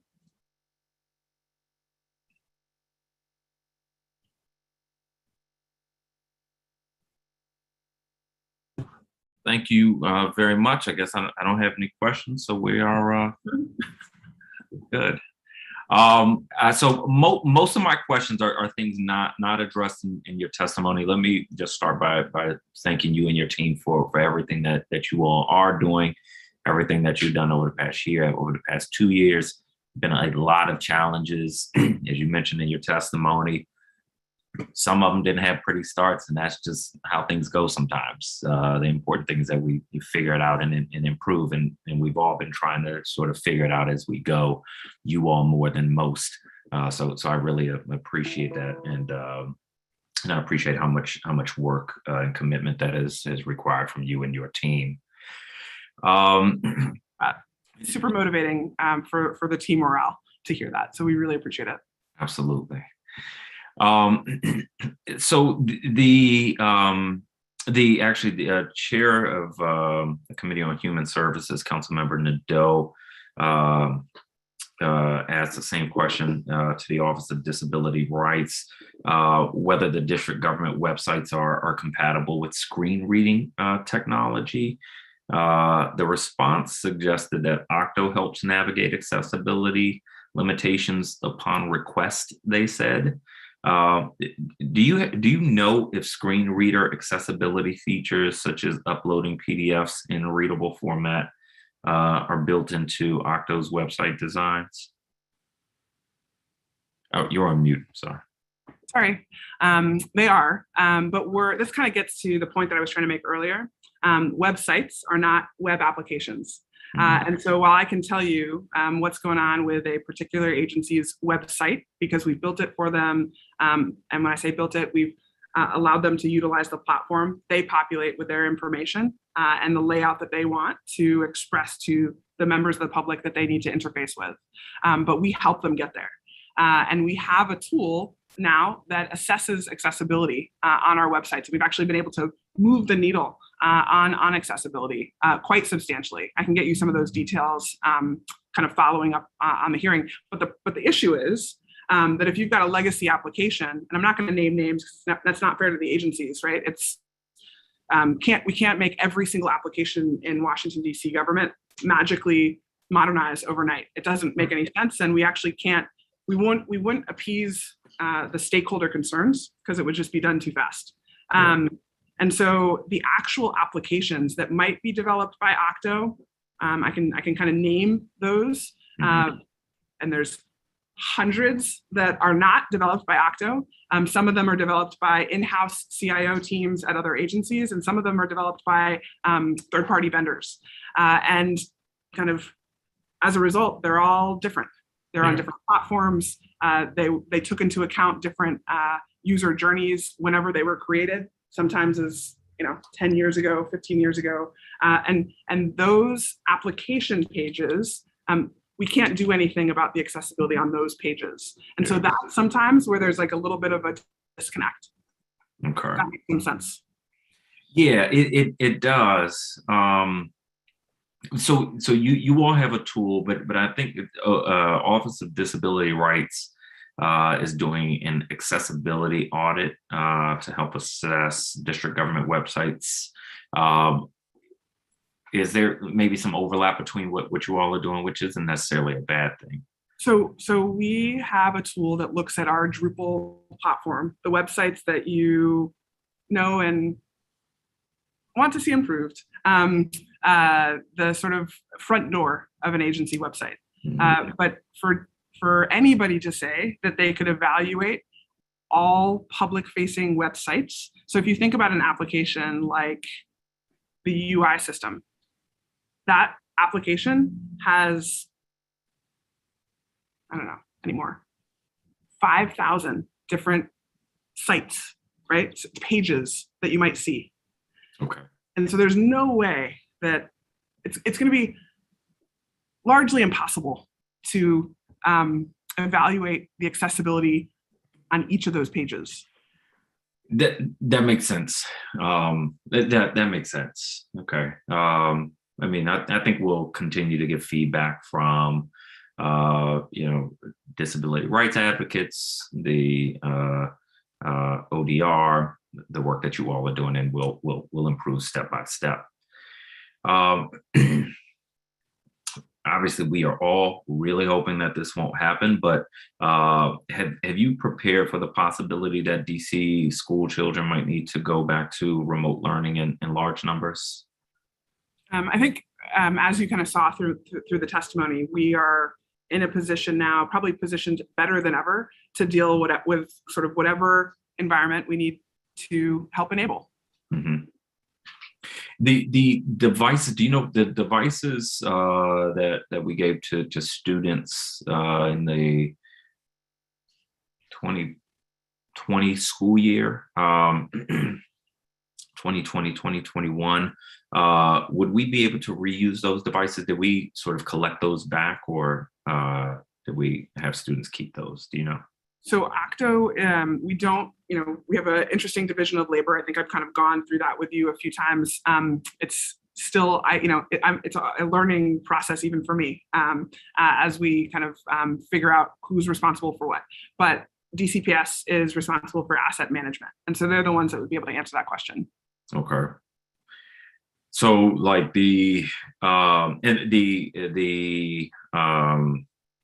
lost or missing desktop computers and laptops, that's entirely DCPS and not Octo? Correct. Okay. Should Octo play a role in safeguarding technology investments? I don't know how I'd answer that question. I don't think we can do it I don't think we're positioned to do it for everybody right now. And so it would have to be kind of like the risk management framework, a work in progress. We'd have to think about it. We'd have to plan for it. We'd have to make sure that we were resourced correctly.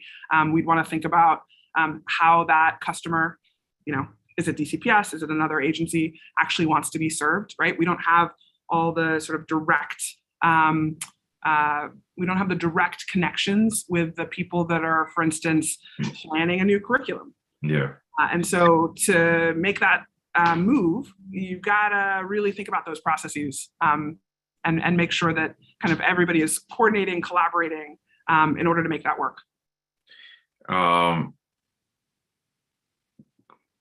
And the purchase of those came from DCPS's budget, not Octo. Right. Okay. What about like tracking technology or like security aspects? Is that something that we might consider? I don't have any like firm conclusion here. I'm just sort of prodding a bit because it seems like something we have to tighten up a bit and start to think through. I don't know. I mean, I think it's an interesting conversation. I think when we started down this path. I think I even said that we might not see 50% of them come back. It's a kid that's using a device, and that's just got like, it's like, it's what textbooks used to be like, right? When we were in school, like textbooks, right? You tried to put a cover on it to try to protect it so that you wouldn't get charged and dinged for it. But ultimately, a kid's a kid, and it might get run over on the playground a few times. And so you gotta. I think that's just sort of the nature of schools. You've got to plan accordingly for that type of situation. I mean, even the computers that our teams were servicing, right, would come back in with like syrup on the computer. On the keyboard. That's not the kid's fault. That's just, oops, I was trying to do my homework at the breakfast table, right? Yeah. So I don't know if this is I think that my prediction was kind of spot on. Like I was like about 50%. Yeah. I imagine that's what's going to come back. Yeah, I think that's fair. It's also something we have to figure out because, as you said, times have changed. We're not really seeing textbooks these days. We're seeing devices. Devices are more expensive. They're also more fragile. And, it's, more valuable as well. So it's something that we just have to think about over time. I don't know. I was actually thinking about that, right? Think about all the different types of textbooks. You had a science textbook, you had a math textbook, when that adds up, I imagine that was actually more expensive than one of these devices that are going home. Yeah. But they usually went missing one at a time. Hopefully, most of the time. But no, that's the thing with schools. That like a big lot. Remember, like in the 90s, right? People didn't have textbooks at the beginning of school because we had to order new ones because there was a big loss over the summer. Yeah. So we've kind of had this problem forever. It's not really might not be a problem. It's just sort of how you've got to support schools. Right. That's a good thought. You mentioned school Wi-Fi upgrades in your testimony. Do you all decide when and if schools need a Wi-Fi upgrade, or do they decide? We work with their capital construction team to make sure that we're obviously in all the projects where they're modernizing schools, so we don't have to kind of do that at a different time. So every modernized school, we're working to support that, and then we look at the age of the infrastructure around the whole city, and with DCPS make determinations about what we're going to do for the next year. Okay. Okay. The Internet for All program currently supports 5,500 households with school children. Since you upgraded to the 100 megabit per second service, have you continued getting calls about inadequate performance from families with multiple students? There was some reference in your testimony, but I couldn't figure out if it answered my question. When I think I came to this hearing last year, there was concerns that the speed of the connection wasn't fast enough. So we worked to up that speed. And have I gotten the same complaints? I would say no, because people aren't as dependent on it. Okay. Is there like a standard megabit per second that we strive toward that is, I don't know, best practice, or? We're always going to try to shoot for 100 or more. Okay. And are there ways to expand the Internet for All program beyond the DHS and DCHA expansions that you noted? That is not internet for all. It's sort of separate chunk of cash. We got Governor, I'm going to forget the acronym, but year funding. The mayor got year funding through the U.S. Department of Education. So we actually have a dedicated amount for internet for all. And we can still expand. So we continue to push out flyers. We continue to talk to schools about expanding. I think, and we can talk about this more, as we move forward. But I think there's some distrust with major ISPs, and so we have to work on that. Last month, your team provided an analysis of our options for using the DC net infrastructure to expand internet access to residents, and indicated that there's an implicit gap in Octo's statutory authority to use DC net to benefit residents, and more importantly, some contractual limitations with Verizon and Comcast. And I think we've spoken a bit about this in the past. Did you have any sense of whether Verizon and Comcast might be open to amending their agreements?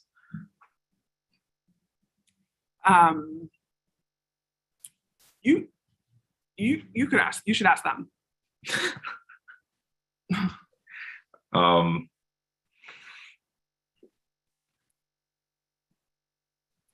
I will.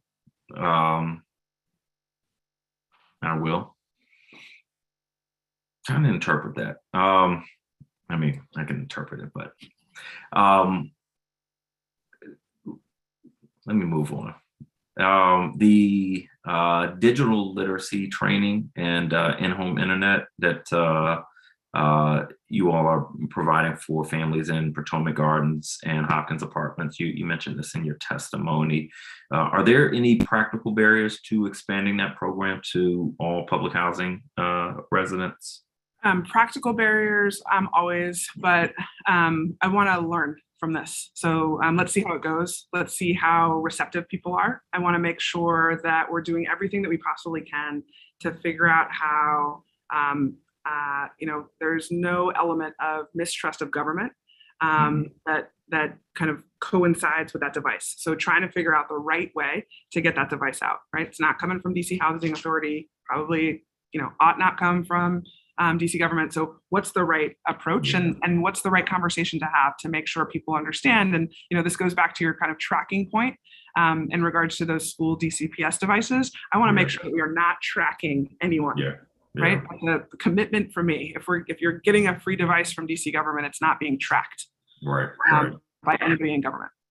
Okay. Let's see how it goes. Yeah. Where are you in? I'm sorry, I can't remember from the discussion in your testimony. Where are you in that process? How long has this been going? We have a wonderful new director at DC Housing Authority who's really helped move the project along. And so now we've ordered the equipment and we're in the process of receiving and installing. Okay, wonderful.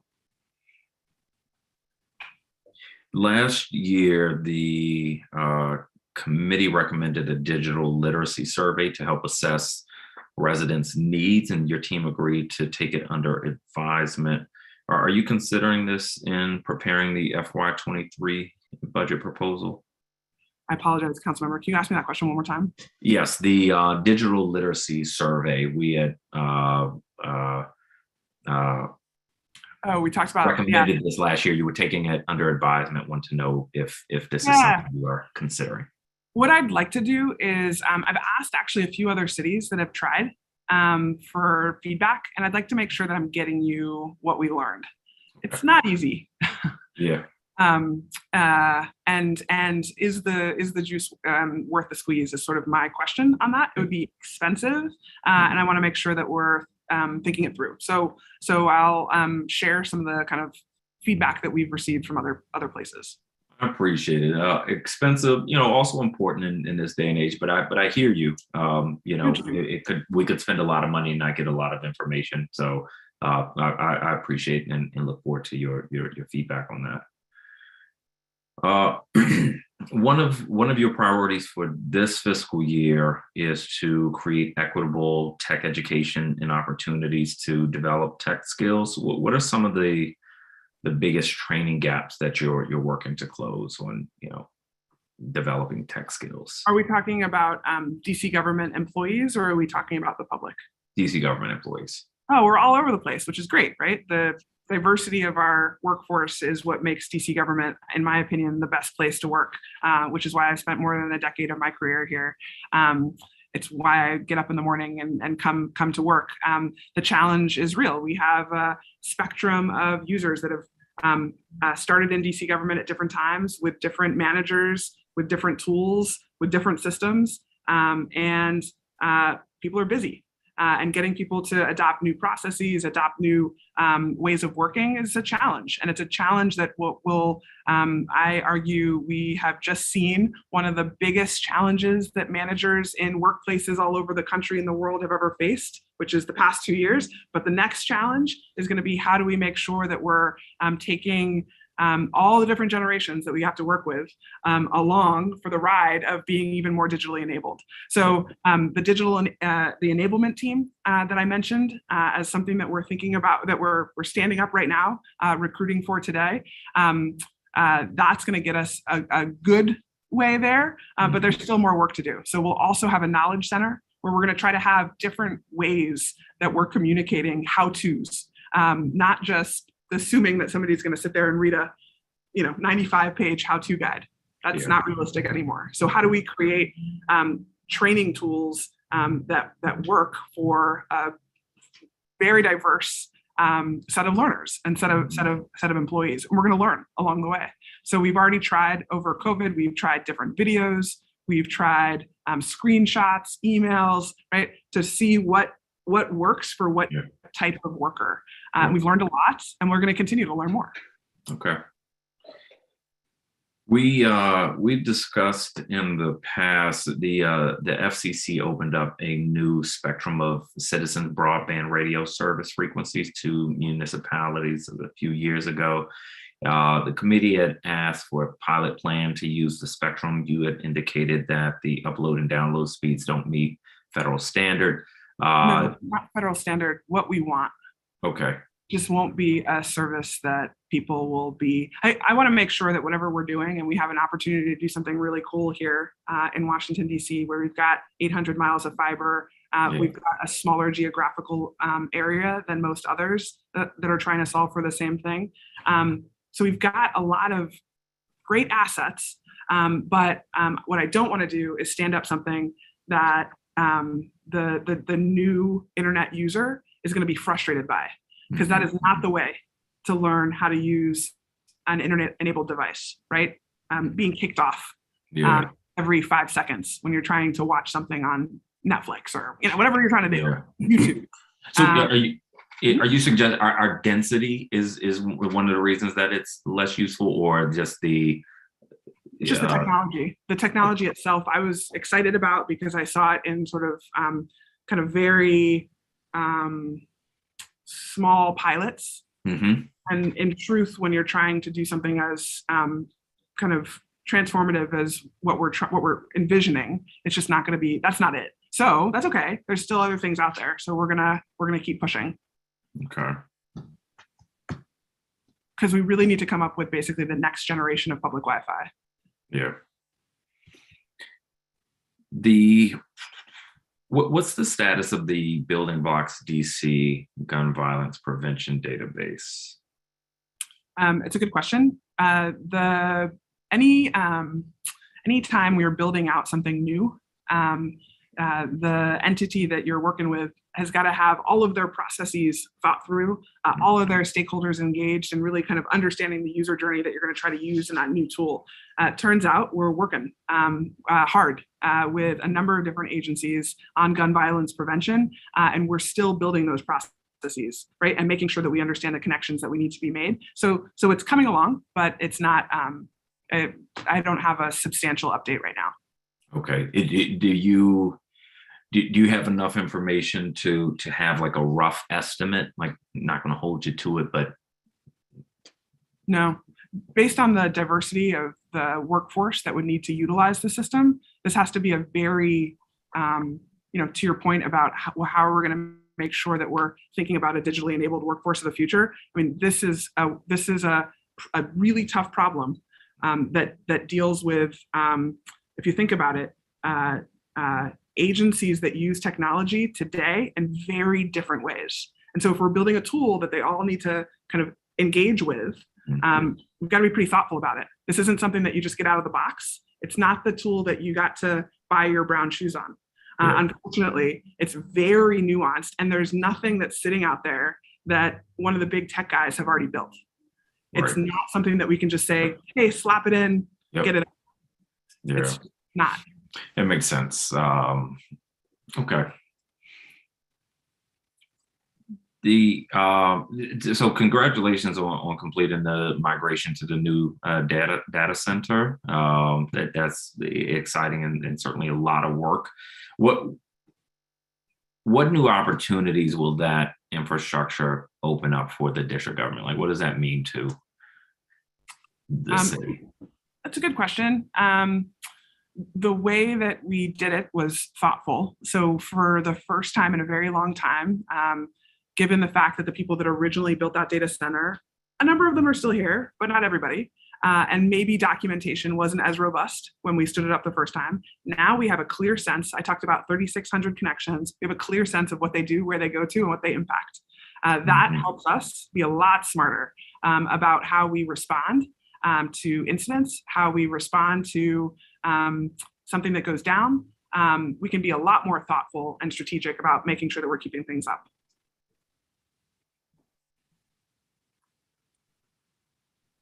So for non-tech people, like, that means redundancies. Okay. So now we know those 3,600 connections, we can assure somebody that we've got redundant fees. In the past, we wouldn't have been able to assure any of that.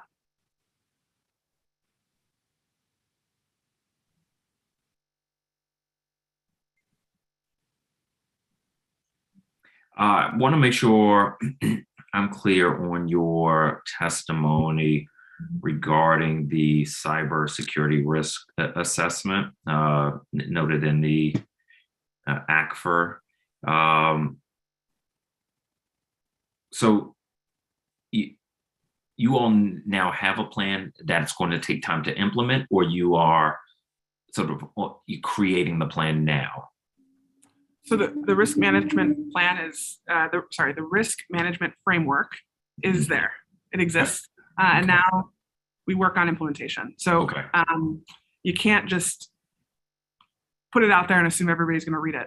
So we actually have to work with agencies, and we've been working with them to show them what they've got. And I think that kind of gets to maybe the NFR that you were referencing. I think I tried to call the Office of the Inspector General because I wanted to make sure. It sounded like you said that there was something that was super worrisome. It was the MFR. The notice of finding and recommendation. So I know. So there was the piece in the ACFR, but the management recommendations in the ACFR. So the management recommendations in the ACFR, there was a summary of prior year findings and management recommendations, and this was listed as one of them. And the truth is, we had a conversation with them last year, and they said, do you have a risk management framework in place? It was the first time they asked us, and we said, no, we're building it. And they said, terrific. And then this year they said, are you done? And we said, no. And they said, good job. Because if you'd said yes, we wouldn't have believed you, because it's going to take 3 years. Okay. Yep. Okay. I understand. So right now, how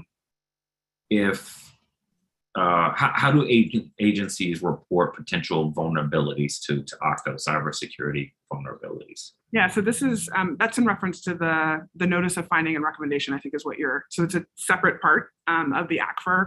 That notice of finding and recommendation is sort of the Octo vulnerability management policy. We have one. So it's out there, which is great, and it's updated, and we're going to continue to update it annually, which is terrific news. But what we have done traditionally, and this is really the past 20 years of Octo, is agencies that come in and say, we really want this application to go online right now. And we say, well, there's 25, well, we'll never actually say that. The security team won't allow it. There's one deficiency that we think that you ought to correct. And the director says, okay, but because of X, Y, and Z federal requirement or X, Y, and Z need to get X to X service to a critical constituent group, we have to go live. And so as the director, I'm going to sign a security waiver and I'm going to accept the risk. Yeah. And then in that security waiver, we say, okay, based on the level of the vulnerability, you've got 30 days, 60 days, 90 days, 120 days to correct, right? And go back and go to your developers. Maybe it was a third-party developer, maybe it was an out-of-the-box solution, or maybe it was somebody on your team that developed it. You're going to have to fix it. And what Octo has not traditionally done is gone back and said, okay, it's 60 days. How are we doing? Yeah. And the truth is, we've not said that because then the agency says, well, are you going to help us? Can you pay for it?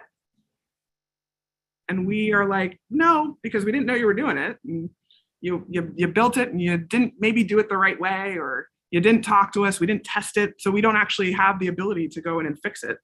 And so what we wanted to do was make sure that we had our policies updated, online, communicated, and our stakeholders engaged. So the CIOs know about the policies. They had the ability to give us feedback, and we were able to tweak accordingly. That's up. We wanted to make sure that we had a risk management framework so people understood what we were trying to do and where we were trying to go.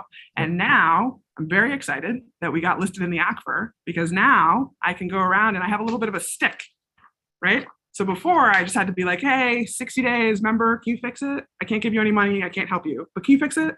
Now I have an audit that I can say, hey, I need you to fix it. Here's the list. Yeah. Make it work. I'm going to have to make that. I can't make it public. Let's just make sure that everybody's very clear on that, right? Because that would be a interesting path to get into our network. But for any bad guy out there, but now I have a stick. Yeah. To make sure that people are taking seriously when we make them sign those security waivers. Okay.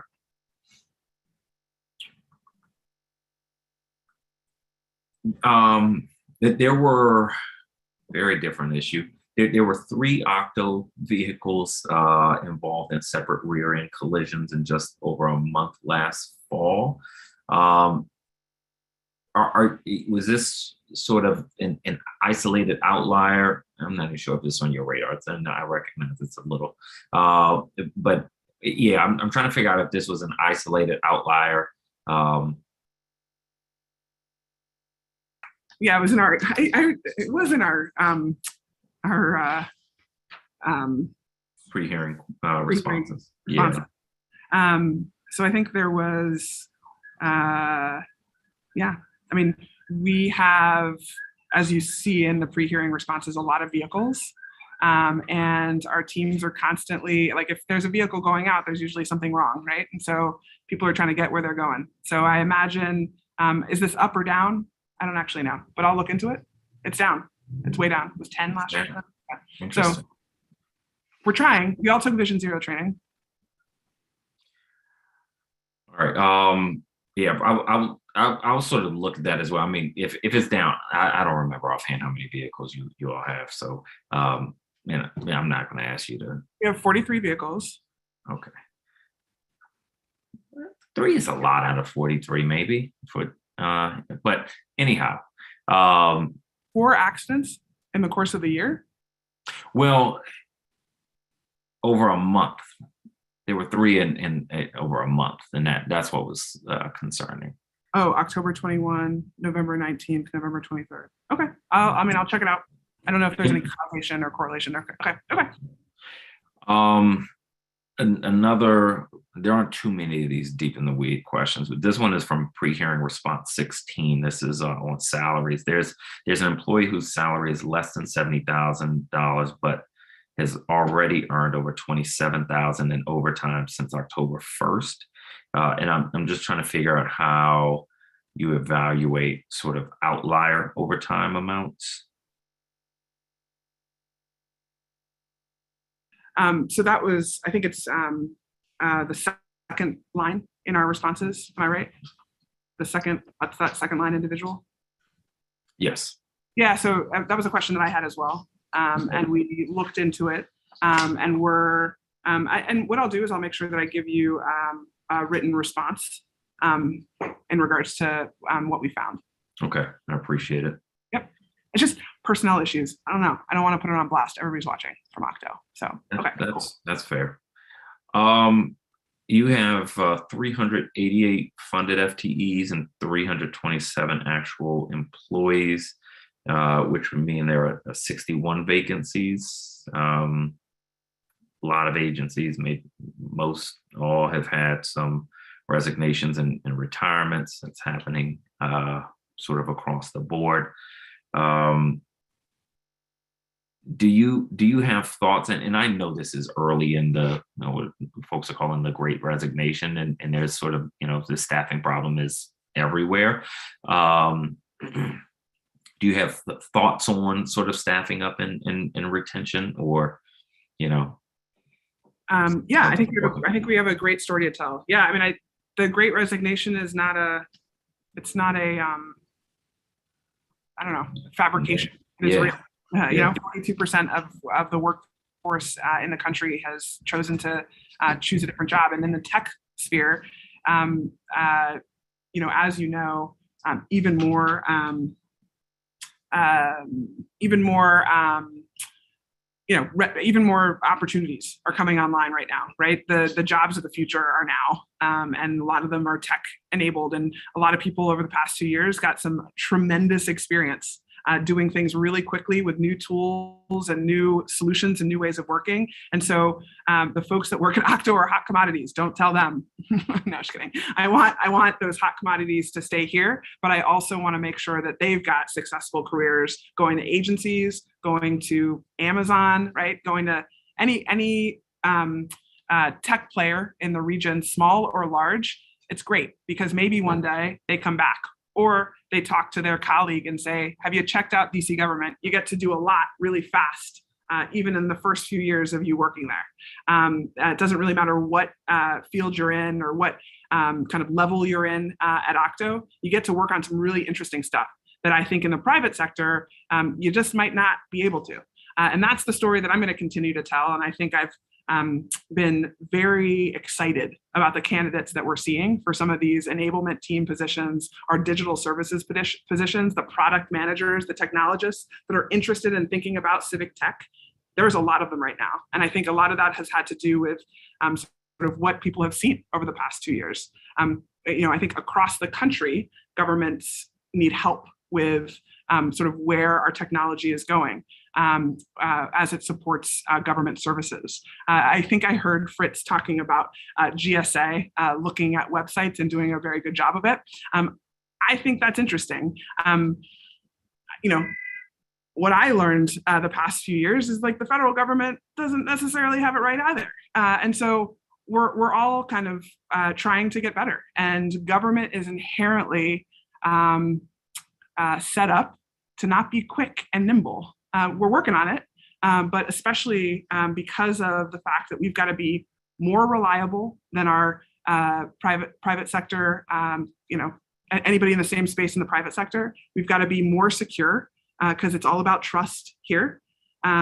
If you all of a sudden somebody loses your credit card information while you're buying shoes, you're probably just going to go back and buy that same pair of shoes the next day, right? From the same site. Like, let's be honest. In government, that's different. So we've got to be more reliable, we've got to be more secure, and we've got to be more accessible. We have to have language access or else we get blasted. Language access means building 12 of the same sites and then testing 12 of the same sites. That's a lot. That's 12 times as much work as the next guy in the private sector. So if you want to be involved in anything that's neat and sort of cutting edge, I would argue that state and local DC government is the place to come. I like that pitch. I'm inclined to agree. Capital projects.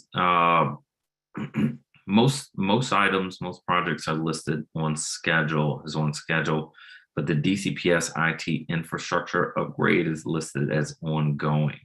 Does that mean it's behind schedule? Nope, it's multi-year. We'll, that will be something that we'll continue to need to invest in every single year as we make sure that we're doing proper preventative maintenance across our infrastructure.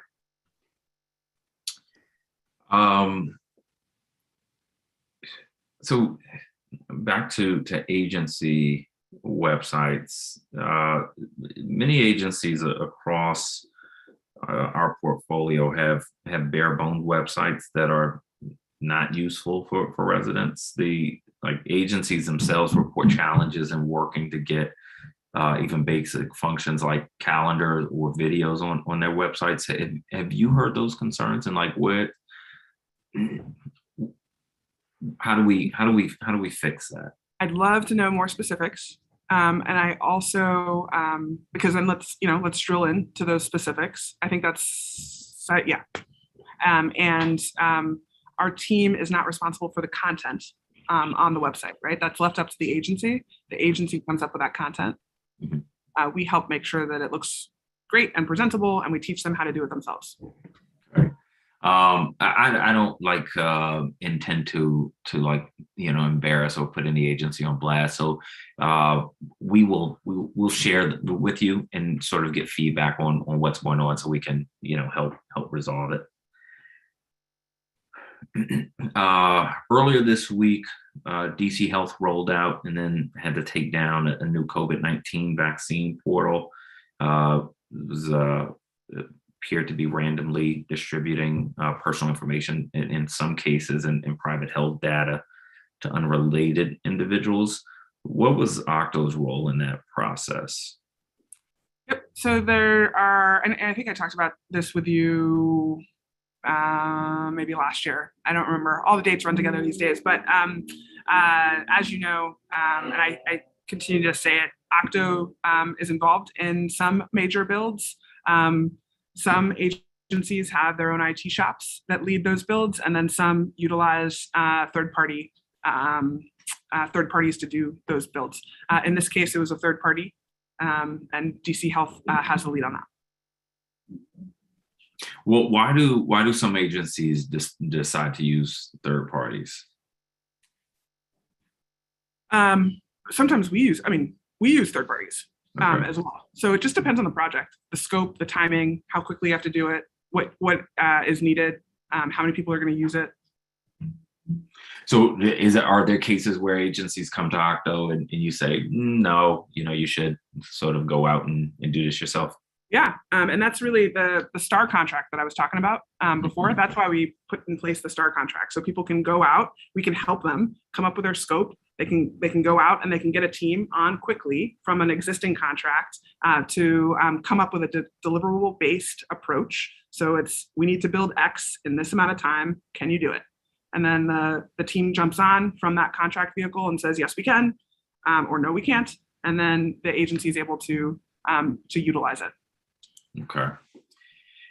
Ms. Peterson, one of the last public witnesses, testified about an issue that was unique to me regarding archiving electronic records, and suggested that Octo needs to have or start thinking about a process for archiving electronic records. Is this something that you have thought about before? Are you familiar with this idea? Am I familiar with archiving? Yes. In her case, I haven't talked to her. No, but I think she indicated as much. Like they're pretty new. Yeah. Okay. A few months. Yeah. Okay. I assume you'll be hearing from them. So I assume we will as well. It's an interesting thing. I'm inclined to agree. I don't know what the process would look like. We do obviously need to archive digital records the same way we do with paper records. So those are all the questions I have. I do again want to thank you and your team for for the work that you all are doing. As I said at the beginning, I know it's been a difficult couple of years, so I appreciate it. Thank you all as well for your work preparing for this hearing. Very helpful for us, very helpful for residents to kind of, be reminded of the work you're doing, sort of prod where we can improve and work together. So thank you very much. Perfect. Thanks for your time. Thank you. I also want to thank our public witnesses again for being with us. Thank the public who joined us virtually today. For anyone who wishes to submit additional testimony related to any of these agencies, written testimony is welcome and encouraged. It will be made part of the official record. You can send written testimony to facilities at dccouncil.us, facilities at dccouncil.us. The record for this hearing will close at the close of business on February 25th. With that, the business before this committee is concluded. The time is now 5:27 p.m. and this performance oversight hearing of the committee is adjourned.